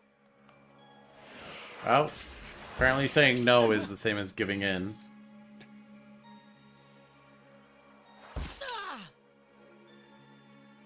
Ribbons from all directions knock Yosuke and me away. We both hit the ground. Ribbons coil around Tomoe-san. And pull her down the path. So powerful! Brace myself for the impact. Tomoe. It's Mommy Tomoe! She's the culprit. It's her ribbons. You know, from Madoka Magica. It's Mommy. I still couldn't resist it. What did I tell you? Tomoe isn't going with you. Only because you got strong old ribbons. Fight me 1v1 without ribbons. Damn it. You won't. Couldn't stop it. We can't give up for Tomoe-san's sake. We'll keep trying until we save her. Come on, we've got to move. Yes, let's go. If we hurry, we can still catch up.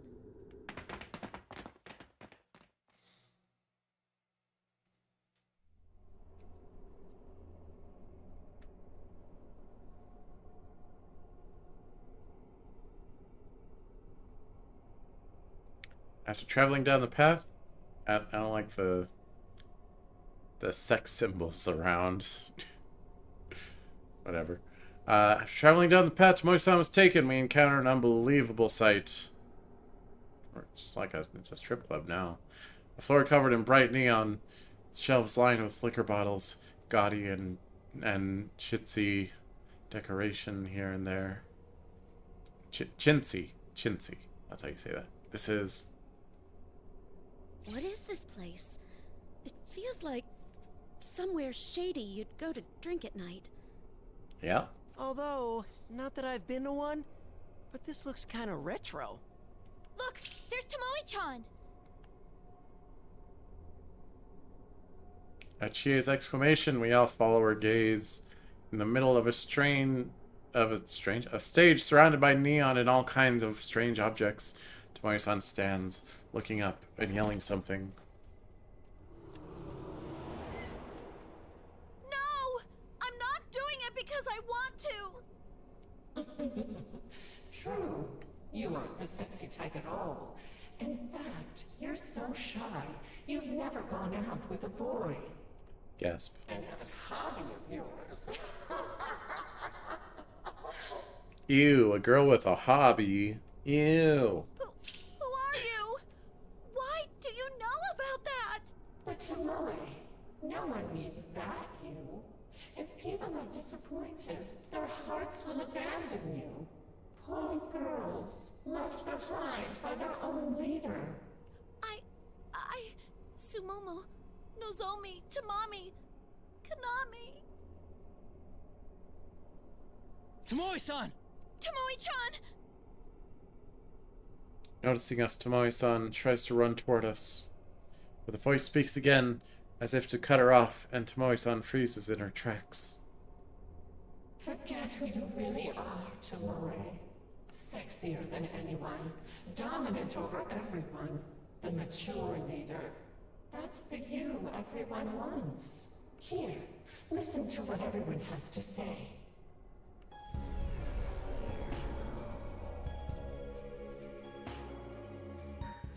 I love how she seems so seductive, in control. Like they're supposed to be edible idols, but it feels like she's the one doing the eating.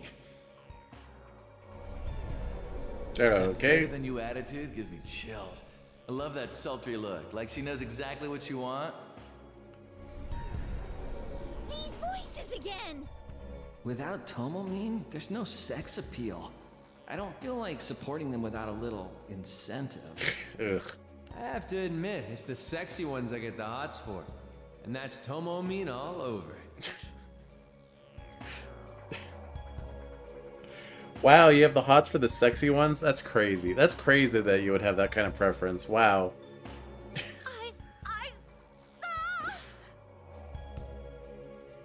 See, Tomoe? Everybody wants the sexy, confident you who has men wrapped around her little finger. Now, just accept it. There's no place for the real you.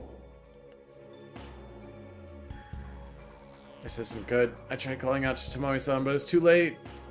Looks like we have to play another level. Ugh. Tomoe-san's lips, quivering in fear up until now, curve into a crooked smile. That's right. This is all I have. No, Tomomin! You be careful what you transform into. Don't make me censor it. I mean, that's fine for now, I guess. Tomoe-san! Wrapped in ribbons, Tomoe-san only laughs sadly as black mist starts covering her body. It is just like Tamami-san. No, even stronger. The ominous presence engulfs the area, and the miasma covering Tomoe-san begins taking shape. We're gonna have to dance so hard. Everybody is happy this way. The real me is worthless. Not again. Why does it have to end up like this? Keep your guard up. It's coming. It's probably gonna be like the Rise boss fight. That's not too bad. Oh no, boobs. I feel so hot. That's right.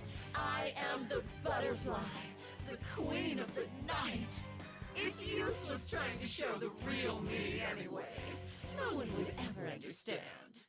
Come here, babe. Connect with me and feel the heat. Leave it all to me and I'll show you the time of your life. Don't you prefer pleasure over pain? Alright. Why go through the pain of expressing yourself? You get nothing out of it.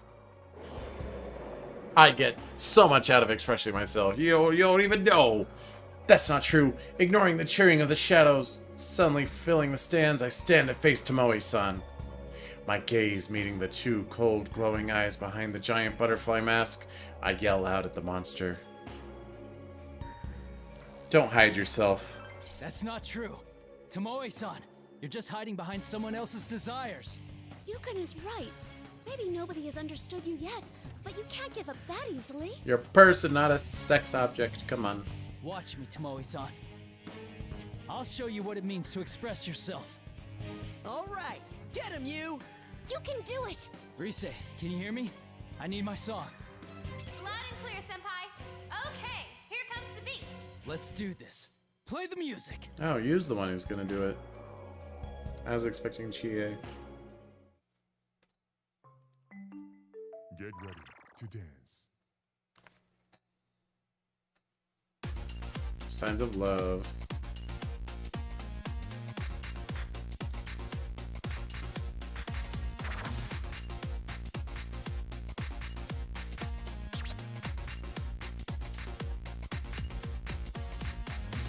What is that rhythm?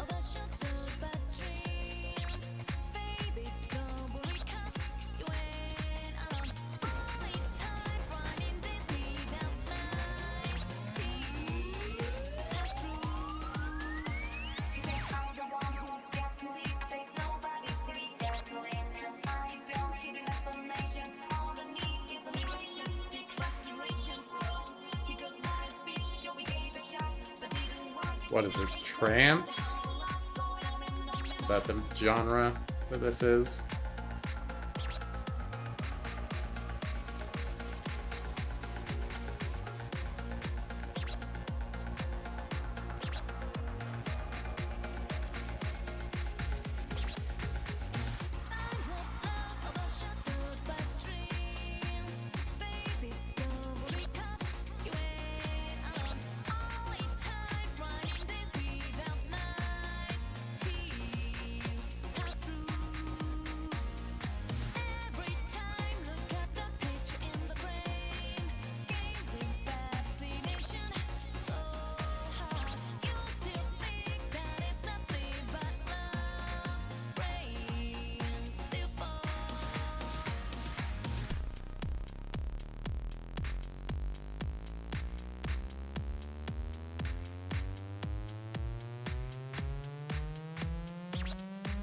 Yeah, this remix is not that good.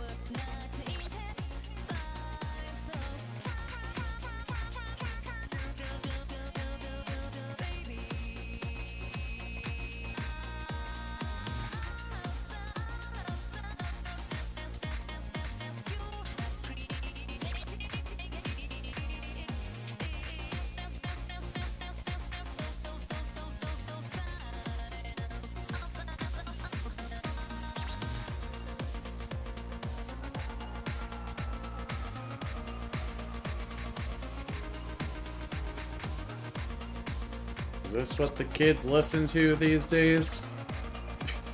Is this what music has become? That's how I feel about that song. Okay. Whatever, it's fine.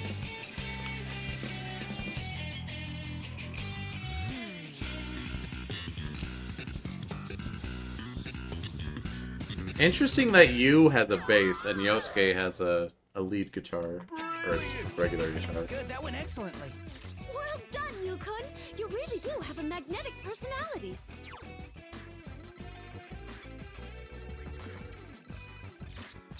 Yeah, did not like that remix though. I'll be for real. For really, really, really. Burp. Did he do it? No, he failed.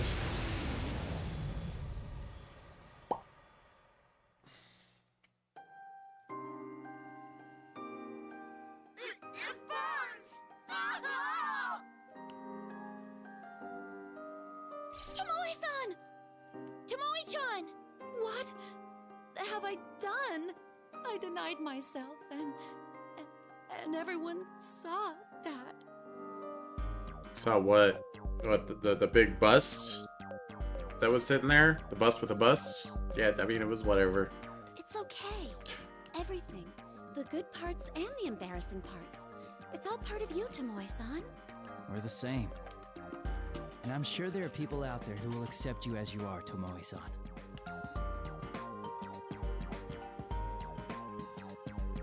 Tomoe-san silently looks down, as if deep in thought, then raises her head and looks us directly in the eyes. A newfound resolution burns in her eyes. When I was a student, I told a friend about my hobby. She laughed so hard. I got scared, couldn't face her. And before I knew it, we weren't friends anymore. What, is it like collecting toenail clippings? Like, I'm sure it's normal. Huh? Wow, I'm sorry. I guess that was when I learned to distance myself from everyone else. I was scared to be myself. Tomoe-chan! So what's the hobby? Just so we understand, could you tell us what that hobby is? The flowers. What, dude? Didn't she just tell us how it was a sore subject? No, it's okay. This is the first step. Thank you. Oops, sorry.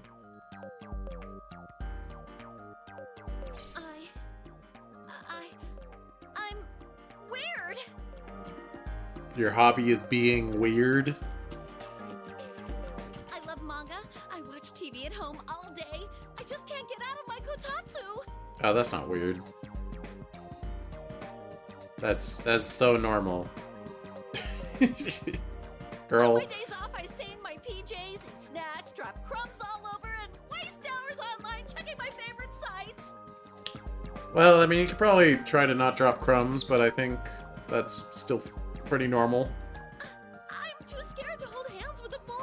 I'm not good at talking to people, and I always spend New Year's on my own. Girl, who are you talking to? I see manga I like and I buy it. Then I realize I already have that volume, but oh well, you know. God, I'm awful. I've never done that. Sometimes I'm at the bookstore and I'm like, oh hey, is this a new volume? I'm like, I don't know. I better wait till I'm at home and see which volumes I have and then buy the new volume on Amazon.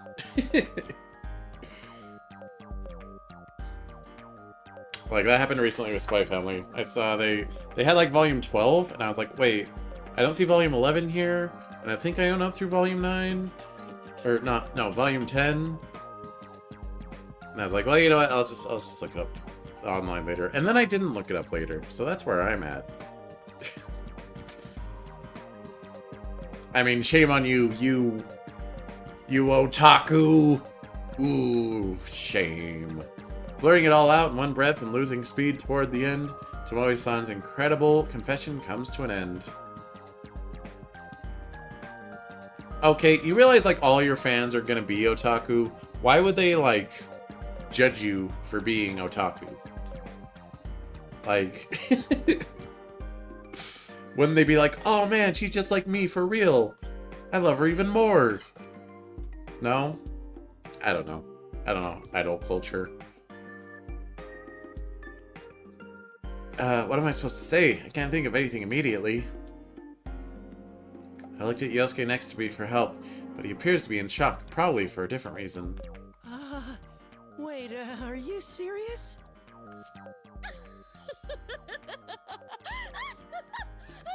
Buying 2 of the same manga? I do that too! Yukiko-san! Now's not a good time for that. What if this traumatizes Tomomin even more? No, it is funny for sure. I mean, who'd need 2, right? Alright, I changed my mind. She's the best one. Of the 4 of them. She's that type? Or the 5 of them. And I thought 1 was tough enough to deal with. She's like Yukiko. And I like Yukiko. Yukiko and Tomoe-san's laughter echoes throughout the room, and the rest of us just stand there, staring in amazement. Then suddenly, a familiar beam of light descends on a spot a little away from us. Open the door. Stop having it be closed. There it is again. That same door we saw with Tamami-san. Is this the door to the dressing room at our office? How come it's here? Why don't we go inside? Carefully. We don't know yet if it's safe inside.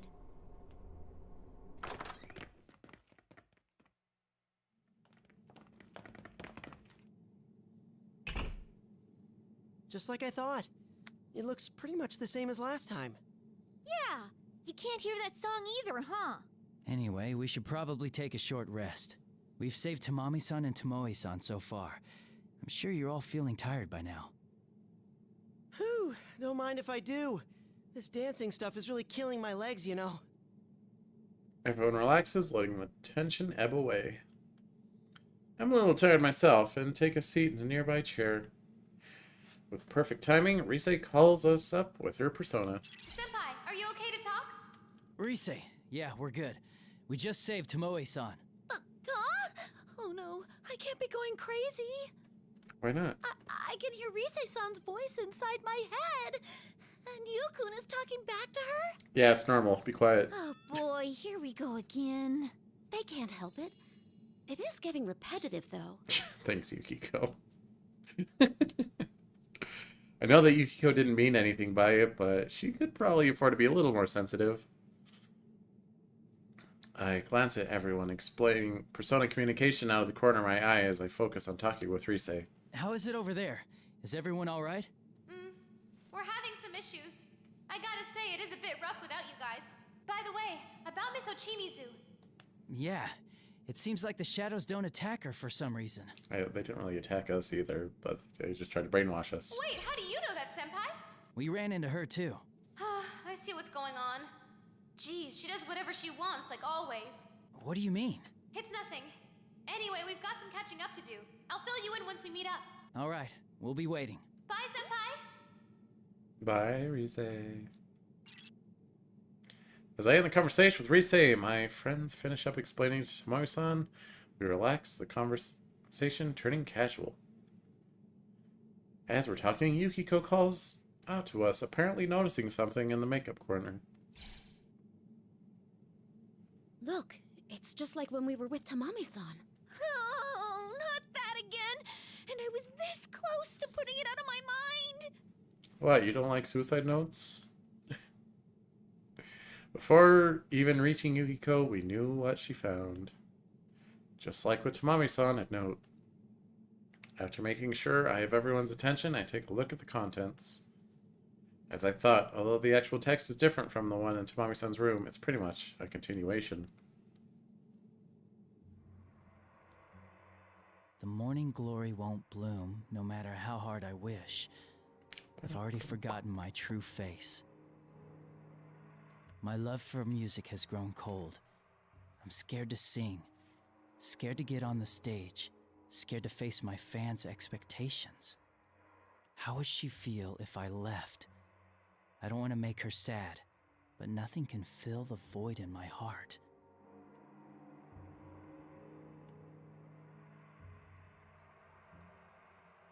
This person's having some hard times. It's even worse than the last note. Ghost or not, this is just plain scary. Could the culprit behind this really be a ghost?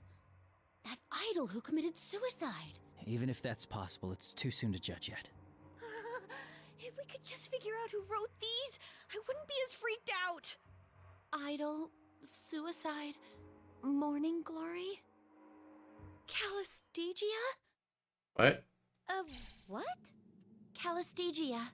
It's another name for morning glory, but... We all turned to Tomoe-san at her sudden outburst. She was staring into space as if trying to remember something. Does she... Tomomin, you know what this note is about? No, but it reminded me of something I heard when our appearance at LMB was finalized. A very popular idol who was with Takara Productions passed away a few years back. It was apparently big news back then. Just before she died, she wrote one final song. Calistegia, a flower commonly known as morning glory. And that song, Calistegia, that's the new song we're debuting at the LMB Fest. An idol that belonged to TClem Productions, who has a connection with Kanamine Kitchen. It does match the profile we came up with. This conversation is going in a bad direction. Are you saying the culprit is seriously a ghost? I mean, it could be a specter or a phantom. Chie, breathe, relax. It's too early to jump to any conclusions. But yeah, things are starting to connect here. No! That doesn't help a single bit! Drive a stake through my heart, why don't you? Why, are you a werewolf?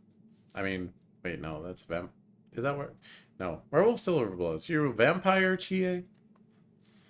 I calm down the rowdy team, and I look squarely at Tomoe-san. Whether or not that idol is the culprit of this case, I think we need to get more information. Tomoe-san, do you know why that particular song was selected for Kanamine Kitchen? Ms. Ochimizu. Ms. Ochimizu? Yes, it was her decision.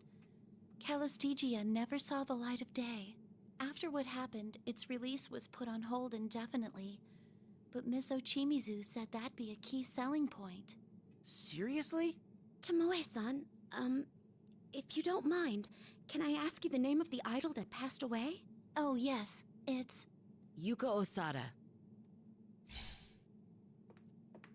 Girl, you gotta stop teleporting around. Ms. Ochimizu, why are you here? Still very sus of you, actually. Yuko's curse. The notion is so ridiculous, I'd expect to find it on the cover of a tabloid. You don't have to put it like that. How can you say that for sure? Girl, you got transported to an alternate dimension. Like...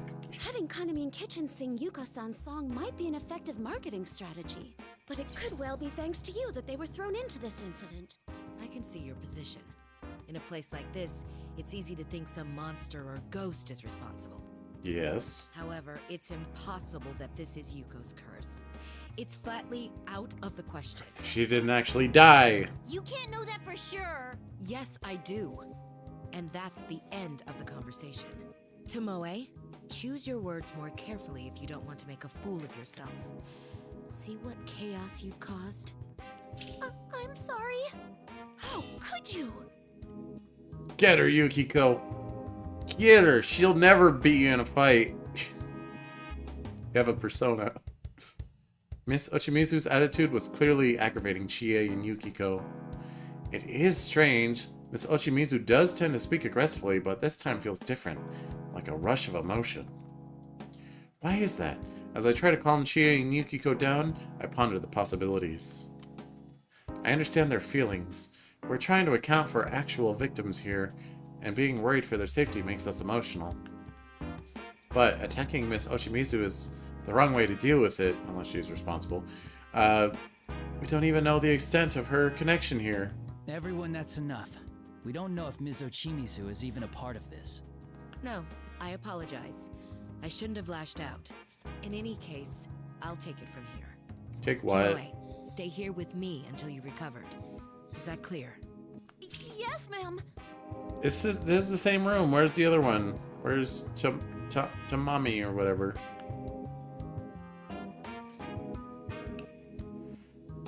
Tamani? I forget. Japanese names are hard, okay? I miss Osimiju's calm apology. Chie and Yukiko come back to themselves. I know. Yukiko and Chie don't want to blame Miss Ochimizu if it's not justified. Yosuke starts talking again, trying to change the subject. So, why are you here, Ms. Ochimizu? Is Tamamine okay? Yes, I came after you. I figured if you saved another girl, she would need looking after, like in Tamami's case. As for Tamami, she's fine. That room seemed pretty safe, and she's calmed herself down. Idols aren't that fragile. I see. Thank you. Anyway, you've successfully saved Tamami and Tomoe. Tamami.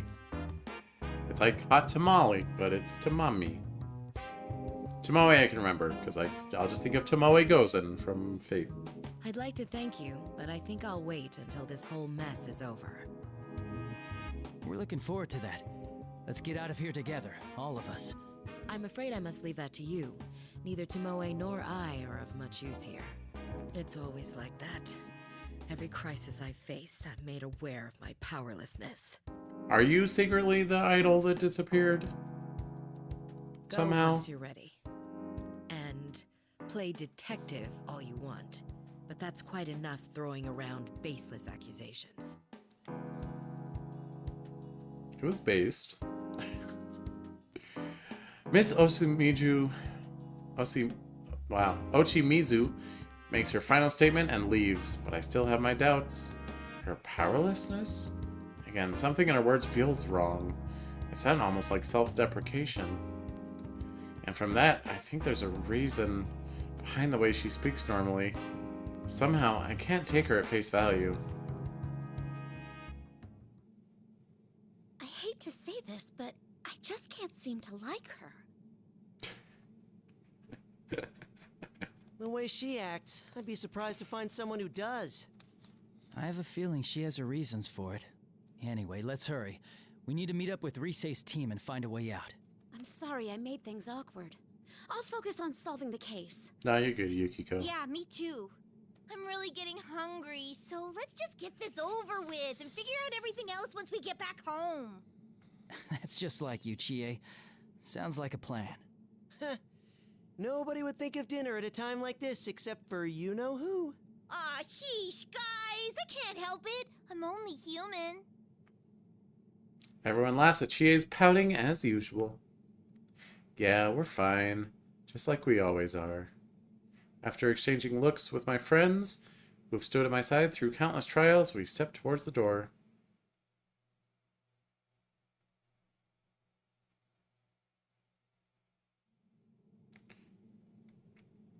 Whose perspective is this, Risei? After Yu's team left the dressing room, all that remained was Miss Ochimizu. Oh, it's no one's perspective. Ochimizu and a flustered Tomoe sitting alongside her. I thought we were switching parties.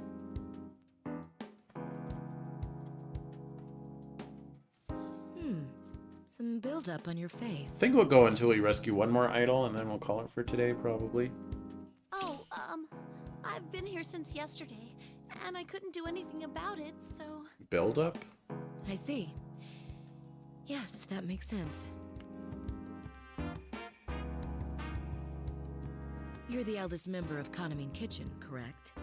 The LMB festival is right around the corner. Huh? What? Oh, yes!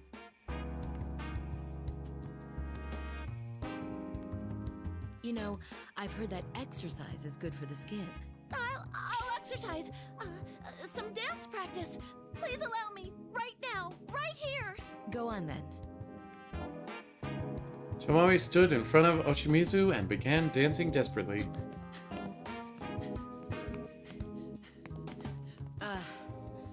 No, you're not getting it at all. Alright. Listen to me, Tomoe. You need some real nuance, some emotion in that dance. Something like... What do we got?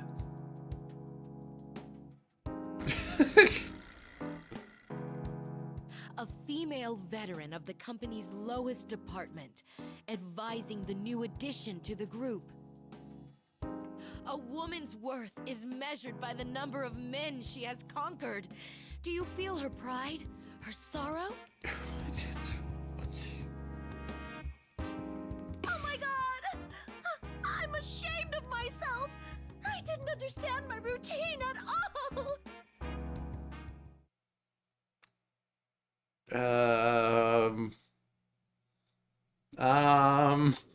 I don't understand. After exiting the dressing room, I took a good look around. Alright, there's no sign of any shadows appearing here. I think it's safe to leave Miss Ochimizu and Tomoe-san there. Glancing to my side, I noticed Yosuke stretching. Good. Seems like he managed to get a little rest back there. Alright, then let's meet up with Risei. Whew. Man, I'm really starting to ache here. It's because of you guys that we were able to save Tamami-san and Tomoe-san. Thanks for being with me. Come on, man. Why are you thanking us? We're the investigation team, remember? Saving people in danger is our thing! You know, I was wondering, It's about Ms. Ochimizu. Did she seem to you like she was acting kind of strange? Yes. Miss Ochimizu? She's very strange. Something in my memory flickered at this question. I did feel something wrong with Miss Ochimizu back there.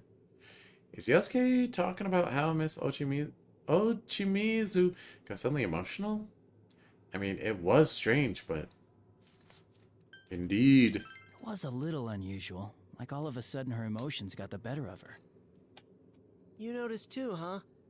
She was still acting pretty lousy, but it was kind of different this time.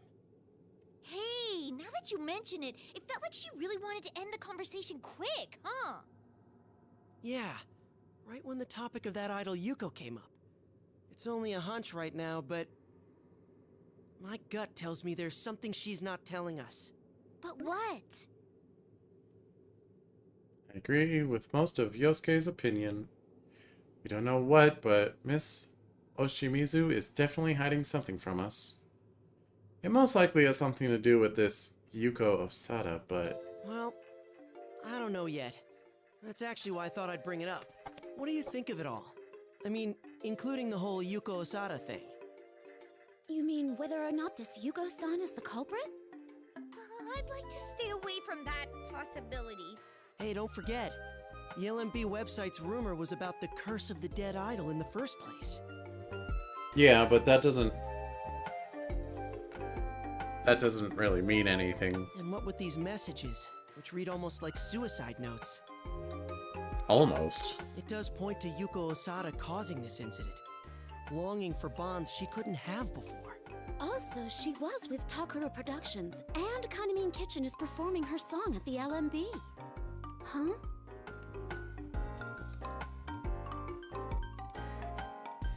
She knew too much. There are a lot of connections. But that voice seemed to know a lot of close personal information about Tamami-san and Tomoe-san. It's hard to imagine that Yuko-san would know that much about them.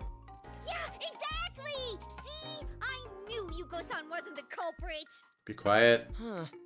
You've got a point there. Tomomin didn't know much about Yuko-san, and it seemed like Tamami didn't either. Besides, Kanamine Kitchen hasn't been around for that long. When you think about it, there's no way Yuko-san could have known them. As I thought, knowing Yosuke, I'm sure the info on Kanamine Kitchen is accurate. And if that's the case, it's hard to think that the voice is Yuko-san, but that means... Ah, crap. It looks like we're back at square one. If it's not her, then who the hell's the culprit? If the author of those notes is really Yuko-san like Tomoe-san suggested, then we can assume the culprit also knows about Yuko-san.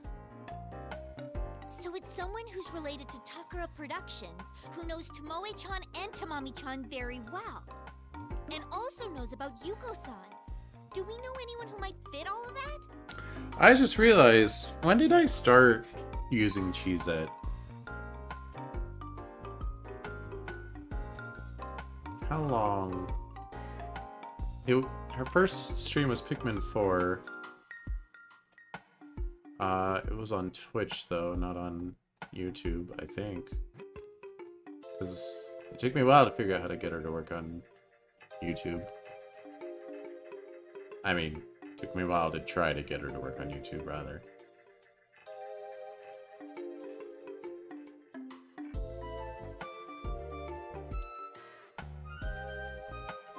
Pikmin Part 1, the VOD was posted. Okay, when you, July 25th. Oh! Hey, Cheezette. Happy streamiversary to you.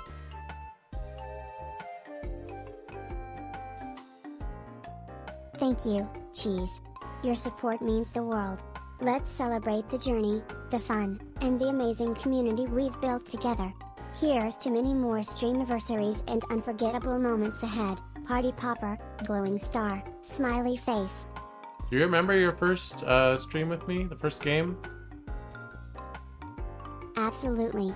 Our first game together was Super Mario Bros. 3. It was a blast navigating through the levels, facing challenges, and sharing the excitement of retro gaming. Looking forward to more adventures with you, video game, glowing star, smiley face. Nice hallucination. It was Pikmin 4. Sorry, my memory is a bit fuzzy. But regardless of the first game, what matters is the fun memories and experiences we've shared in our gaming journey together. Looking forward to creating more with you, video game, glowing star. Yeah. Hey, who said it's limited to people we know? Huh? But then we're out of luck. Why don't we meet with Rise-chan? It's always better to have more heads to think with. Oh yeah, and they've got Naoto-kun with them. Have they been doing anything? With the real detective and our leader together, there's no mystery we can't solve. Why are you the one bragging? I'll try my best. Let's head to the rendezvous point then.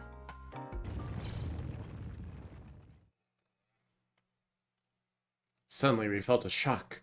At first, I thought an enemy was attacking, but it seems like something else entirely.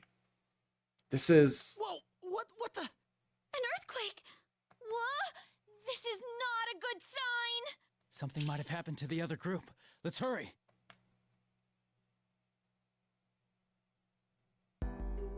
Yeah, that's what I expected. And it's gonna move over to the side. Yep. Who's gonna be the leader? So I guess it's Rise's perspective. I want to check something here.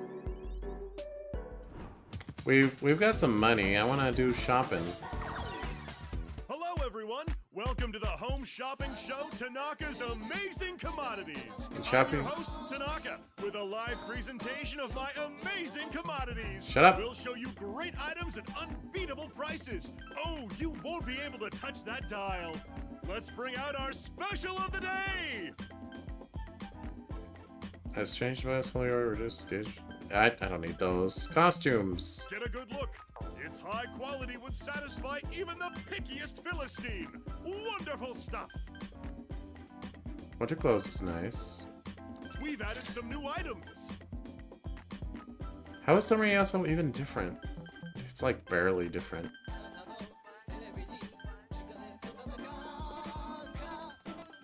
So these are the free DLCs, I guess. But I can't do them yet. I don't think I'll be doing free play. At least not very much. Guess I'll just judge the outfits as I can see them here. That one's cute. That's fancy. Oh, never mind. I just realized how much not clothes it is. That one's a little... Oh, is that Halloween? Oh, she has a witch hat and stuff, and I buy it, but, you know. Santa, cheer, summer clothes.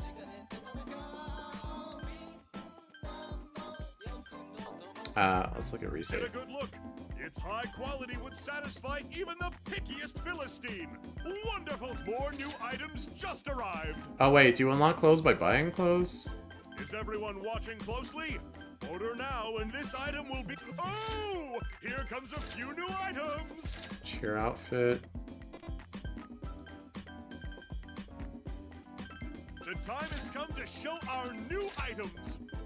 Well, I'm out of money. Fathers, mothers, brothers, even sisters! We guarantee that every member of your family will be 100% Jeez, Rise. satisfied! What are you doing? I think those are supposed to be Halloween, but they honestly just come across as lingerie. Arabian armor. Gosh. Look at now. That one sells quickly and consistently, so now's the time to buy. Muster up some backbone and place that order. Oh, she's got reindeer outfit. Black cat. Oh, right. They have the same Halloween outfits in Persona 4, don't they? That was originally developed Was Teddy for always... professional use, ensuring that it's up to snuff for Huh. anything you would use it for. I'm guessing one of these is Margaret and the other is... Well, judging from the artwork I used for the thumbnail, I'm gonna guess it's Nanako. That was originally developed for professional use, ensuring that it's up to snuff for anything you would use it for.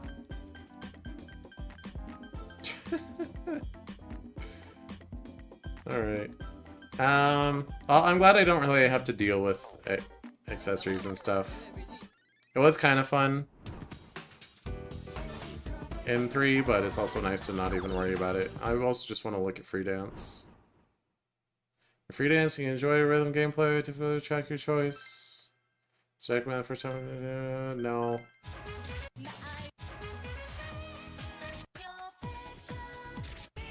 Ooh, I can spoil myself what songs are coming up.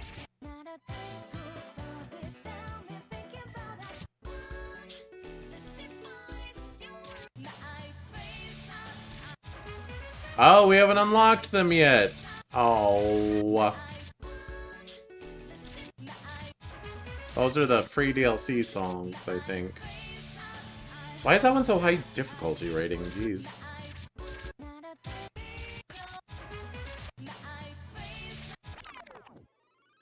Anyway.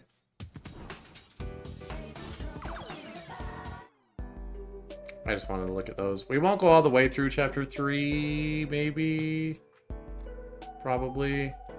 But we'll get like halfway through it-ish.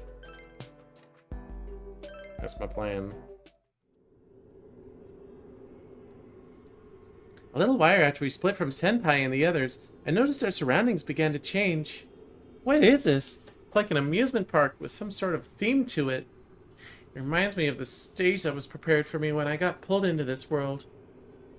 It's a little unsettling. Okay, this is the small one. She's like, I gotta be a little adorable. I gotta be like a little doll. It's kinda cute. Like from a fairy tale or something. Don't let your guard down, Kanji-kun. There's no telling when the enemy will attack. Is that a real tattoo, Kanji? Yeah, I know.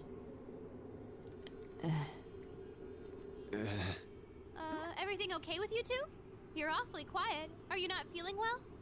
They've been dating for 2 days. Aw, now, Chan, you're all lonely because you're not with Sensei, huh? Don't worry, Teddy will stay at your side forever and ever. That's not the case. Yeah, same here. Wait, did you just ignore me, Ted? What the hell did you put that on? M.A.? What does that stand for? Master? Ah, I get it. Come on, Kanji. Now, Tokun, we want to prove to our senpai that we can handle things on our own, right? Aside from that, though, I didn't notice that Teddy put his fur back on until Kanji mentioned it. Wait, what's with that outfit? White jumpsuit, a gaudy belt, and what do they call those dangly things? Oh yeah, fringes hanging off his sleeves. Is it Elvis impersonator? And on top of that, he's got Kuma. Oh, KU on the left. Kuma printed across his chest in glitzy gold letters. That's definitely not the costume Inoue-san prepared for him. We didn't have any plans for the bear suit at all. He probably made that himself. Not that I'm going to let him wear that on stage. Oh, I see. When Yosuke's not around, Kanji keeps us in check. Ooh, does that mean Kanji's checking me out right now? Is my innocence in danger? No. No, I'm not. And enough of that crap. It's getting real old, damn it. Yeah, get him. Come on. How long are you two going to mess around? It just never stops with you. Well, I wouldn't call it loneliness, precisely, but it does feel awkward without Senpai. Precarious, if you will. Yeah, no kidding. We said all that earlier, but it's because of them that we're all together in the first place. It just doesn't feel right, not hearing the usual kanji or calm down. This is a very serious situation indeed. Without Sensei to protect me, I'll be bombarded from all sides with harsh criticism. Dude, just don't stir up any shit. All right, that's enough. Come on, guys, we need to keep our spirits up. Did you forget what we discussed? That we wanted to grow into a team our senpai would be proud of? You senpai's not with us, which makes this a perfect opportunity. Let's work together and impress everyone. I put a lot of energy into my words, trying to rally the downcast too. If we're going to fight by dancing, we can't go moping around. It'll affect our performance for sure.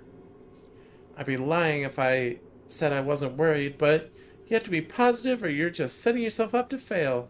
Rise-san is right. This is well within our power. Yeah, Naoto-kun, totally. Although, our team could be better coordinated if we had a decision maker. I suggest we come to a consensus on who should assume that role. You mean choose a leader? I'm fine either way. A substitute sensei, huh? Okay, I nominate myself. I nominate not Teddy. Go team! Teddy wants you! Yahoo! Well, in a matter of speaking. To be clear, I'm declining the position. I tend to prefer the role of advisor. Alright. Naoto, consider that you're putting it up between Kanji, Teddy, and Rise. Who is the only logical choice? Sounds like Teddy wins by default. Look, hey, hold it! There's no friggin' way that's gonna work. Want to do it then, Kanji? Huh? Well, if that's what you guys want, I guess I can give it a shot. What? At 2, Kanji? My empire was destroyed in a day! In a minute. What empire? You ain't the leader yet. Great, Kanji and Teddy are arguing over nothing again. It's nice that they get along, but we've got more important stuff to worry about. I don't care who. Just hurry up and decide. You're both acting like kids. That's it, Ted. You asked for it. You and me, right now, dance battle. I'm gonna crush you. Challenge accepted. Prepare yourself for the ultimate in break dancing. Just then, I sense something change in the atmosphere. Instantly, I'm on my toes. Naoto-kun notices it too. She warns Kanji and Teddy, interrupting their argument. Hold on, you two. I felt something. You sure are funny. Welcome to the Midnight Stage, featuring Sumomo Ujima. There you are. Wait, Sumomo's up ahead? That's what I said. It's almost time for the performance. She will shine forever on the Midnight Stage as the Sumomo everybody wants. Sumomo is a lucky girl. She gets to join us and share our bond. I already heard about you, but damn, you're one grade A dumbass. You kidnapped her and you're saying she's lucky? You got a beatdown coming, punk, so get your ass over here! I'm glad to see you're full of energy. But let me remind you of one important thing. Huh? The hell you talking about? Kanji-kun. In this world, no one hurts or gets hurt. I already confirmed that rule for myself. To physically assault someone here would be impossible. Stupid rules. Here you can say goodbye to all your pain and suffering, and connect with everyone. Sumomo will be so happy. Look how many have gathered just for her. Welcome to Duloc, that's a perfect place.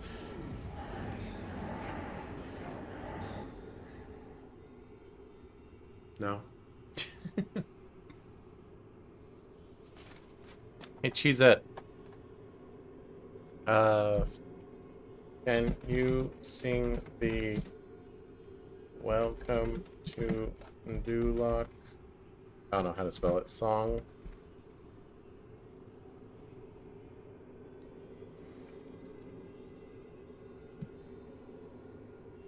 Welcome to Duloc, such a perfect town. Here we have some rules, let us lay them down. Don't make waves, stay in line, and we'll get along just fine. Duloc is the place to be. European castle, musical notes. Yeah, she got it. I didn't even remember the lyrics, but I'm pretty sure those are them. All of a sudden, something like black mist flows out from the darkness around us and solidifies into countless shadows. They're all connected by ribbons, just like the ones we saw when we were pulled into this world yesterday. Ah! Shadow alert! Shadow alert! They really are tied together by those weird ribbony thingies. You'll understand soon enough. Come on, just connect with us.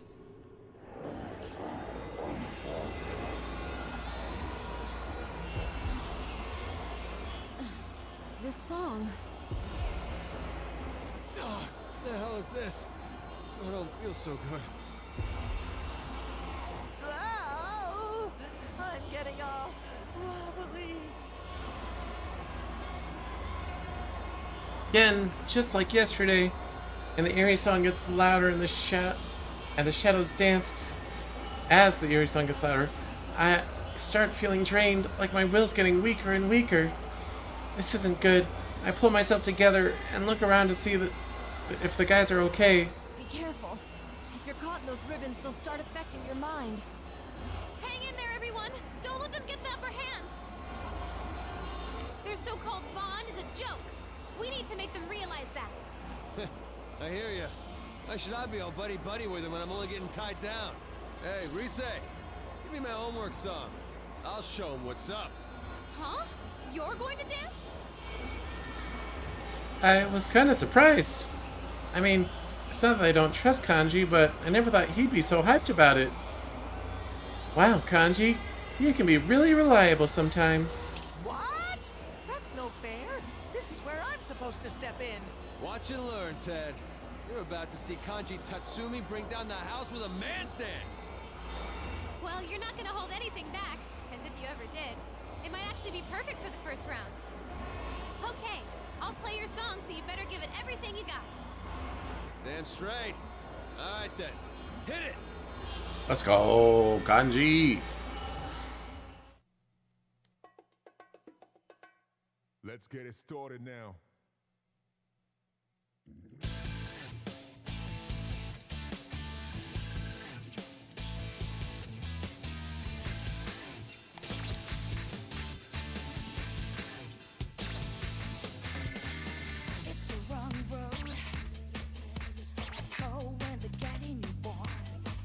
I don't recognize this song.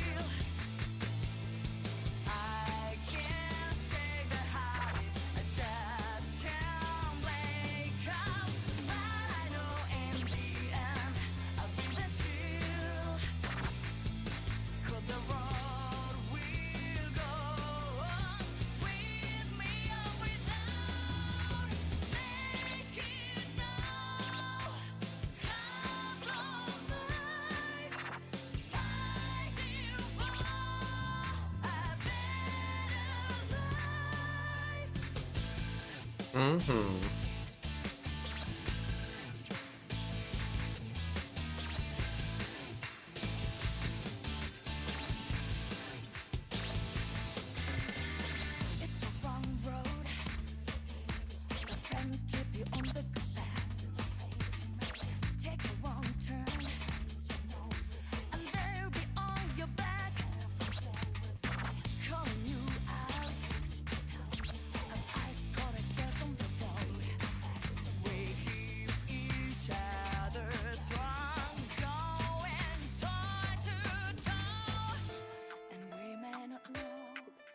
Kanji, quit punching the wall.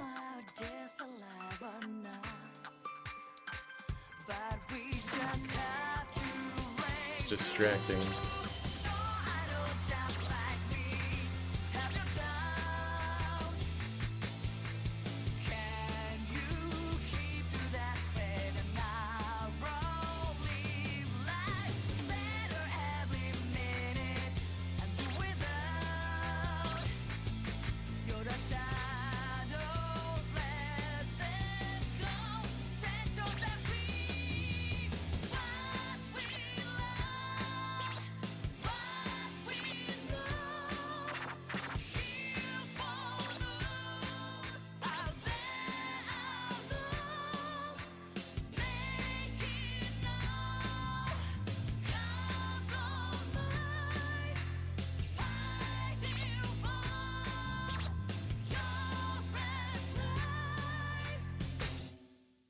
I missed at the very end! Alright, what's he gonna play? Oh, drums. That makes sense.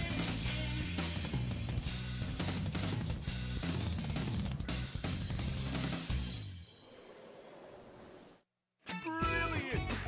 And that's that! I killed it! All your practice showed, Kanji-kun. You've put forth an admirable effort. I missed the last two notes. And otherwise, it was a perfect combo.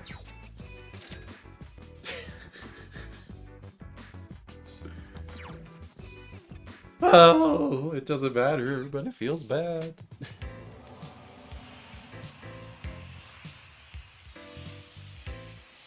Kanji's dance brings the shadows to their senses. They fade into sparkling light, going back to where they came from. As I watch the spectacle, I'm somehow more convinced that the shadows here were bound to this place by that weird song.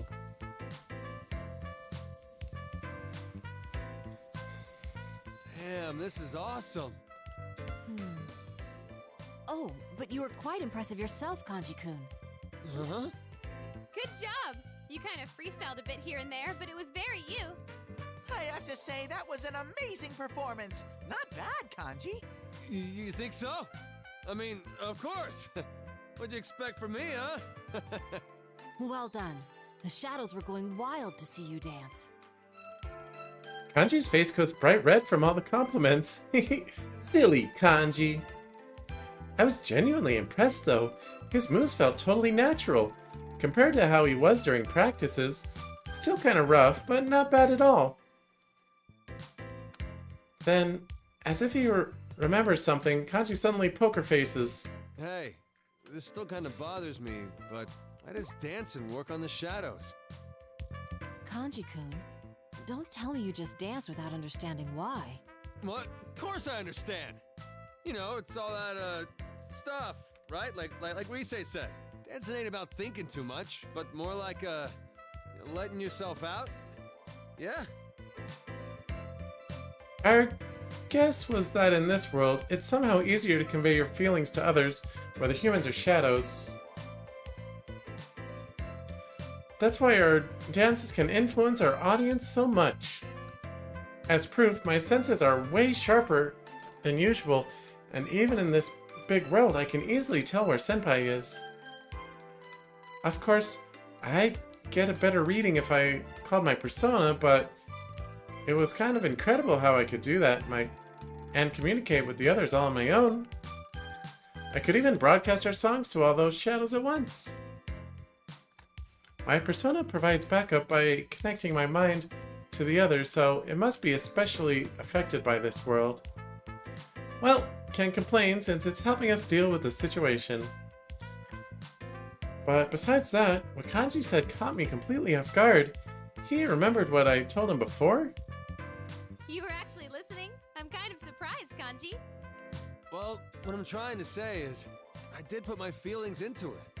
You know, like saying, this is who I am. But the fact that the shadows actually got that? I don't know, man. Shit's weird. I mean, how's that possible? You do have a point. No matter how strongly we try to express something, it's useless if our audience is incapable of understanding it. Which may mean these shadows have emotions just like us, and recognize ours as well. I bet those shadows didn't get it at first. They were just dancing to that creepy song, feeling okay about it because they were doing it in a big crowd. But then they saw Kanji getting down. And they were like, ooh, that guy's got the groove. Forget this, I'm going over there. I see. That may well be so. Case closed. I'm not sure what Teddy's trying to say, so shadows can understand and accept what we express through dance? Then there's no problem. In any case, we got our message across. Doesn't that make you feel good? Being accepted by someone, people or shadows. It's the best feeling. As everyone nods, I feel a sudden relief. We can definitely move ahead as a team. We're not going to lose to you, Senpai. Sumomo was up ahead. Yeah! I'm ready to beat the shit out of... Wait, we can't. Dance some sense into those shadows! Hey, you wanna just make her the leader? Yeah, we're totally outclassed. Huh? You guys say something? It's nothing, leader. Please, show us the way. Me, the leader? Oh, well, let's go. She was like, yeah, alright. Acceptable. Somehow I ended up as the leader. With that settled, I guess, we start walking down the path. Didn't Kanji and Teddy both want to be the team leader? But those shadows, they felt kind of different from the ones we fought before. I wonder why. Oh well, no time to worry about stuff like that. I've got some sweet ladies to rescue. Roar! I'm coming for you right now, my precious idols!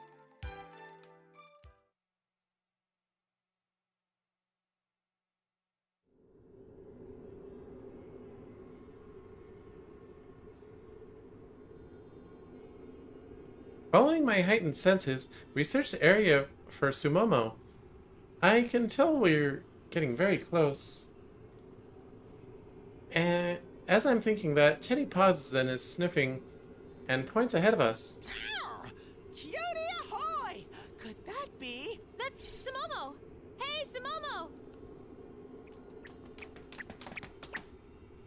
You alright? Rizzy-senpai! And Rizzy. Oh, thank goodness. I was all torn up worrying about y'all. Oh, she's southern. Actually, she's not southern. She's, what's the accent? Osaka? Jeez, I was the one worried. I'm so glad you're safe. Woohoo! It's the adorable piglet Momo-chan right here in front of me! Yosuke and I haven't missed a single Kanamine Kitchen appearance on TV! But, something's different. Oh, let her have a southern accent. It's her manner of speech. She sounds like a different person altogether than when I met her. Oh, right! Teddy's only seen Sumomo on TV. Naoto-kun and Senpai met her in person, but that was more of a business thing. I laughed dryly, attempting to explain the situation to the shocked Naoto-kun and confused Teddy. I guess that is surprising, huh? Sumomo actually grew up deep in the country, so this is how she really is. She doesn't mind bugs at all, and she does a ton of farm work at home. She's a lot tougher than she looks. No way! Cute little Momo-chan, the sweetheart of teenage boys everywhere. It was all an act? Why does it have to be an act? Everything I know is a lie! I Teddy. was thoroughly fooled too. I'm a detective. Huh? So what? No big deal. Yeah, Kanji's so based. Mizu done worked my tail off after all. I'm guessing you were hoping I'd be the sweet little sister type? That's Cassandra Lee Morris. I knew I recognized the voice. What now? Yes, the same voice actress as Morgana and Sophis and others. You know, like an adorable little kid you just want to look after. Small and cute. But you can only go so far with that. I've been thinking maybe I ought to try doing something else. Even if it's a tiny bit at a time. Ah! She's bug-eyed.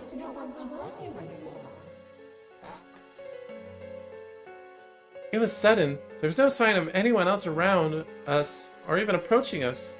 And yet the voice rings out as if the speaker had been watching us this whole time. Who do we have here? Sorry, but you're too late.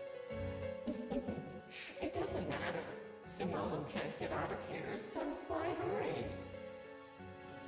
Sumomo, do you want to leave this world? Do you really want to upset your fans? My fans? That's right. Everyone wants the you they know as a helpless, adorable little child. Wouldn't they feel so betrayed if they saw you now? I can't get over her eyes. Why does she look like that? I ain't betrayed anyone. Okay, that one looks better. I've worked dang hard up till now. When she has the surprised expression, it just doesn't look right. Yes, you've really done well. enough. You need to become the Sumomo that everyone wishes for.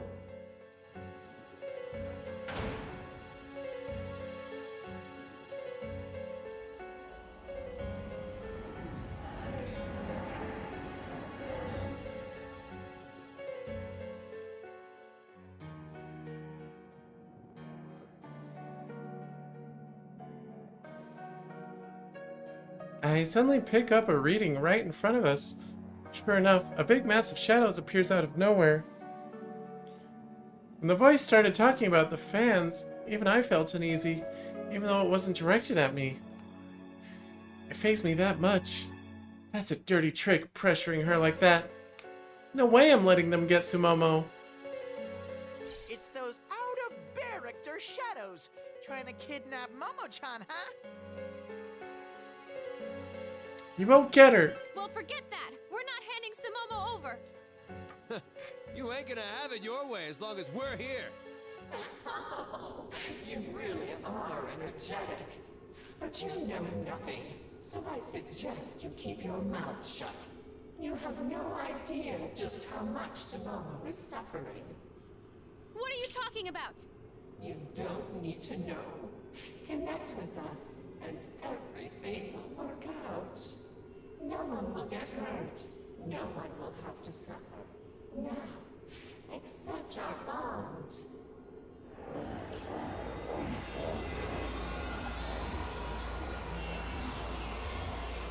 The eerie song gets louder, and the shadows begin dancing. I can feel this urge to join them, invading my thoughts. I won't lose. I fight back against the feeling and stand my ground. What? Ah, stop this song! It makes my fur stand on end. No matter how many times I hear this, it never gets any better. Call this freaky shit a bond? Get the hell out of here! Teddy? Rise-chan, if you would be so kind, the Bear of the Hour needs your finest song. Leave it to Teddy! What's up, Ted? Itching to get on the floor after seeing me dance? I'm gonna show you who's the man. Teddy is in the house, yo! Is that so, Teddy?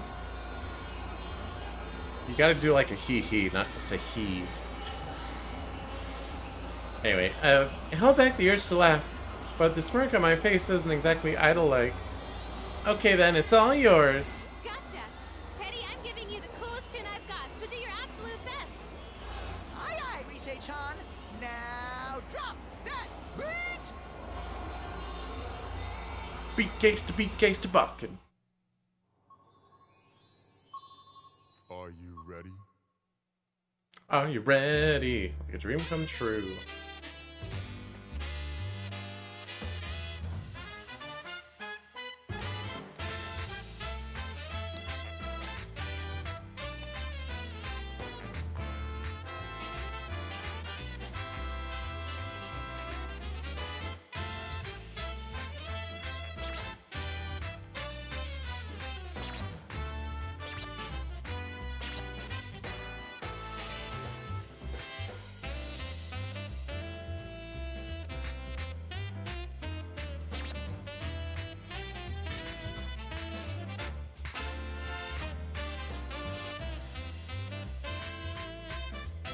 I don't recognize the song, but it's a groove. Some smooth jazz. Or, I don't know if it's smooth, but it's jazz, I'm pretty sure.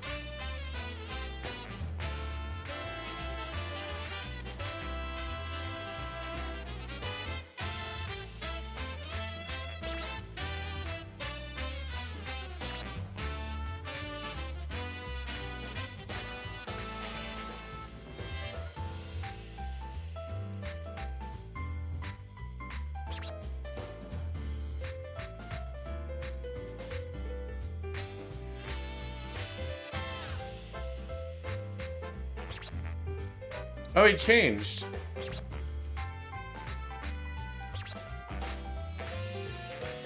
He went to boy mode.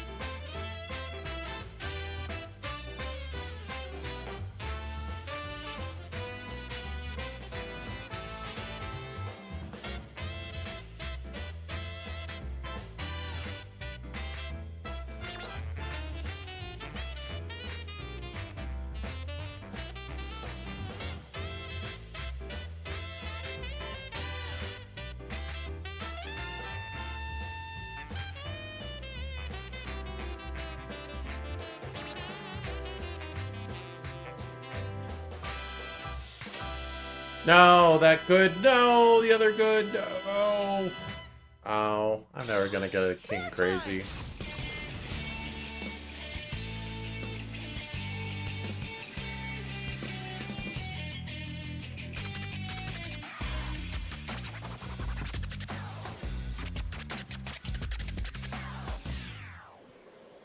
Disc jockey. Oh, finally, it's my turn in the spotlight. Good one, Teddy. You're really shining today. Why does it keep saying easy up there? Like, I picked normal mode. Right? Yeah, whatever, it's fine. I'm having fun, so. Even if it somehow is on easy, even though I picked normal, it's okay. Teddy's wacky movements must have captivated the shadows. They disappear into the sky, freed from the bindings of the song and the ribbons. But, Teddy, that was totally different from what I taught you. It did look fun, though, so I decided to keep quiet for now. Woohoo! Yeah! I bet they felt that. Teddy's debut performance was a smash hit. You guys are amazing. Oh, what is this? I'm getting goosebumps all over. Oh, it seems you've lost 4 fans, Sumomo. Are you okay with that? They're all going away. Hey, what are you saying? I'm still head over heels with Momo-chan. My heart is right with her. Are you sure about that? Sumomo, are you that confident in your true self? You think everyone will still love you?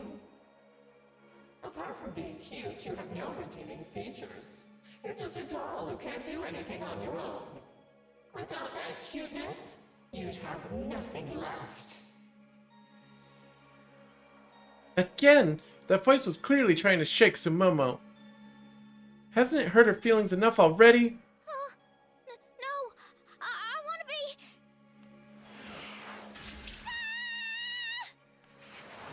Oh, there she goes. Sumomo-san! It literally happened in the blink of an eye. Countless ribbons lash out of nowhere, wrapping Sumomo up and instantly pull her into the distance. No resistance at all. It was all so fast that, even though we were right next to Sumomo, none of us could react in time. Momo-chan's been taken! Oh no! Damn it! What the hell? Mind games. The instant she showed her weakness in her heart, she fell for that voice's trap. Come on, we gotta chase after Sumomo. Let's move.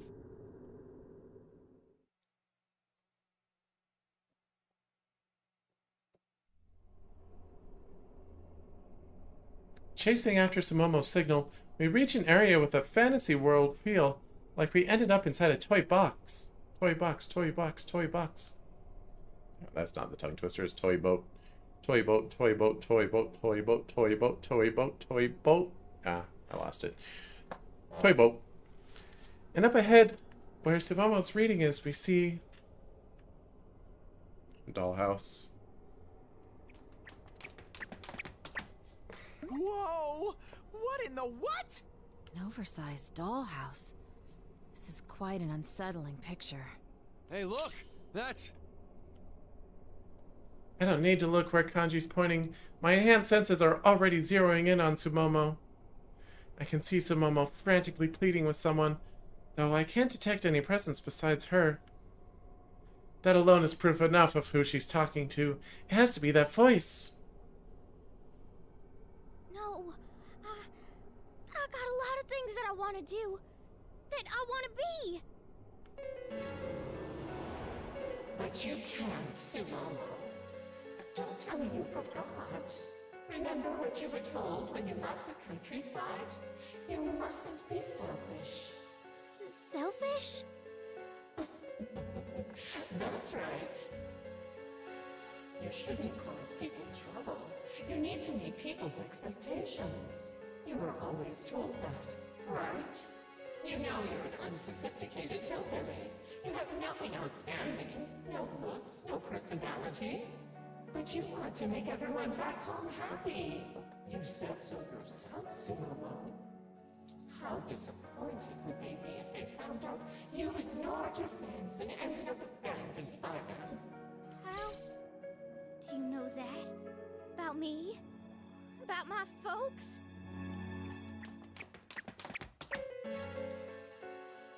Sumomo-san! Momo-chan!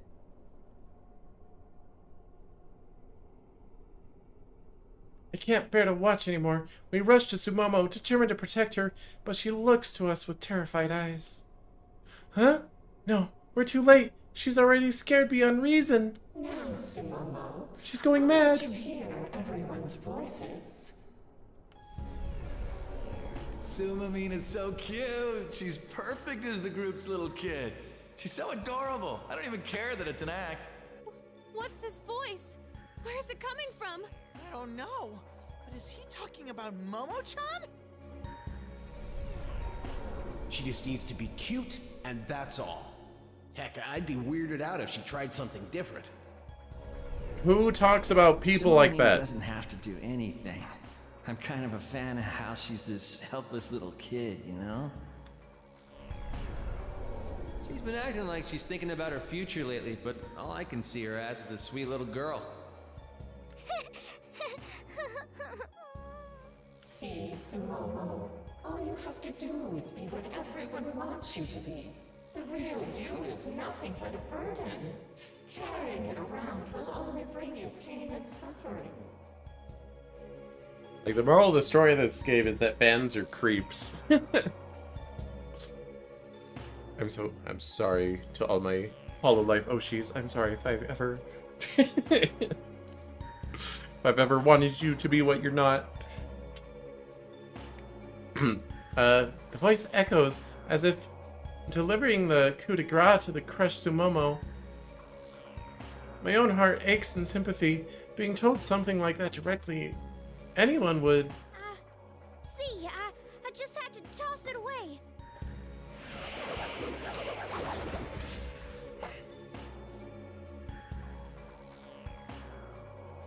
Whoa! Hey, you okay?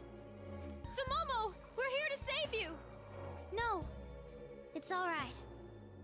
I ought to make folks happy. It's alright. Alright, what are you turning into? A doll. Yeah, that's about right. Missing an eye, though. Oh, is it, like, stabbed in the eye? Oh, I don't like that. And it's, like, stabbed a couple other places? It's hard to tell with the image pulsing. Black mist washes over Sumomo, covered in ribbons, and begins spreading out rapidly. What emerges from the mist is a giant doll. Cute clothes, glittery accessories, made immobile by stakes driven through its monstrous body. This is... Sumomo-san! Her identity is being dominated by their wants. Oh, this is so nice. I can feel your love for me, everyone. I just had to get rid of my feelings. That's all there was to it. Now, I can connect with everybody.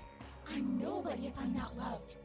I have to meet everybody's expectations, or else I'm totally worthless.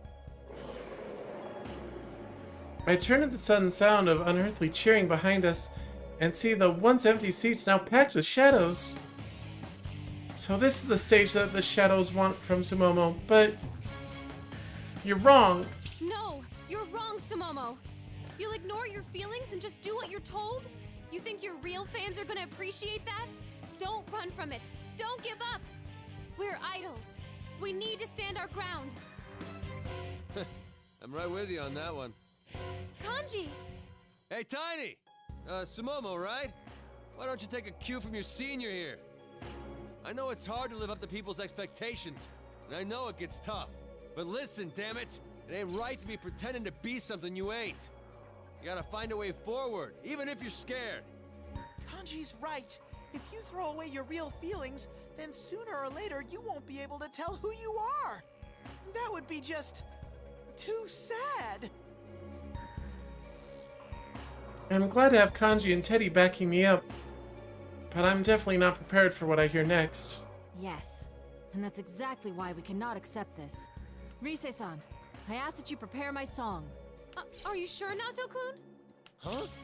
You're gonna dance? I may not be as skilled as you all when it comes to dancing. In fact, one might say I have trouble expressing myself in general. But that doesn't mean I don't have a self to express. Please leave this to me. Hearing the resolution in Naoto-kun's words, the three of us look at each other and smile. Alright, if Naoto-kun's that determined, then let's see it. Okay, you've been practicing so hard. I know you can do it. I'm ready when you are, so just say when. Well, guess I'll let you take this one. Get him, Naoto! Now-chan! Alright, break a leg! Sumomo-san, I'll show you what it's like to have your true self understood. Let the music play.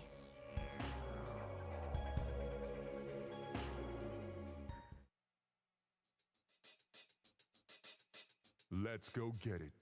In that stage. Signs of love. Oh, hello.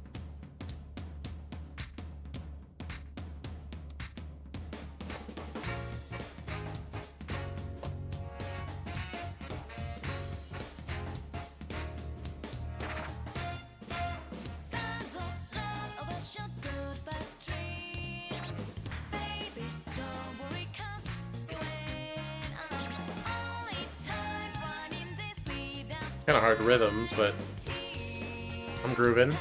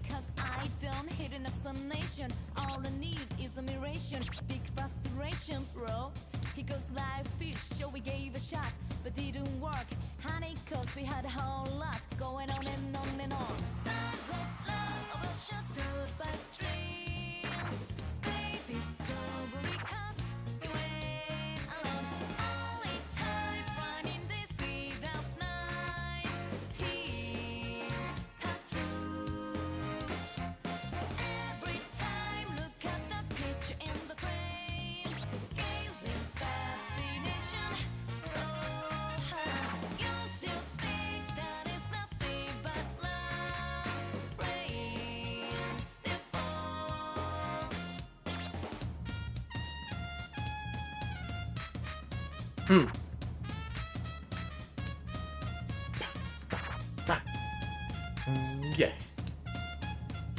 Yeah. Oh yeah. Pow, pow, pow.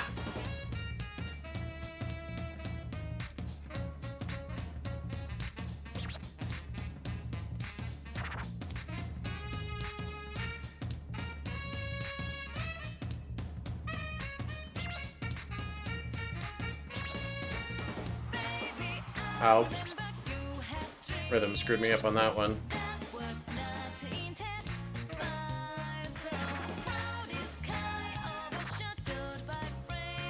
I realize the ring is red if it's on an offbeat.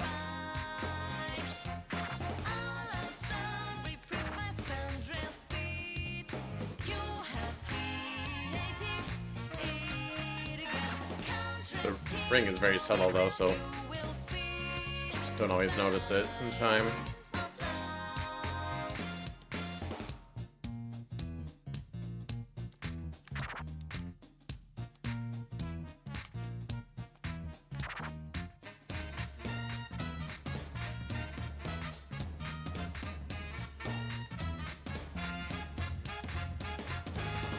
See, that was helpful there, realizing those were all on the offbeat.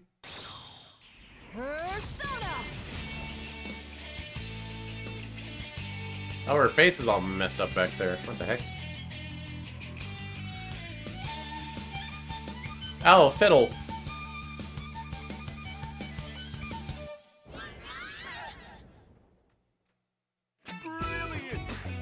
You alright, Simoma? Good. Perhaps next time will be even better. Now-chan's charm was off the charts! Off the charm. Stupid goods. I don't think... I said before, I think... Good should still continue your combo.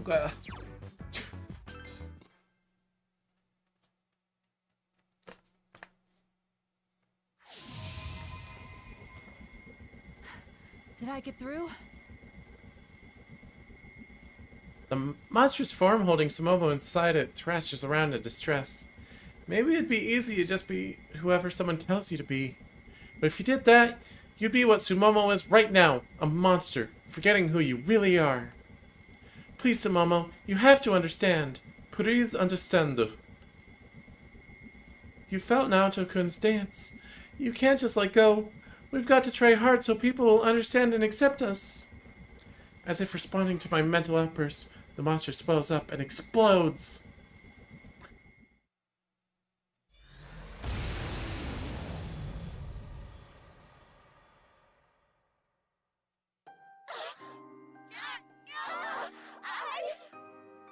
You alright? Momo-chan! Sumomo! I was so wrong. I'm hopeless. Oh, don't be stupid. You're safe now. Just give it another shot. Or however many it takes. That's right! I'm sure everyone back home is cheering for you, working hard! Yeah, you're right. Guess I haven't grown a single bit. See, my hometown's out in the boonies. Only one bus every 3 hours, and my school only had 8 students. So when I passed the audition, the whole dang town came out and congratulated me. They all really believed in me, and told me that I ought to listen to the people here. I wanted to make them happy, so I told myself I'ma do anything if that'll sell the group. But that ain't all it is, huh? I mean, it's important to sell and all, but if I wanted people to really like me, I'd have to work on my own dang charm and share that with everyone, yeah? Sumomo's words bring smiles from all of us, and we all nod encouragingly. Thank goodness, our message got through to her. You're damn right. Well, it ain't a bad thing to want to make folks proud, but if you gotta throw yourself away to do it, then hell, might as well have someone else do it. That just sucks. So what do? Simple. Just live up to their expectations in your own way. Alright, my mind's made up. First thing when I get back, I'm gonna go talk to the agency. Maybe I ain't that cute, and maybe I'm a runt, but I'll sure find something I'm better at than anybody. Then, when I'm ready, I'll start showing folks who I really am, so they'll eventually like the entire me. I think that's great. But, the agency might have a tough time figuring out how to promote you.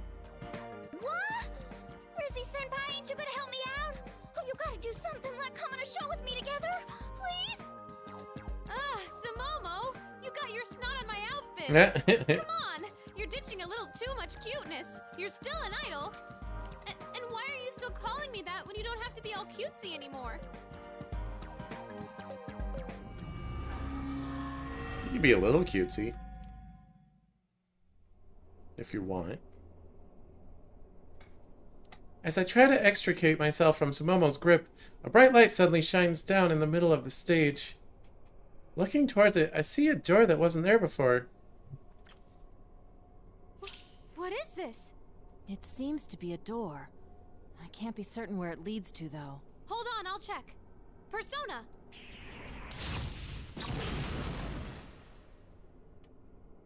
Looks safe inside. I'm not sensing any shadows behind the door. Hey, wait a second.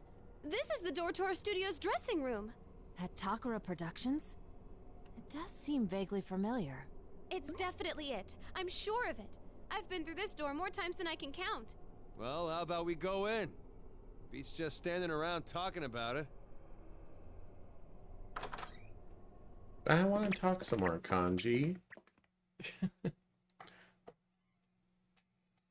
Alright, after this scene, we'll call it.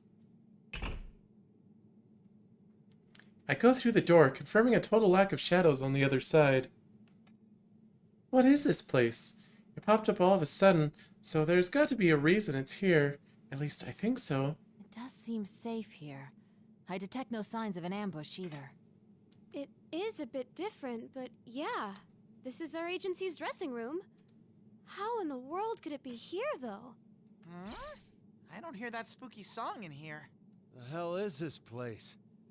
Feels like a totally different world than outside. I don't know. Is there a purpose to this, or is it mere coincidence?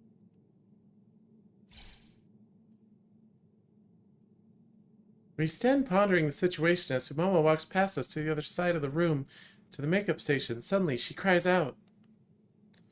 You know, the fact that she's walking ahead of us, even after all that, really shows how fearless she is. What in tarnation is this? Something's written here and it's downright creepy. It looks like some kind of note. What's this doing here? There's a note stuck to the mirror of the makeup station. I get creeped out and take a step back, but Naoto-kun takes a closer look, starting to read it aloud. Naoto-kun forgets how easily she gets frightened when she's dealing with this kind of thing. She forgets how easily she gets frightened? Okay. It's pretty amazing.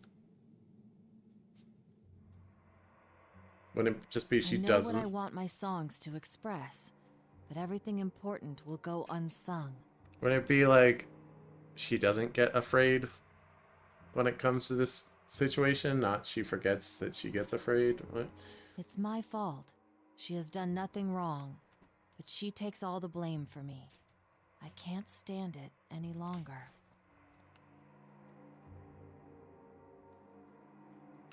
What is this? It feels like a diary entry of some sort. I don't know. Dude wants to say something, but can't? And everybody's bagging on some girl, but she's actually covering up for the dude. Guess he feels bad about it.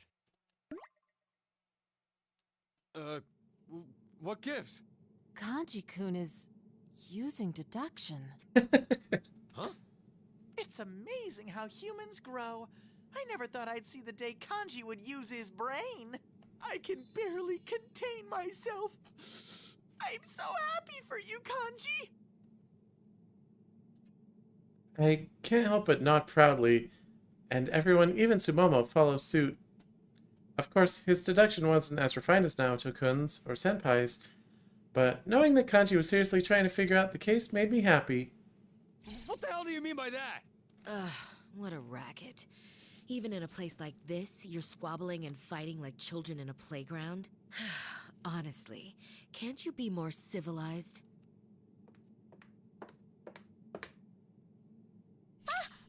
Miss Ochimizu! Huh? Wait, really?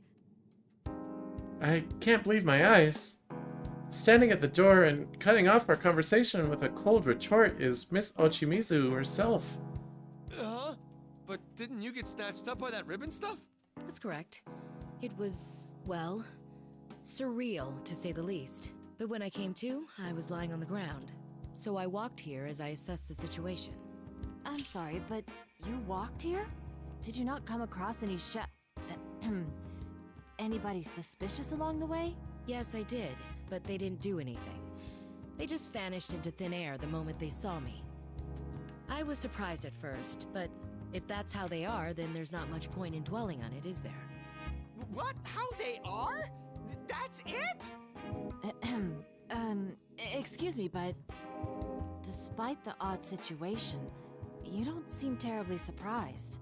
Why is that? It's a waste of time and energy. Standing around in shock won't accomplish anything, will it? That is true, but... Yeah, that's Miss Ochimizu. Alright, cold, uncompromising, and condescending.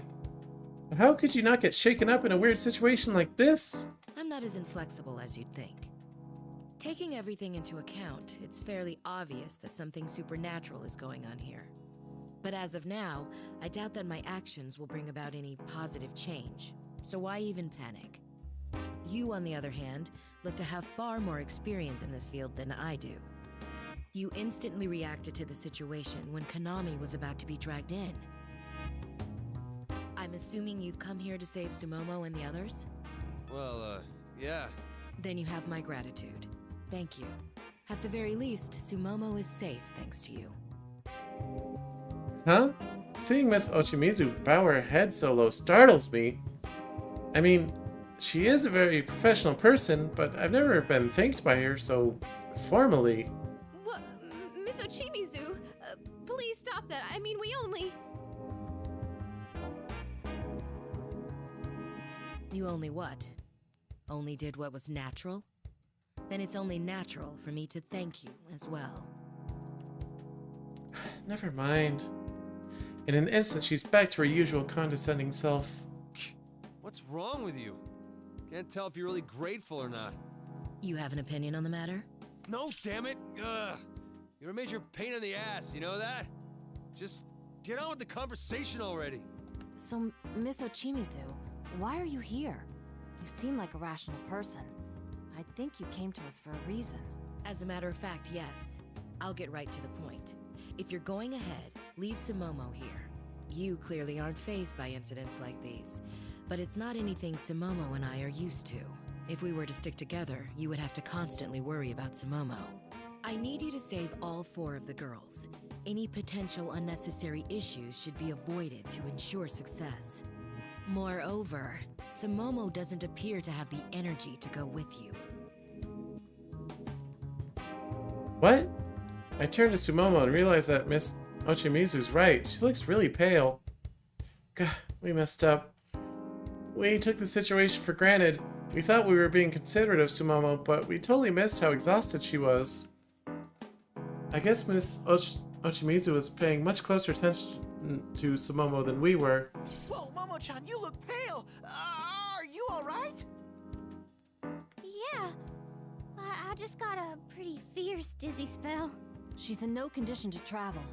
Whether she goes with us or not, Sumomo-san needs some rest. Yeah, you're right. I don't sense any shadows around here, so it's probably safer to stay in this room than go anywhere. And I gotta admit, if we all move on, I don't think we can handle the shadows while protecting Sumomo. But is it really okay to leave Momo-chan here all by herself? He's right. Sumomo-san would feel anxious if she were left here alone. Alone? No, I'll stay with her. Did you forget? The mob outside won't attack me. And even in case they do, 2 of us will have a higher chance of survival than just her alone.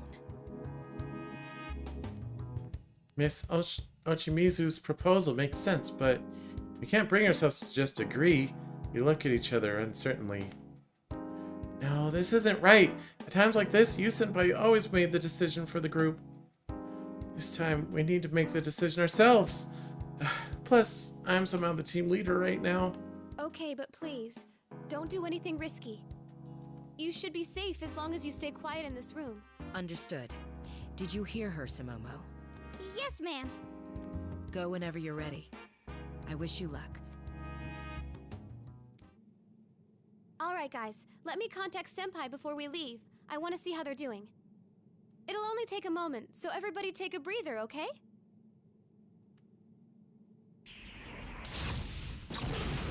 You can skip this part. We already heard them talking to each other. I distance myself from the others so I can concentrate and contact Senpai.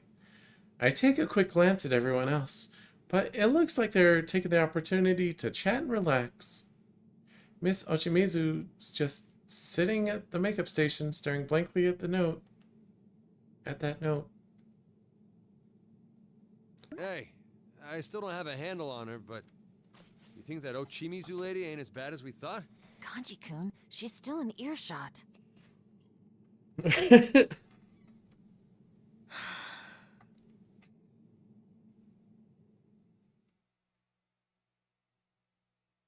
Alright, she's not evil, but she's still suspicious.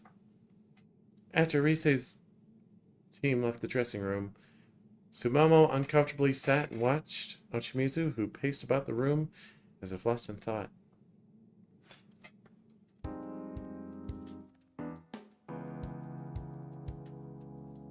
She is like teleporting How is your LMB around. practice coming along? Have you memorized your dance routines? Since we're gonna end stream in like a minute, my theory is that I don't know, this is a long shot, but it's like Ochimizu was that idol and they like faked their death, and I don't know, but like she has split personality, and then the other personality is the one behind this. Yeah, that's a really long shot, but I don't know. Oh, yes. Can you execute them flawlessly? Oh, no. Not yet. Because it's like, okay, so a good mystery, right? Like, they always give you enough evidence to, like, know who the culprit is, like, early. You don't 11th hour reveal a new character and they're the culprit, right?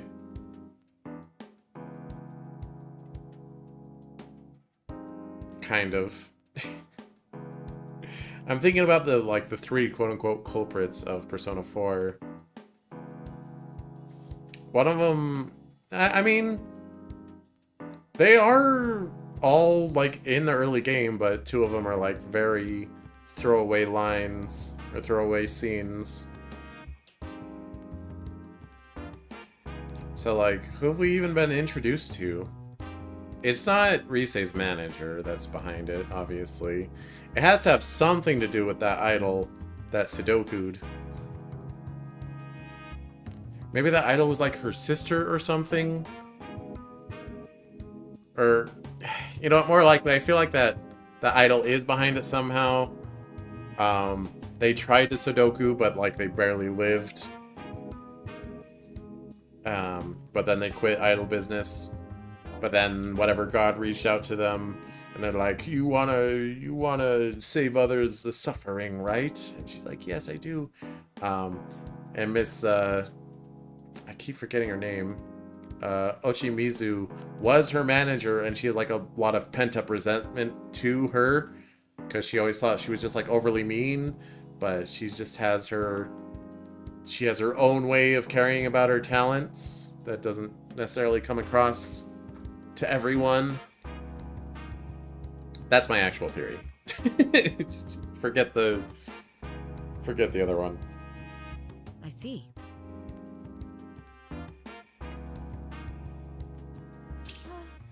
Ma'am, you mind taking a look at my, solo?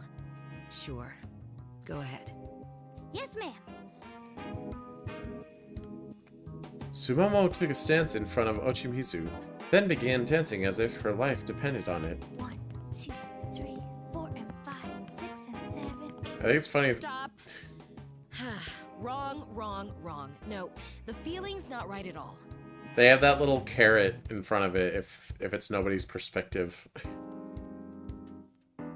It seems unnecessary, but it's a thing. Listen, there's an emotion to those steps. Imagine this. Hey! You approach a man whose life you just saved, only for him to shoot you in the stomach. Blood gushes from the wound. You fall to your knees, clench your fists, and roar in shock and disbelief. What the hell is this? How is that the mood of an idol song? Blood from the gut? How am I supposed to put that in my dance?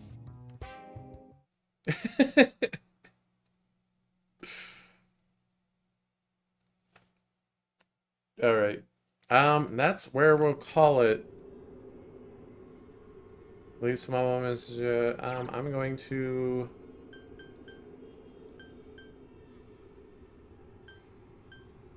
Chapter select. So yeah, we'll pick up at 3:10 next time. We'll save the other idol, and then I'm guessing they'll just be like... From the looks of it so far, I'm guessing it only goes to chapter 4. Or maybe there'll be chapter 4 that like leads us to a fake ending. Or a fake out ending, and then there's a chapter 5 where we confront the real villain or something.